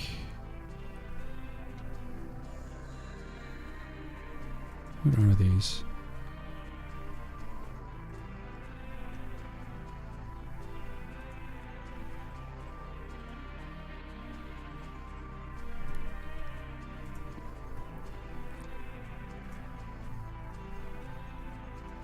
I must have only, it must be on my laptop, so I'm going to actually check out the projectile, and then we can just open that.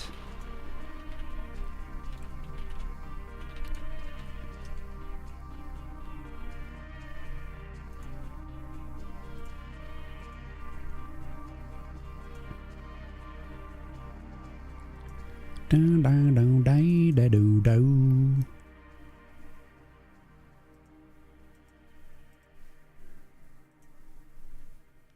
See, there we go.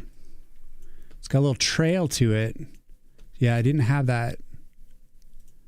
Did not have that on file. But that's why that was looking messed up. All right, so I'm actually just gonna, let's see. We can do a little color correction.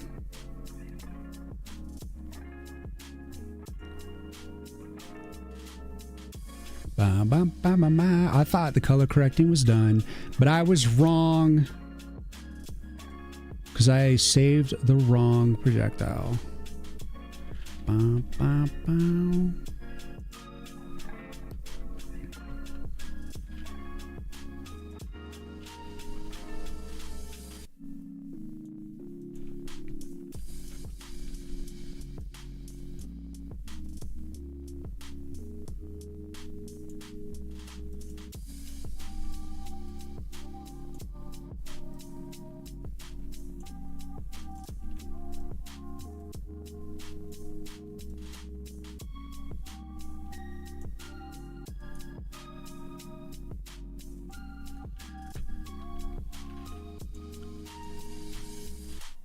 Testing.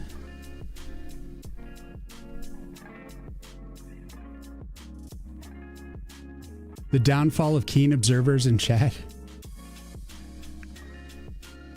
Alesser, good morning. What's going on? All right, so the spike shot should look normal now. It was meshed up before. There we go. Thank goodness.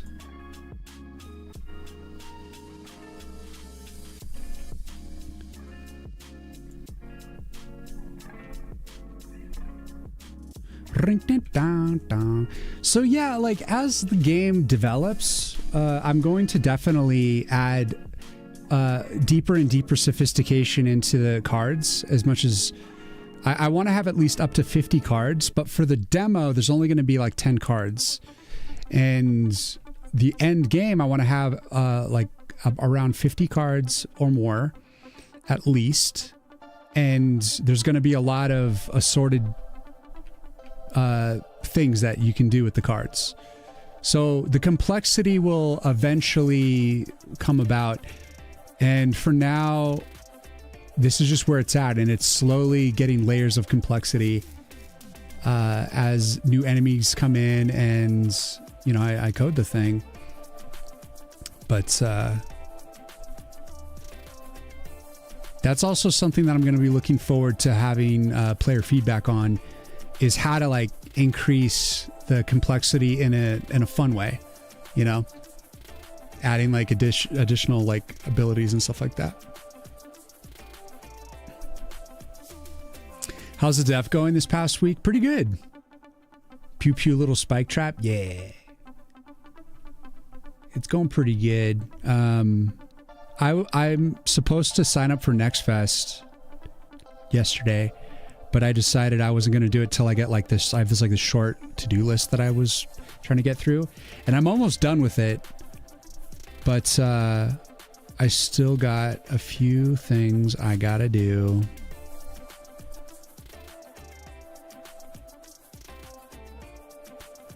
Ain't that the way?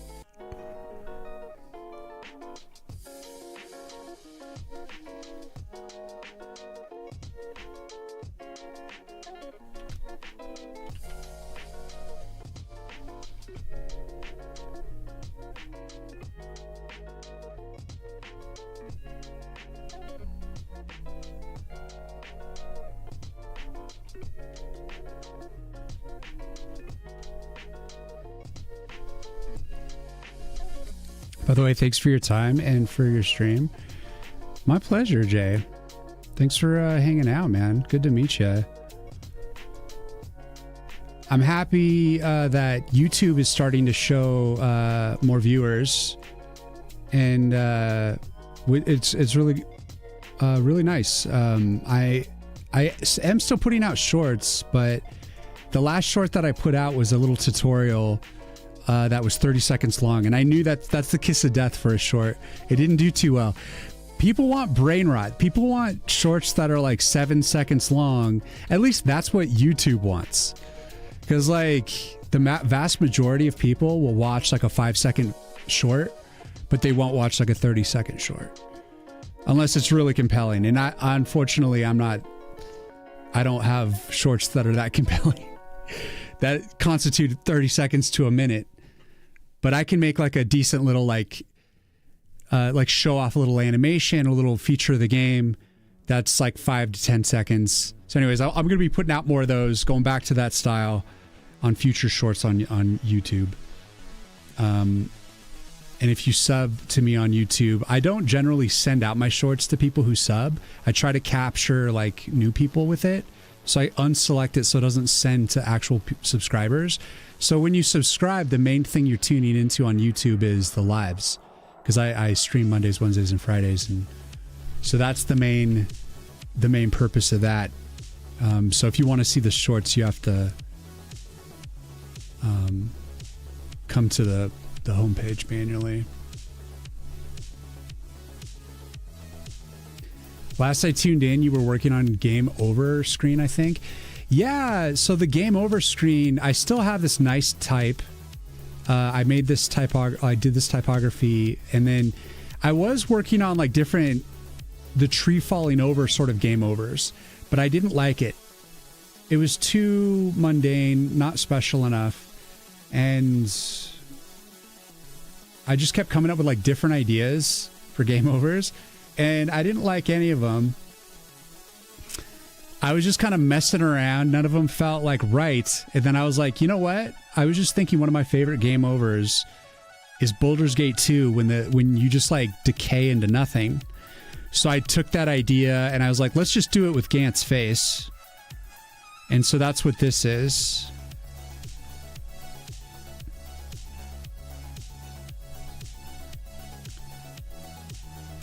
Get a little like game over decay, and then it's gonna like say the game over, you know.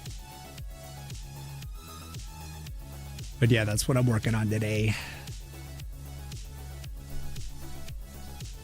Seriously, shorts attention spans have shrunk from a minute to literally single-digit seconds. Well, see, here's the problem with it. People generally won't watch longer shorts, at least unless you're really good at retaining people for that long. But when it comes to like showing game dev stuff and all that, for whatever reason, I found that the only thing that can really work is when I make shorter videos, so that people tend to watch the entire short. And if they watch the entire thing because it's short enough, then YouTube says, okay, people like it, they're finishing it. So they send it out to more people. So that's how I get reach, by making it short. Because people won't sit through like 30 seconds of content. Some do, but it's like 2% of them watch the whole thing. The majority of them like cut out after like 5% of the short when it's that long. But if it's like short enough that they watch it like 1 or 2 times, then they get 100% to 200% completion. Then YouTube's like, people love this thing, let's pump it out. So it's like the best way to kind of get a short out there, I found. And I didn't learn that from YouTube. I learned it from TikTok. Because I was like trying to master the TikTok stuff. And then TikTok restricted my lives and then started nerfing my shorts. So I just put all that love and all that knowledge into YouTube now. Uspray, thank you for the follow. And Panos, thank you for the follow. What the fuck? That's you messing around? Those are all darn close to production ready. Well, those were rough. Those are really rough. They're and they're all going into the garbage. I don't want to use any of them. I don't like them. It comes down to like the idea you want to see, you know?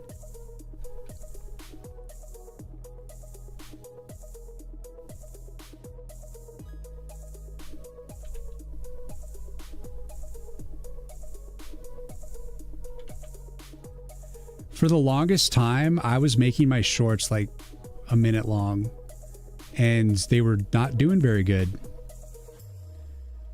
And it took me a while to like figure out that people just don't watch longer shorts unless you're like saying something really compelling or you're like really beautiful or something. I don't know. Whatever it is, I don't got it. So I have to come up with other clever strategies to get my stuff seen, because I'm still working my way into the system, you know? I'm still trying to make a name for myself to let people know that I'm making a game, you know? I'm doing the grassroots marketing. I haven't paid for any like PR or anything at this point. Not yet. And I probably will at some point, but I might not for this game.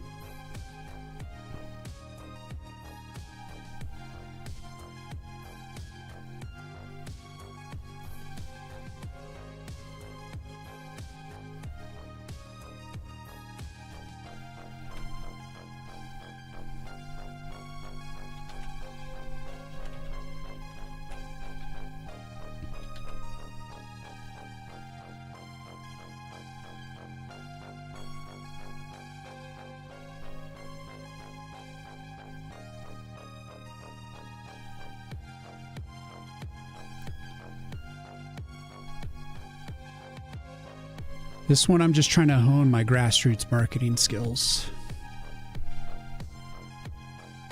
E-girls and Killshot Kills have shorts on lock. Well, yeah, I mean, what's up, Arya? I don't have e-girl powers, and I also am not doing no-scope headshots, so I have to find some other way to make things compelling. I can't help it. I am what I am. A game dev making a game.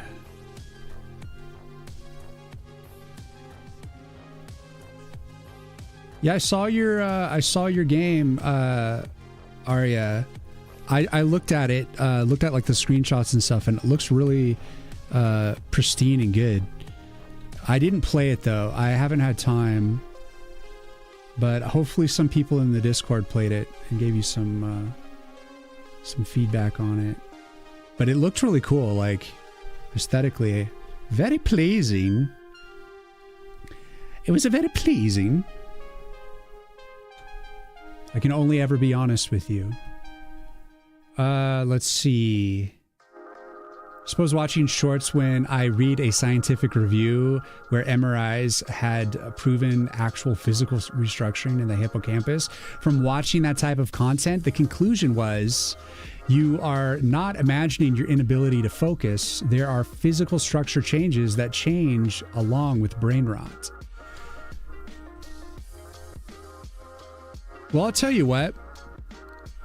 Like, ever since TikTok's restricted my stuff and the shorts aren't really doing well. Like they literally like made it so that my shorts don't go out to anyone. There's like 2 or 3 people that see it when normally they're supposed to send it out to at least 300 people to test it. So it's not even getting that. It's getting like 2 views.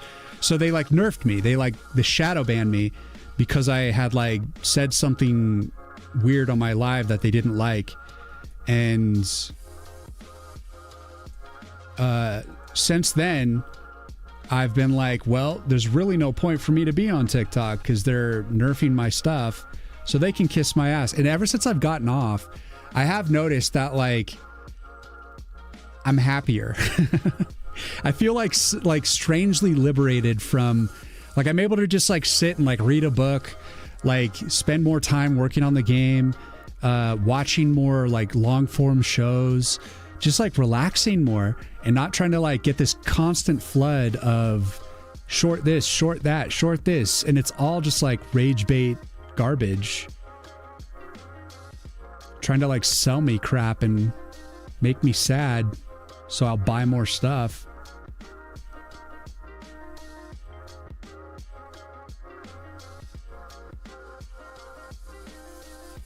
Yeah, like the brain rot stuff is real, but I'll tell you what, getting off of it feels good.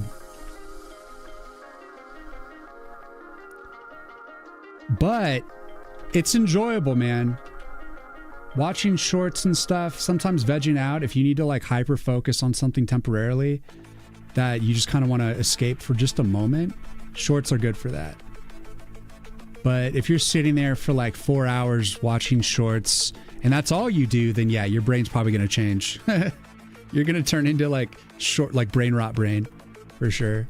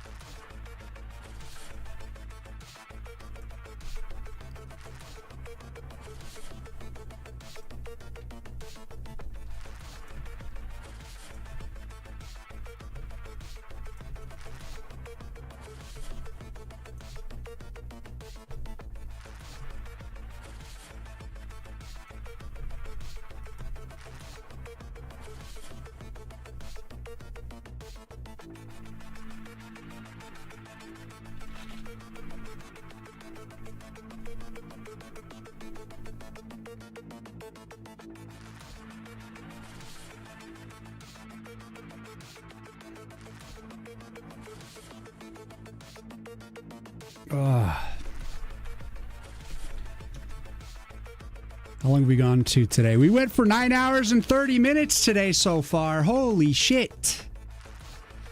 Holy goodness. Short content is cancerous garbage. Honestly, I can't like say, I can't say you're wrong, but I can also say that is sometimes bad things are fun and good. Like sometimes you just want to have like a fast food burger, you know, like sometimes you just want to have like a piece of chocolate or something bad for you. And I think shorts are like that. They're just like toxic crap, but sometimes it's like, it's good, you know? That's why I think people like reality TV for that exact purpose. We're about to be on ads. I'm going to run real quick and go to the bathroom and then, hopefully be back from ads by then. So I will be right back. Just be like 2 minutes.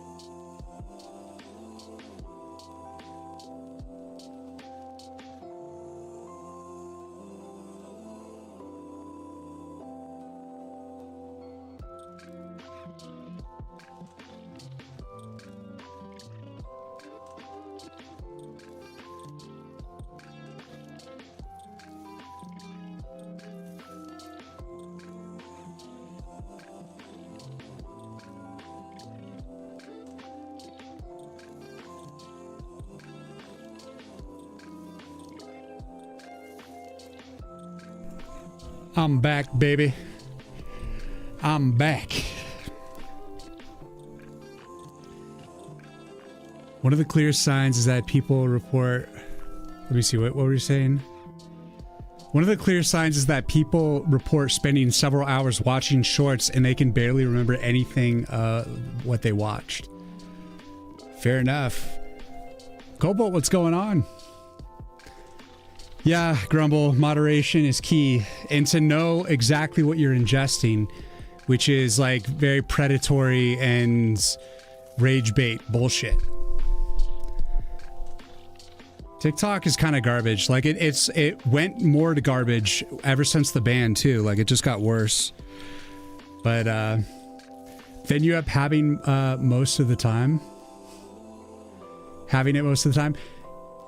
You know, out of like all the guilty pleasures, there is like I don't really watch any reality TV shows except for one. And it is Love on the Spectrum, which it's like super cheesy and it's super sweet. Cause like when I was in high school, I worked with a special needs kid, like an autistic kid. We would go into, it was like the best period in my, like that I ever had. Cause like I would just go and I would take this kid and we would go into the cafeteria and wrap cookies. So we'd get like free cookies. I get to hang out with this cool guy and like, so I have like a soft spot for like special needs kids because of that. And like the whole crew like that I worked with, everyone was so sweet and it was so awesome. And so like I love watching Love on the Spectrum reality TV show because like it shows them trying to date and find love. And I swear to God, it makes me like tear up and cry. I like never cry normally, but like this show makes me weep like all the time. It's so sweet and it's so like tragic when their hearts break and like everything about it. It's like so everything. That's the only reality TV show that I've ever been into. And I guess like recently I saw like just watched their season 3 and it's good. It's good to let the soul out and breathe every now and then. The gaming space on YouTube is also pretty bad now. It's almost all outrage peddlers. Yeah, it does seem like a lot of... I see a lot of shorts about that too, where it's just like, look at this new thing to hate, or, oh, look, this is woke, or like, or it's just always like trying to be like, look, see, they think they're succeeding, but they're failing. Like, it's always stuff like that. And it's either to like make you rage bait, to make you angry, or it's just like a reason to hate something. And, you know, it's like that study they did on Facebook where they literally, you know, run experiments on people on Facebook. And one of them was separating people into 3 groups. One was just like a normal control group. One was like a group that they fed them nothing but negative content, and one nothing but positive content. And they noticed that the people that were surrounded by the positive content posted more positive content. And the people that were surrounded by more negative content, it was more negative. And the people that were neutral, they were just neutral, you know? So basically they figured out that the negativity created more engagement. So they're like, we need to make things more negative. And so when you see rage bait stuff, just know that they're just manipulating you. They want you to be angry about stuff that you have no control over, that has no impact in your life whatsoever. And it's all just to get views. And it's just like, you shouldn't be watching too much of that stuff. You should limit yourself. Because it's like, I saw Hillfort talking about this. You know, everyone's like bitching about like the new Assassin's Creed, right? Everyone's saying it's dog water, but like it's selling millions of copies. So people complain about it, they rage bait about it, but then the game sells millions of copies. So it's like people love to hate it, but they buy it. So they like it, but they hate it. They like to hate it. So it doesn't actually correlate with the sales, you know? They're like, look, they don't even have all these players, but it's like they're doing fine, you know? It's just all a joke. But most importantly, it's bad for your, like, it's bad for you. just to be taken in like all that shit, you know?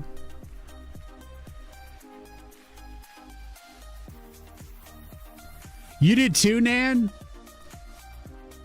Wait, are you talking about Love on the Spectrum? Did it make you cry? Am I not alone?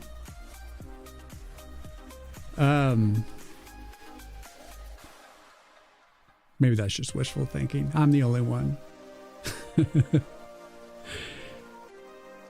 Let's play, and commentary is still good though. It's still like I like watching like Asmongold and stuff like that. And that's all he does most of the time. But it's like I still like to pay attention to it because even though I don't necessarily agree with Asmon's like most of the time, or I don't like what he has to say, he has like a genuine pulse on how gamers feel and think. And so if you pay attention to him, then you're going to have like some level of insight as to what gamers are doing, like what they're congregating around information wise about when it comes to games. And like, what do they latch on to? What's really failing? What actually is failing? What's actually succeeds? Stuff like that. So there's insight that comes from it. So it's like still worth paying attention to, but you just want to be careful that you're not like swimming in too much negativity, you know?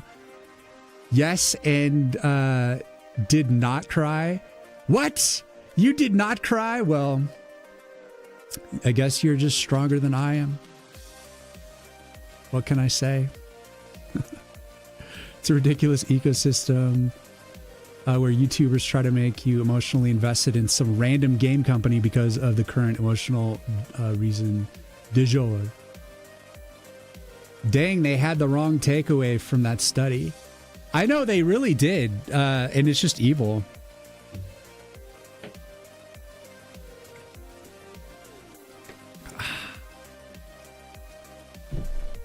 No, Love on the Spectrum was really sweet. It's really sweet, and it gets me. It like reminded me that I still have like a hopeless romantic heart deep down. Deep down. I used to love like when I was in high school and stuff, I used to love watching rom-coms, romantic comedies all the time. I had like all the teenage hormones swimming around, and romance comedies like really hit, you know, like they gave me like massive catharsis. But the past like few decades, I'd say namely the past decade, I watch mostly like sci-fi and horror films. And like, if it's not like a apocalyptic catastrophe or some sort of like demon tearing someone else apart, I don't really care to watch it. But watching Love on the Spectrum reminded me that like, I do still like find things like sweet and romantic and like there's still just like a sensitive person deep down that still exists inside of me, which is nice. Because now when I watch horror films, I don't even get scared anymore. I just like, oh, that was cool. Like I'm just like super into it. Because I guess I'm just so desensitized, which I think in a weird way like makes the rom-com stuff, or at least the Love on the Spectrum stuff, more potent because I watch so little of it. Asmongold is best watched without interacting with his audience. No one died. Why are you crying? What are you talking about? Have you watched any episode of Love on the Spectrum? Like when these people that are like in their special, you know, they're autistic kids and they're like adults, you know, they're like in their like 20s and 30s and they like never had a boyfriend or girlfriend ever. And they finally meet someone who's on their level and they like kiss for their very first kiss as like an adult. It's like, are you kidding me? That's not the sweetest thing you've ever seen? What the hell? We got raided. Catherine, what's up? I'm talking about Love on the Spectrum reality show and how Nan didn't cry to it because she has a cold, dark, withered heart. And thanks for the raid. Welcome in. Welcome in. Thank you so much. What were you up to? Let me give you a follow. The multitasker. Pray tell, what do you multitask and do? What's going on in your stream? Do you have a favorite person on the show? I thought it was really hilarious when I don't remember any of their names. Well, I remember some of their names, but like there was the one girl who had like she was like super into dolls, and that was like because every like autistic person has like a thing they're like fixated and obsessed on. And she's like obsessed with dolls, whatever her thing was. And then she started dating this like cowboy guy. And he was autistic, you know, everyone's autistic, but like they just got together and were meshed so well that when the funny thing about like these adults, these special needs kids is they like immediately want to like introduce their partners to their parents. You know, it's like you thinking like normal neurotypical relationships, we take a while to like introduce people to our families. They do it on like the third date. And so like the cowboy guy comes over to the girl's house, and they're just like basically making out the entire time in front of the parents because they just couldn't keep their hands off of each other because they had no like social decorum because they didn't really understand what they were doing. They're like totally innocent. I found that really hilarious and also super awkward. And I was like, that I kind of like that couple. That's just like a standout moment for me. But like, I like a lot of the couples. Honestly, I like a lot of them. They're all good people. You came in with the raid, Arya. Introducing Kath to Riyin. Let's go. Let me get caught up with Catherine. Howdy. You were making checkers. Game number 25 of 100 in your year challenge. Holy crap. Wow. I shot you a follow. So you're literally just you're coding endless games. 100 games sounds like endless games to me. I just spent the last year and a half building one game, and it's not even done yet. And this is an animation for it. It's the game over screen. But I programmed it in C++ and SDL2 from scratch. And this is the game over. And here, I'll show you the game so far, Catherine. I got you your SO, right? Yeah, guys, go check out Catherine. You got to check out what she's up to on that 100 list. Damn, that sounds crazy. Checkers. Good old checkers. So yeah, it's a tower defense card game. You're terrible with names, but you know who. Yeah, the only names that I remember is like Tanner and I think that's it. I only remember Tanner because dude just never stopped smiling. I don't know. He just left an impression on me. It's really sweet. It is so sweet.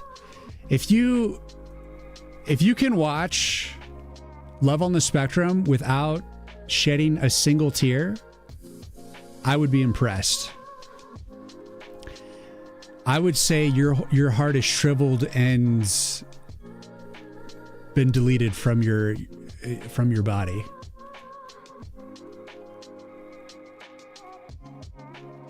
We make infinite games. It's crazy. It's about 2 per week. Next year, I'm going to make 1 game in a year. Your art is super cool and polished. Thank you. Yeah, it never stopped talking. That's Tanner's thing. Like he'll just like list things endlessly. Like he'll just start saying like, what's your favorite animal? And then he'll respond with like 30 animals in a row. It's just like, and the people listening are always just like, oh my God, what do I do? What do I do? Uh-oh. He's gonna take us out. Oh no. Goblin Bomber just came and killed me. So yeah, I wasn't really playing it. So I technically just lost, which means we would have seen this game over screen. But anyways, but thank you, Catherine. I appreciate the raid. I've been going for almost 10 hours, and I'm like, got pretty far in this animation, but I think I'm going to start winding down soon.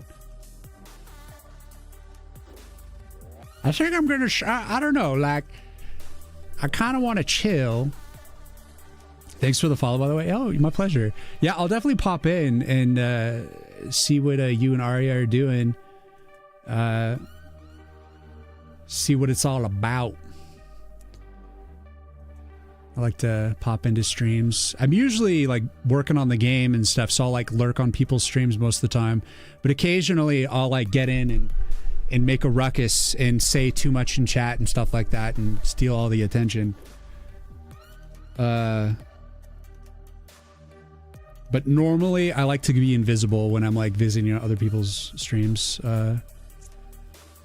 Whenever I'm like chatting with people, it's like weird because like when you stream, people like know who you are because they watch you, right? They see like actual video footage of you.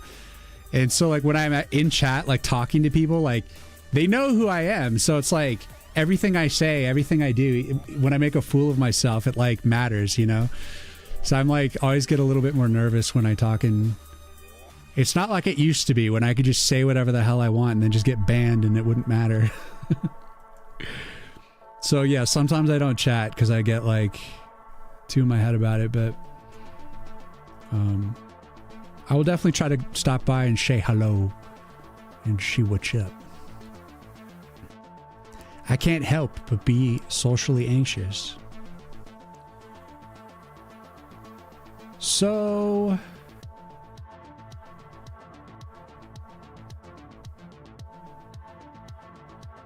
this is going to be it. This is going to be the game over. Zydbins, welcome in, welcome in.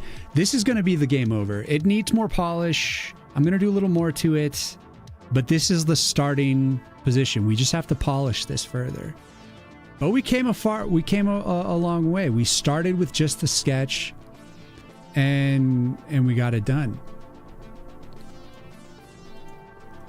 Let me show you the original sketch here. Game. Oh no,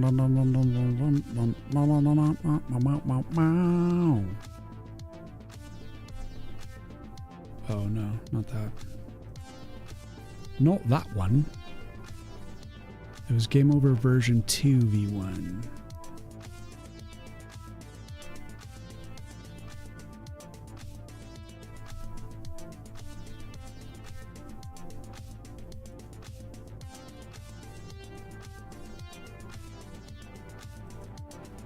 Oh, damn. I already erased it.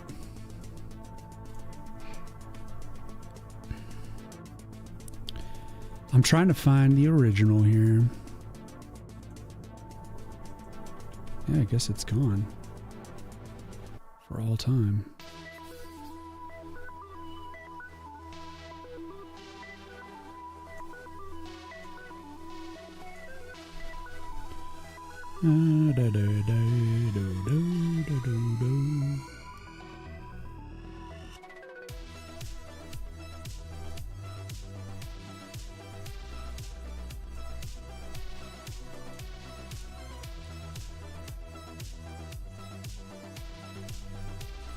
So I started out with this sketch, which I drew yesterday in my sketch pad with a ballpoint pen.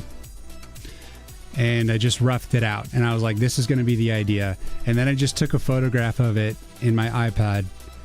And I brought it over into Clip Studio where I scaled it down. And then we put together this animation. So I definitely cleaned it up. Got the perspective better. And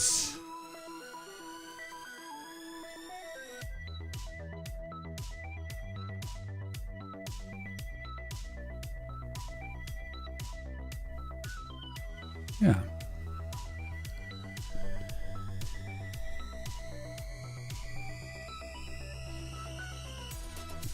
So let's see what I'm going to do for the next 5 minutes. I spent the whole stream making this. Well, I also did the color corrections too. So I did some other stuff too, but it was very productive today. Very good stuff. But the tank is gone. The gas is gone. I'm ready to chill and lean into this Easter weekend. Get into some ham and some carrot cake. You know, run around. Would you mind explaining how you did the dissolve effects? Was that by hands? Yes. Just open up the VOD and you'll see me doing it. It took a while. But it's got all the information in the VOD, sir. A lot of people just sat through it the entire time. But no, it's just basically manually selecting little chunks and then moving it. I just slowly did it.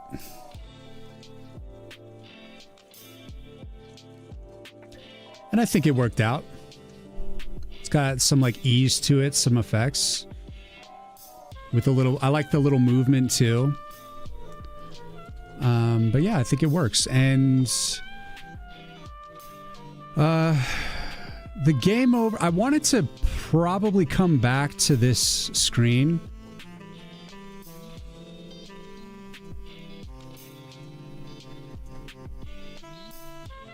So it'll like say game, like it'll do the face fade and then just say this.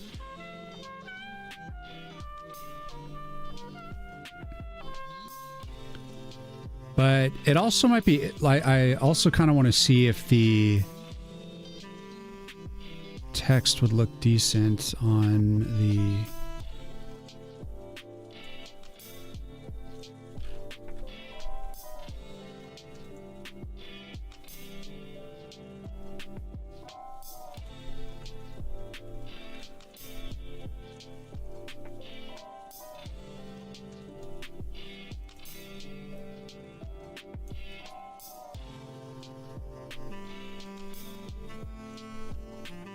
Let's see, center.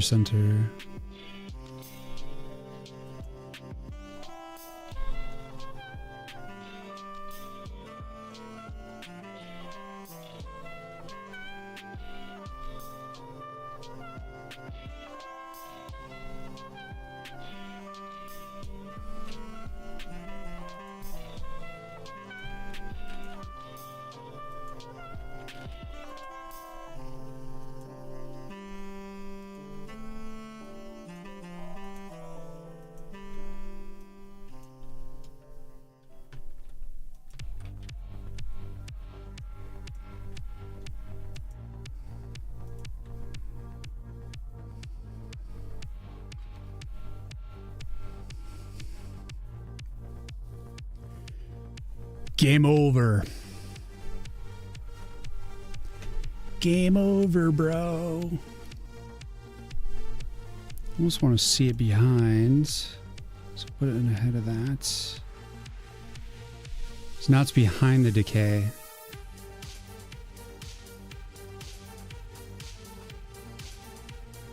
Game over, man. Game over.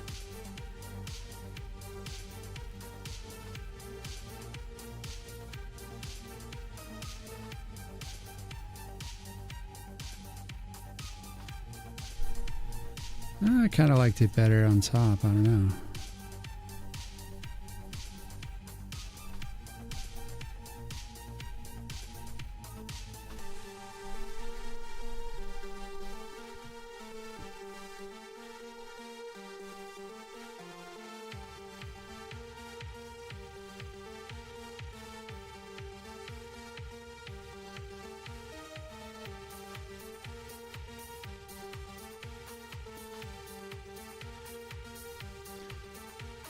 The other thing too is like potentially having it fade back out to this scene.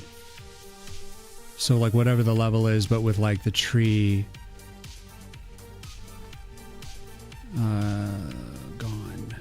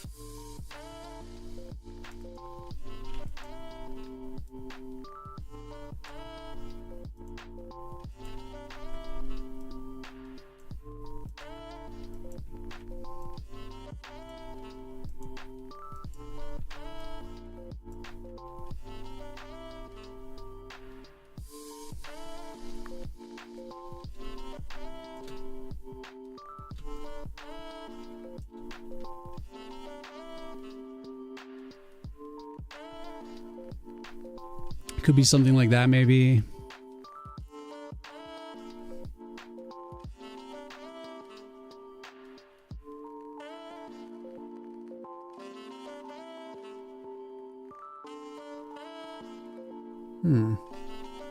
Hard to say, hard to say. Something like that, maybe. I don't know. That's where I'm at with it.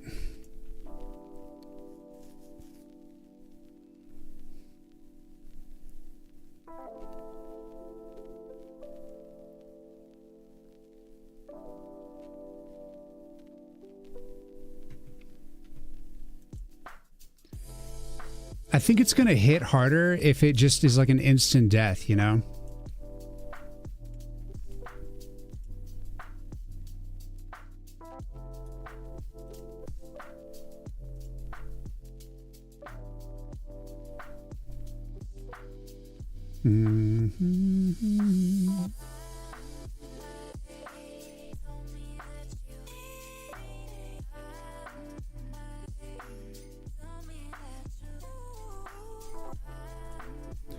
Let's see, what else did I want to get done today? I did want to work on the translations. Could potentially work on that, or what else? So we updated the color of the tree. Checked on the to-do list there. Update color, wood, arcana, done. Upgrade card. Haven't done that.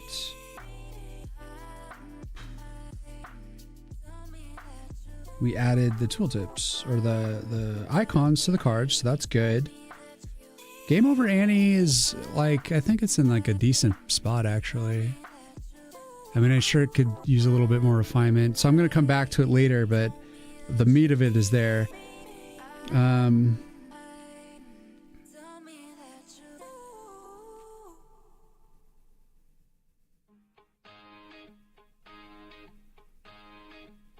We do have to add the resist, magic resist, to the enemy.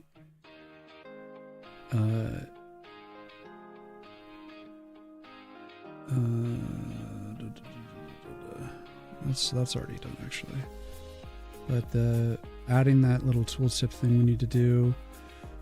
So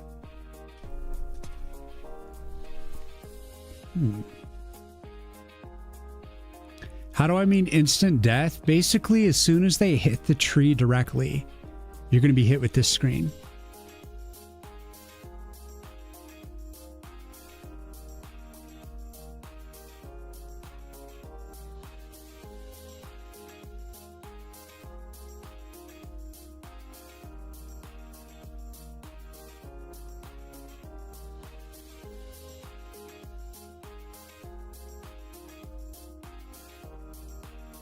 Like, I may even just pause the game at the moment of death, and then this screen will like fade on and do its thing.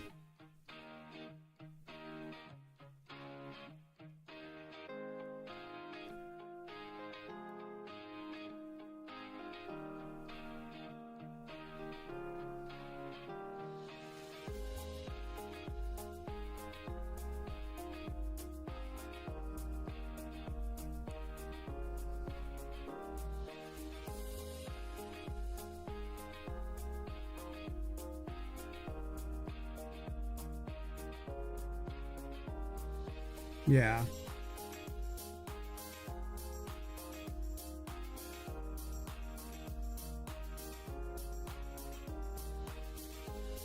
You know, one thing that we could potentially try to do real quick, actually, is now that we have the game over thing, and we have his spirit form, because I feel like I just want to go for a little bit longer. I want to go, I want to revisit the gantry, or the Gantz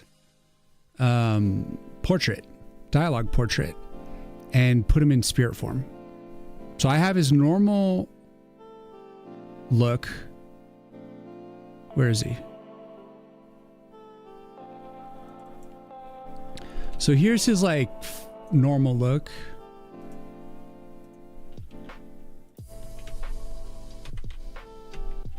And then we got to do the spirit form.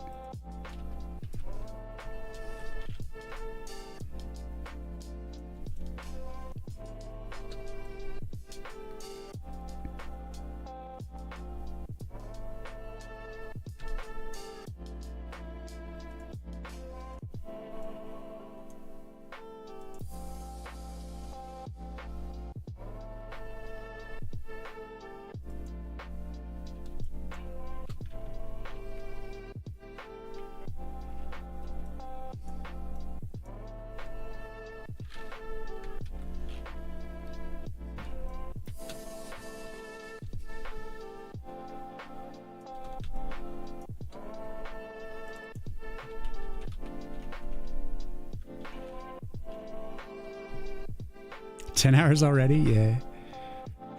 Let's see. Is this like a special fatality death? I feel like the backgrounds could fade away sooner.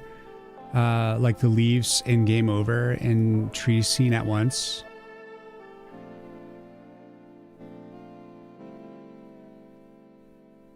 I don't know if I understand what you mean, Medusa. Are you saying like it should fade away towards the end?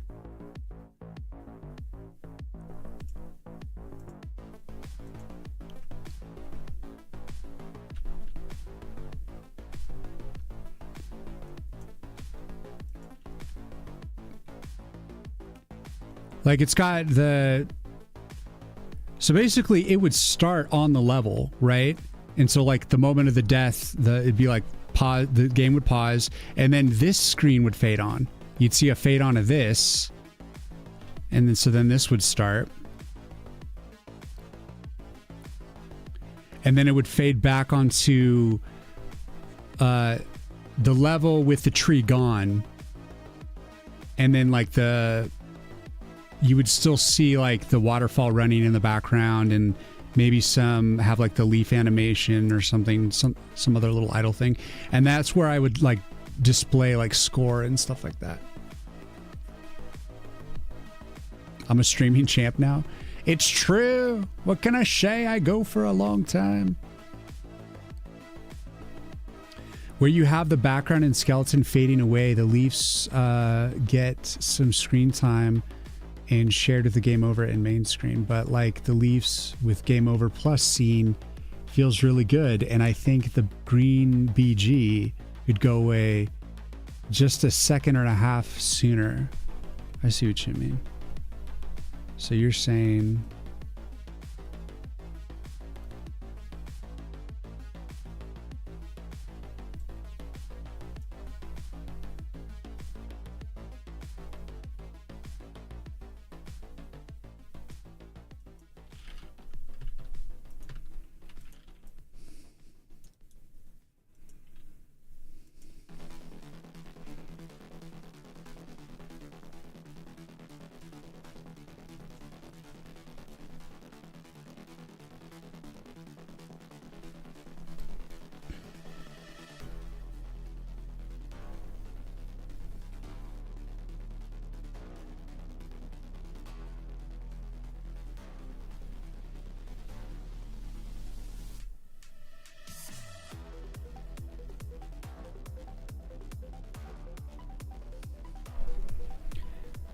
I like it when it's already like in dust mode.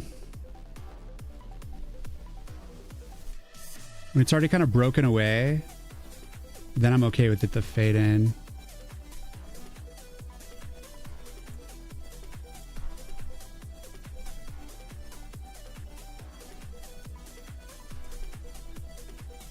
Like that.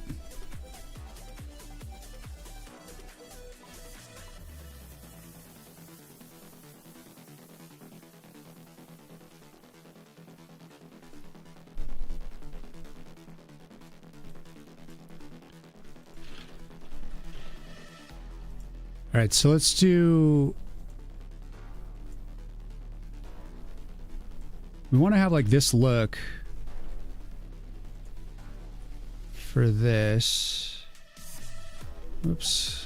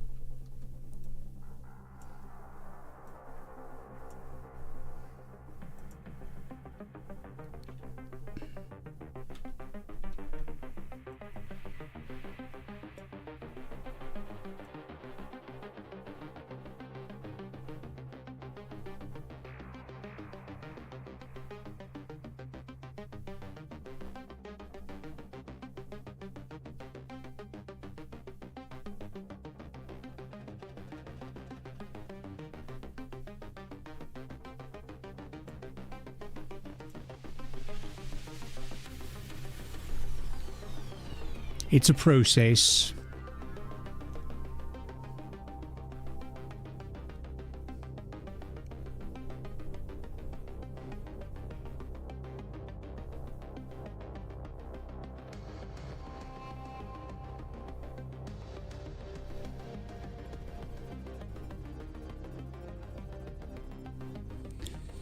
Yeah, like we'll see where it lands in the end, Medusa, because we also have to consider there's going to be sound, and I'm not sure exactly what the sound is going to be and how that will influence things as well, because then I may want to orient things around the sound, you know?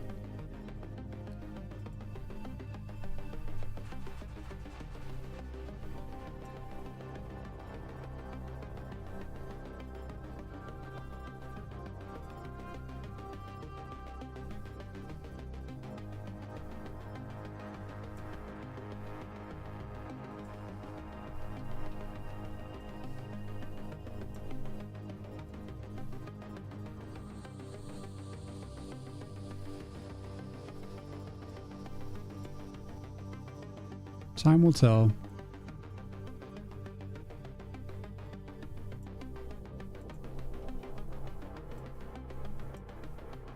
Come on.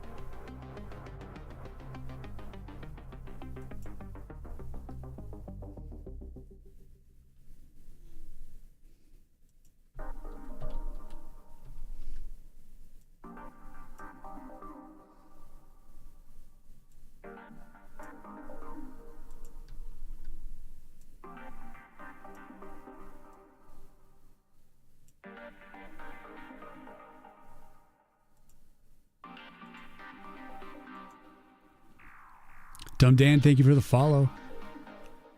All my projects stall at tech demo.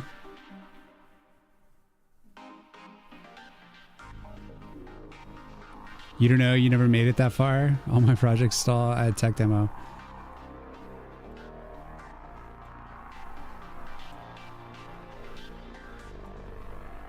Well, finish, damn it.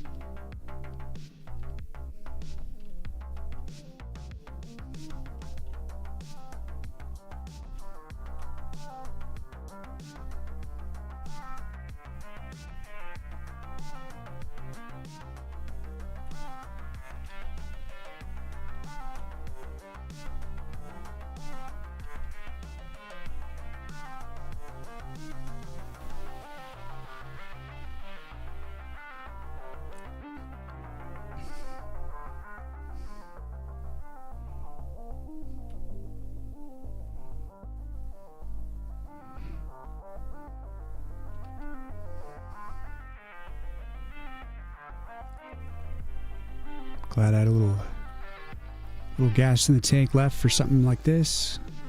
It's kind of a no-brainer. Not too much design decisions, just kind of making the same portrait but in spirit form. A little bit of drawing, but not a big deal.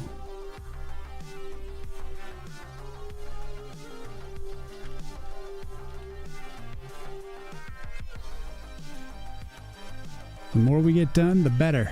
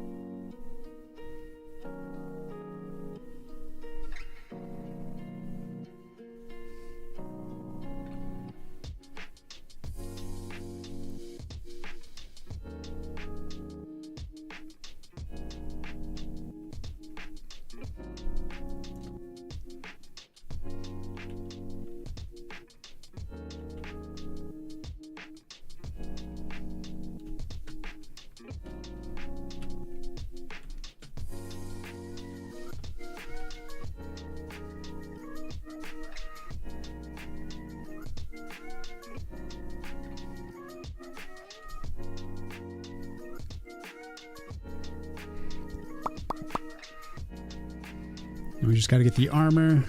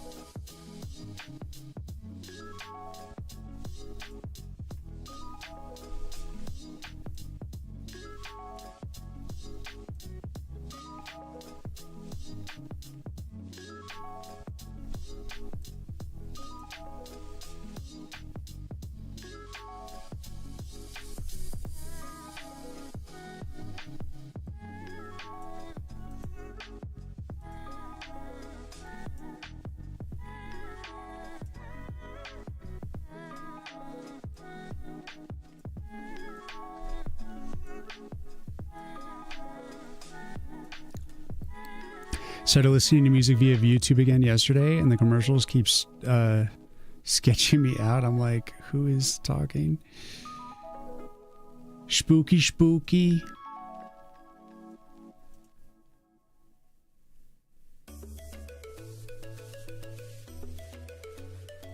It's just some spooky people.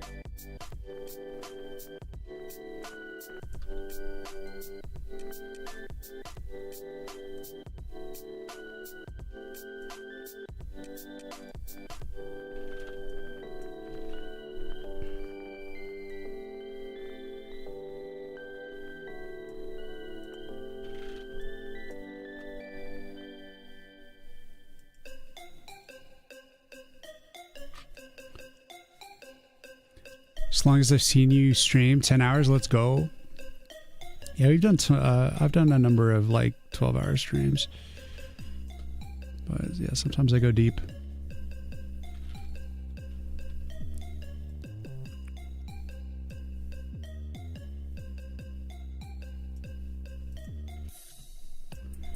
Sometimes.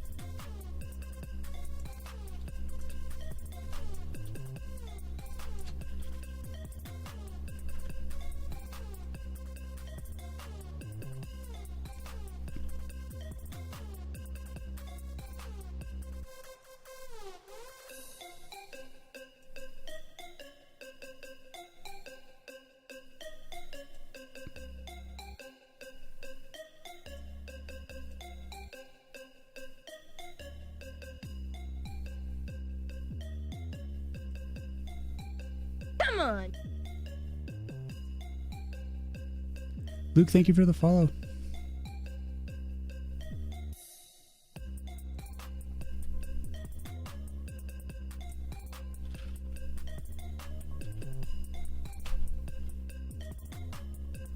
Come on.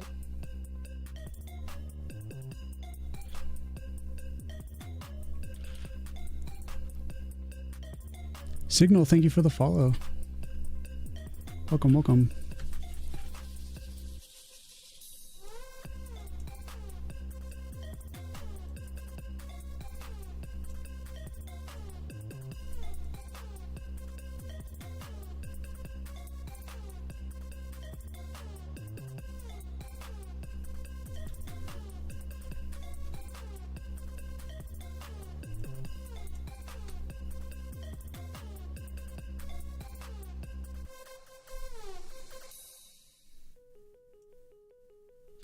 Manna Candon, welcome in, man.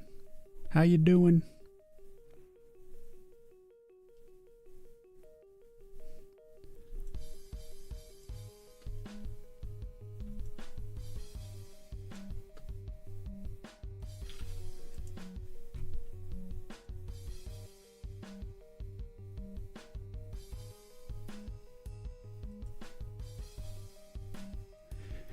Beautiful, beautiful, beautiful, beautiful.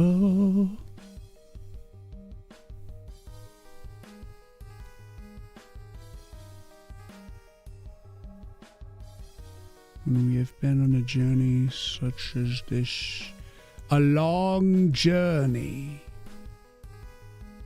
we must play an appropriate song to match the epicness.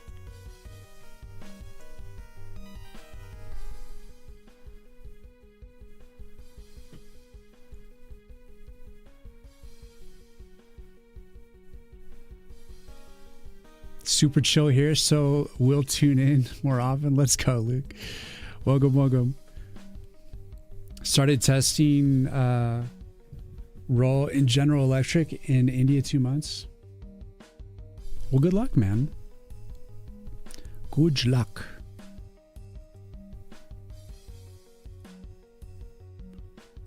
Let's see.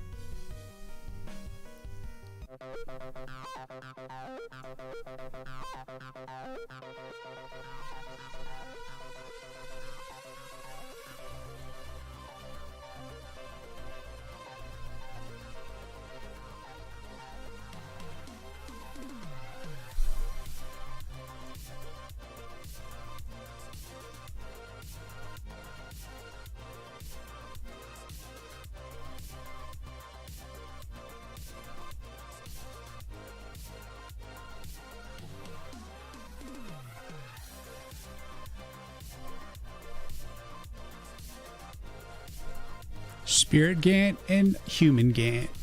Well, Elven Gant.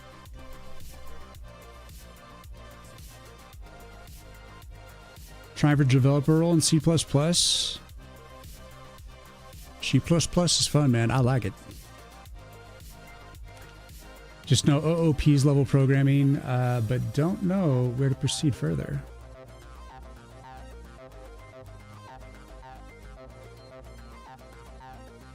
You mean just in general about learning C++?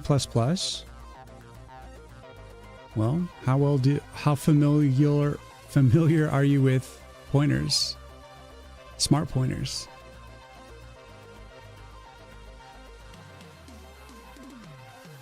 If you only know object-oriented programming and you're new to C++, then you definitely need to get really familiar with all the different forms of pointers, from references to smart pointers to raw pointers, and handling it in every which way. All of the things. All of the things.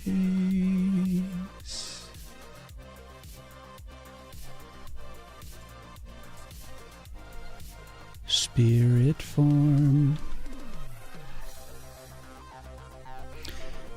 Means we should probably add like a little bit of glow to this one, maybe.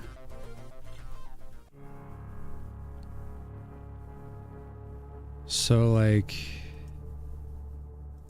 let's see. Duplicate this. Do I want to put like a addition on it?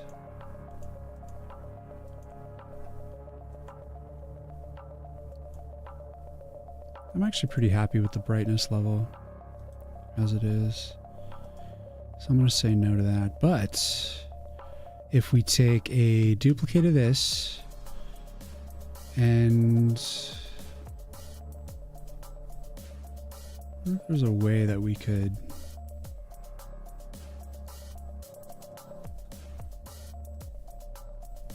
honestly, you probably don't need to do anything. Just fade it or blur it. Get a little blurry blur. See a little blurry blur?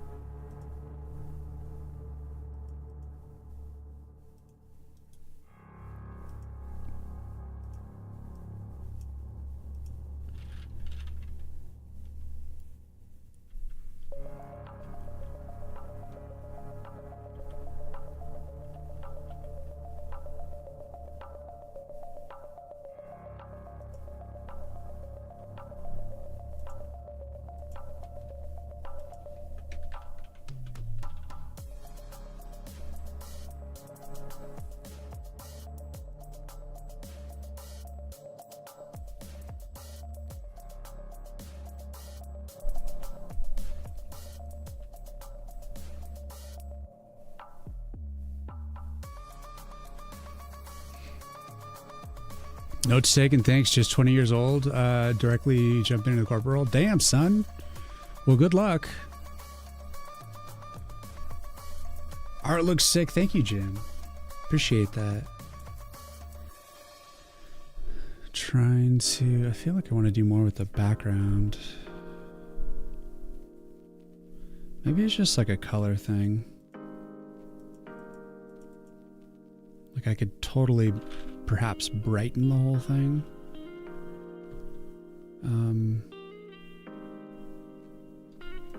I'll duplicate this. Do a addition with it.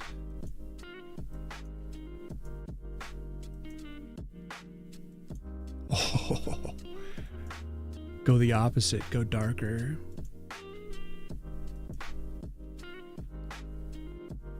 Oh yeah. Oh yeah. Yeah, baby.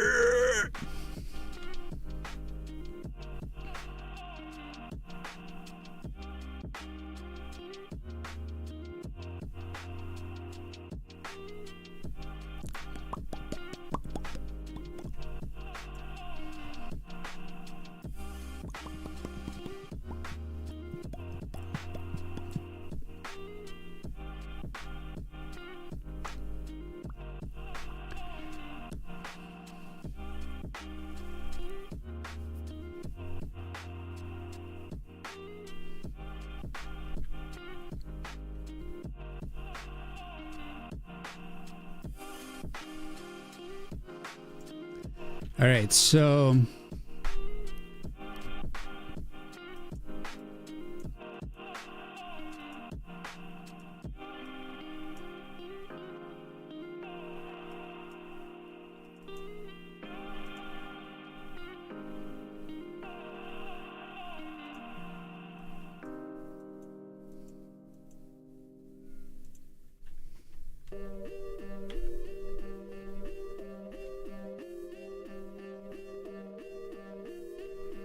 what game engine am I using to develop your game? I am just doing my own thing.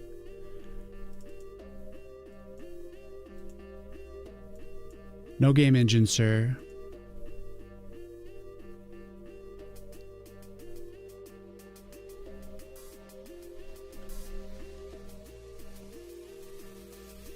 Dun, dun.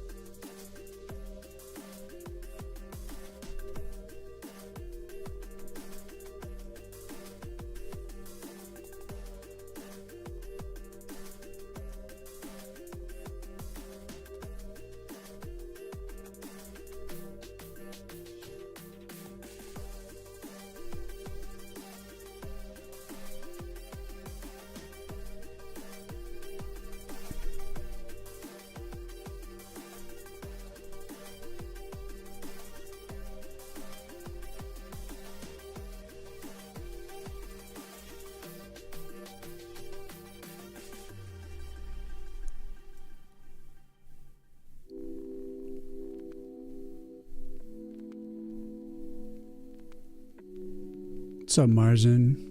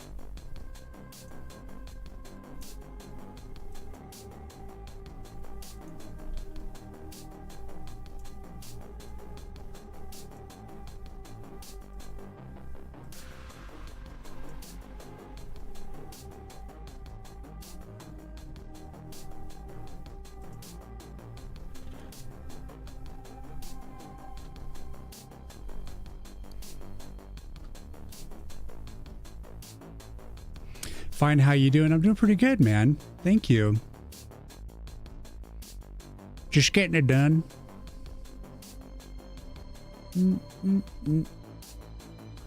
Oh shit, it's columns. Turn up your treble. This game is horribly mixed, but, or this song, but man, did I love this game. Namely for this song. Ah! Alright, that's enough high-pitched ass shit. I'm gonna take that off, actually. I don't want to hear it on this playlist again. We have to be careful with our ear holes. Did you not know this?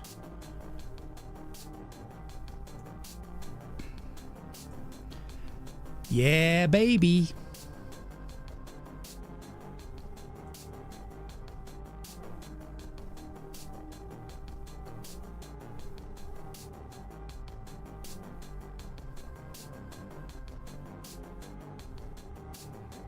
All right, so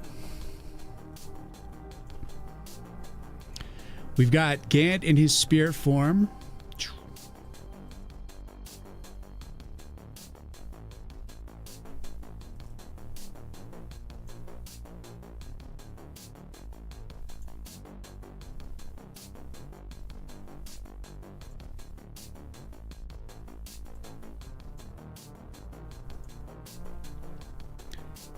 I mean, if we wanted to be like super canon about it.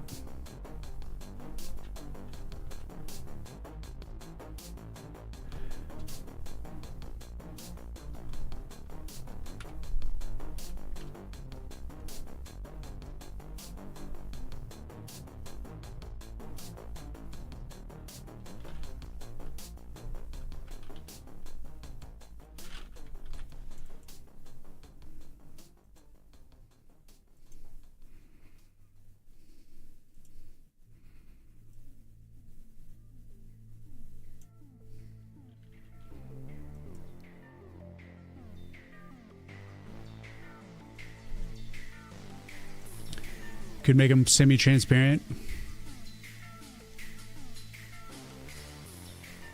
I think that just would look like shit, though. I don't know. It's cool, but it's not like, because of the detail poking through, I think it would just always look bad. Unless we like, what, went like 85. If we did it high enough where like we didn't even really notice the transparency that much, it just becomes pointless. I remember working with a sound engineer one time, and one thing he told me, which I always thought was good advice, that if you know you have like a certain instrument that you keep turning down and it's like it only sounds good when it's like barely audible, he's like, if it's not good like turned up, like way up, then it's probably not worth having. Which means if like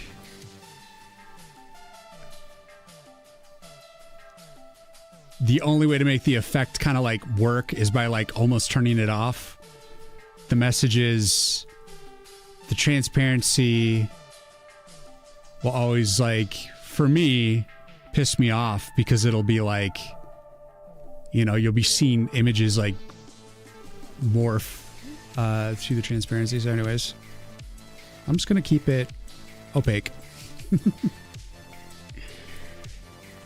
That's it. I'm not gonna bother. I should have that Mary in here.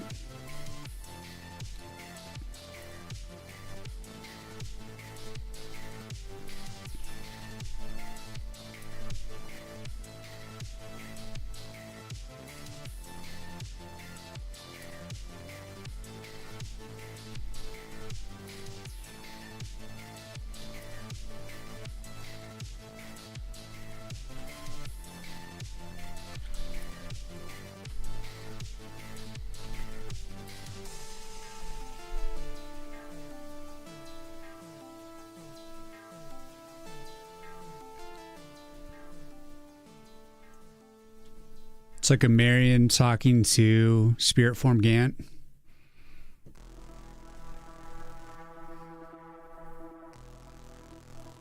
mean, they look like they're part of like the same tribe, right?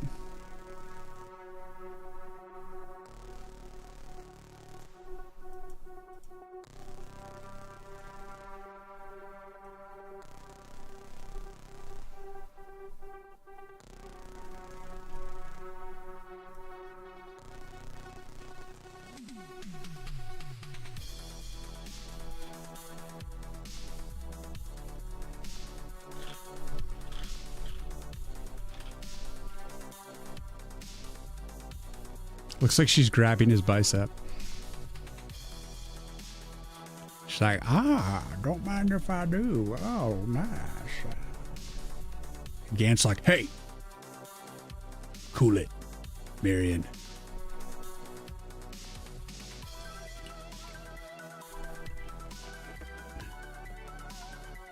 You damn horn dog.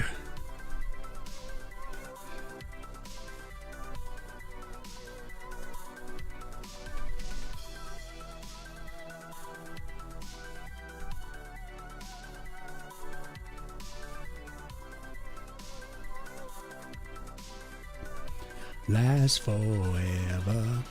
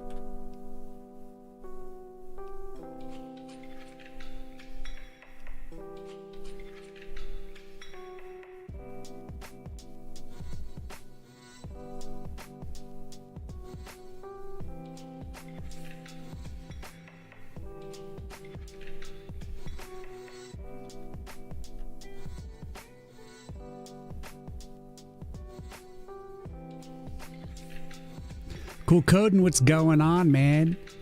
Didn't use an engine, he wrote us from scratch, that's right. Is writing is correct. You're in the process. And by we, I mean me. I'm just a solo dev. But I do think of myself as an entire team of people because I say we constantly on stream. So that must be what I believe. I don't know. Multiple personalities?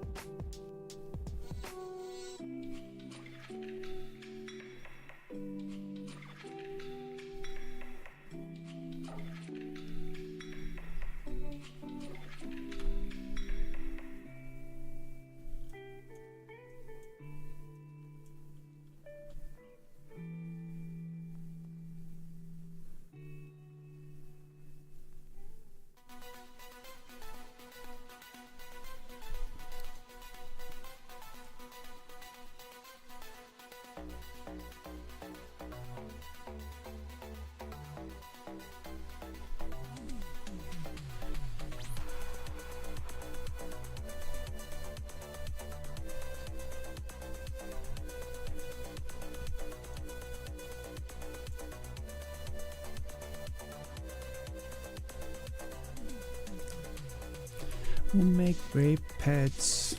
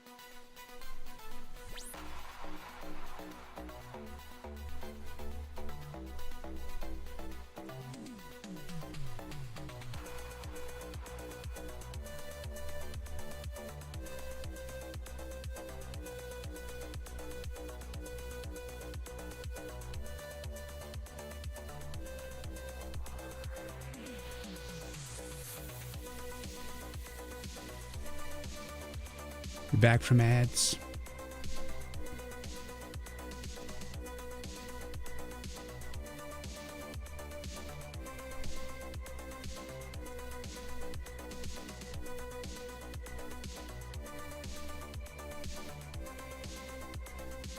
We'll make great pets. We'll make great pets. So I think I'm going to start looking for someone to raid. I think I've hit my maximum productivity for the day. I don't think I have anything more to give. Did a lot of cool stuff. Actually went above and beyond what I expected. So that's awesome. That's fucking sick, bro. Nanos. Yeah.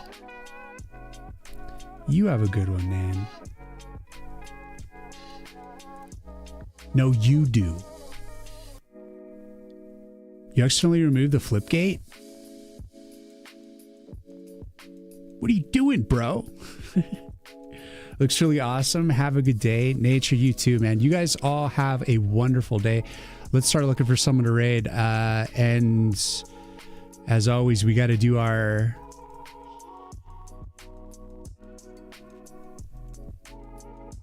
ritual. Nan was lurking? Yeah, Nan was hanging out. So I'm looking.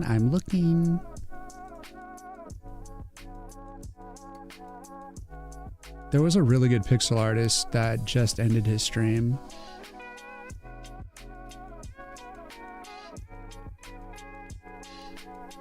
And I was about to raid, but he's gone. He literally just left.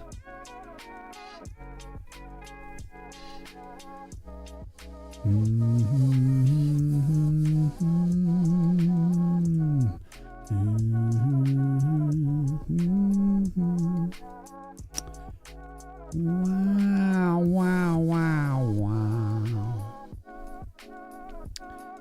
Ring, ring.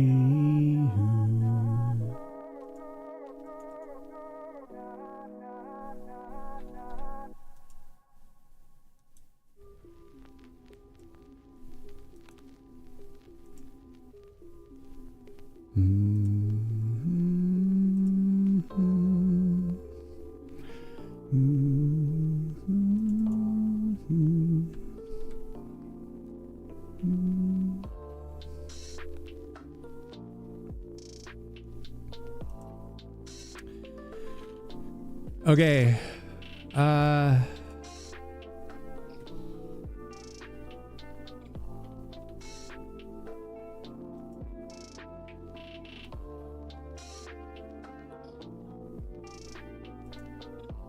I'm still figuring out who to raid.